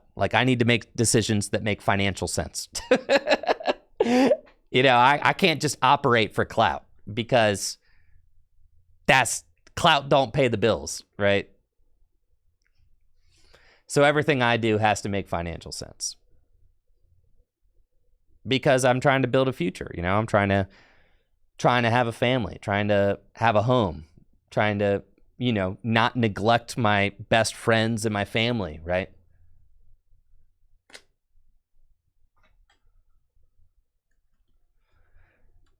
There's a lot of, if you're playing Pokemon at that level, it's almost like the rest of your life disappears. Because you have to sacrifice everything, every part of yourself to do that. And I inherently disagree with living and playing that way because I've always seen Pokemon as a Division III sport, all right? I'm someone who went to a Division III college and I did Division III running and I competed at the national level. I even won a national championship in Division III NCAA running, NCAA indoor track and field, right? So I know what it takes to compete at that highest level, but Pokemon cards in my mind is not a Division I sport. You cannot make a living just off of tournament winnings and things like that. You're not getting a Nike sponsorship, okay? It's not happening. It's a Division III game, right? It's Division III card sports. Yes. You're not living off of those tournament winnings. There are opportunities within Pokemon, but most of them are not lucrative. And for, in my mind, Pokemon is about who you are as a person and a competitor. It's about leading a holistic life. That's what Division III sports are about. That's why I buy into it so much. It's about living a life with competition and family and friends and other enriching activities all balanced together. I don't think that Pokemon should require that people sacrifice their entire being to compete, right?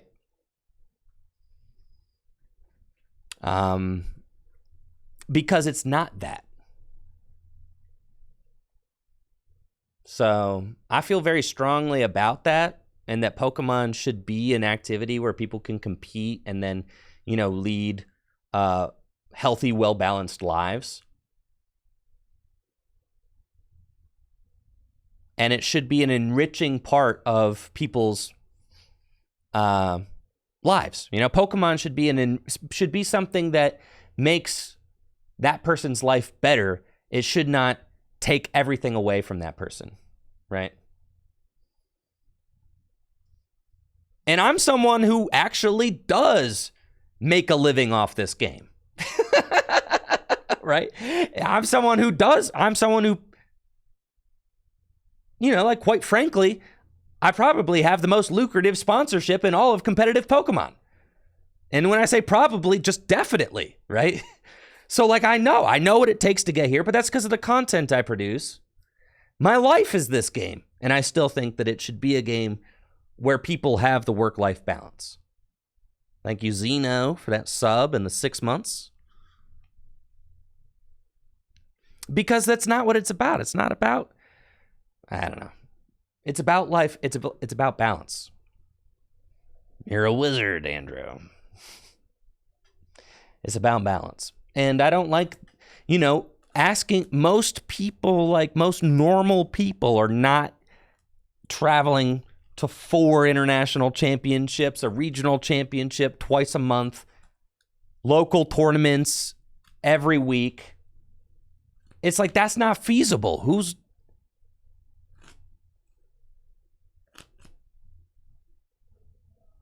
It's not feasible. So, and, really, if you do want to, if you want to turn Pokemon into a career, then you got to make content. That's for sure. You think of yourself more as a content creator, but then, in my mind, the best part about being a content creator is being able to share how enriching Pokemon can be as an activity, right? And which is why I always try to emphasize the importance of locals and the importance of building your community and all of that. Right now, my favorite part about playing Pokemon right now is going to a Full Grips League. It's my favorite part. I like it more than regionals. I like it more than nationals. I like it more than going to worlds. My favorite part about playing Pokemon right now is investing into our local league. And that's why, and I think that because that's what it's all about in my mind. So, yeah.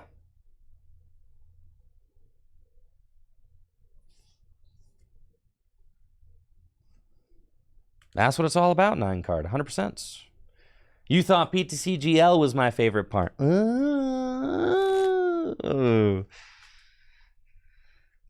I just think it's important for people to understand that you don't have to chase a world championship invite in order to be a valuable member of this community and have fun.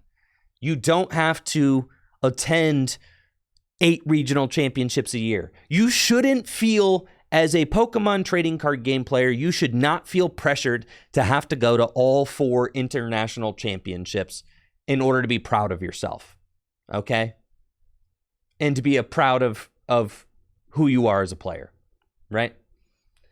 And I think that sentiment is not represented enough. I feel like people in the community, you just look and you see what you see on Twitter, and you see people flying all over the world, and you get a case of that, the jealousy, and you're like, oh God, I wish that were me. I can't even play this game unless I'm going to every regional championship. But it's not. Exactly, Sticks. That's why I feel so connected with skateboarding, because for me, skateboarding is all about personal expression as well. And Pokemon cards is the same way. It's about personal expression. It's about building relationships. It's about meeting people. It's about just having fun and playing the game. Thank you, Teapot Jim, for that Prime sub. So yeah, I'm not worried about it. This next year, I'm just going to try and go through the motions and have some fun. Now, I went all out. This last year, I went all out. For me, all out, which still didn't involve going to all 4 internationals, because I think that kind of commitment is crazy, right? I've got stuff to do. I can't afford to do all that. But I went all out, as in I traveled to a lot of regional championships this last year. And that's because I was incredibly motivated to go to Japan. I lived there for 3 years when I was a kid. I very much wanted to return. And I was like, and there was no announcement of local tournaments at the beginning of the year this past season. So I went all out, right? For myself. And, I got the invite and more. That was fine. But this next year, I'm going to, I'm probably going to dial it back and try to just work on more of a work-life balance, because for me, Pokemon's work, and it is work when you're going to that many tournaments. It's work, but I'm going to really focus on making sure that it's still a fun hobby and that I'm not burning myself out, because really, if you want to do it long-term, you can't, right? Because you can only sacrifice everything else in your life for so long until you just basically have nothing. So, yeah. I'm really passionate about local leagues lately. I'm really passionate about the Gym Leader Challenge League that we have going on. And that's part of why I just love Gym Leader Challenge so much, is because I feel like it gives players that.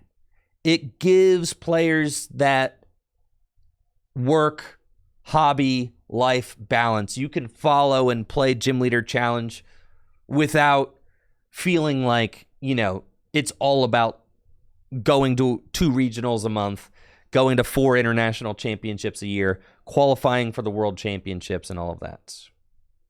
So I'm feeling very passionate and very motivated about that right now. One step closer to a national GLC circuit. Well, that's what I want. There to be some sort of formal league GLC thing. I think it would be great if TPCI supported league seasons. For Gym Leader Challenge or something. So, yeah. Anyways, I'm sweating like a hog. That's it for the stream. Thank you all so much for hanging out. Hopefully you had a good time watching. And I'll catch you tomorrow. Opening Obsidian Flames tomorrow morning. So exciting! Courtesy of the Pokemon Company International, thank you for the gift. The gifted product from TPCI.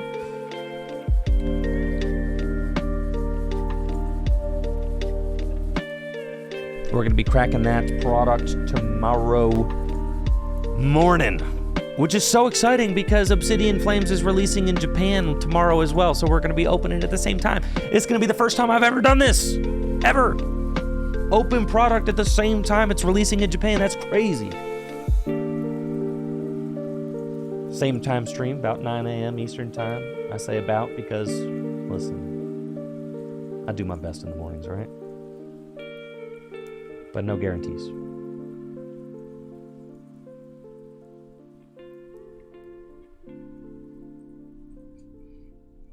Let's go say hi to Urzaday.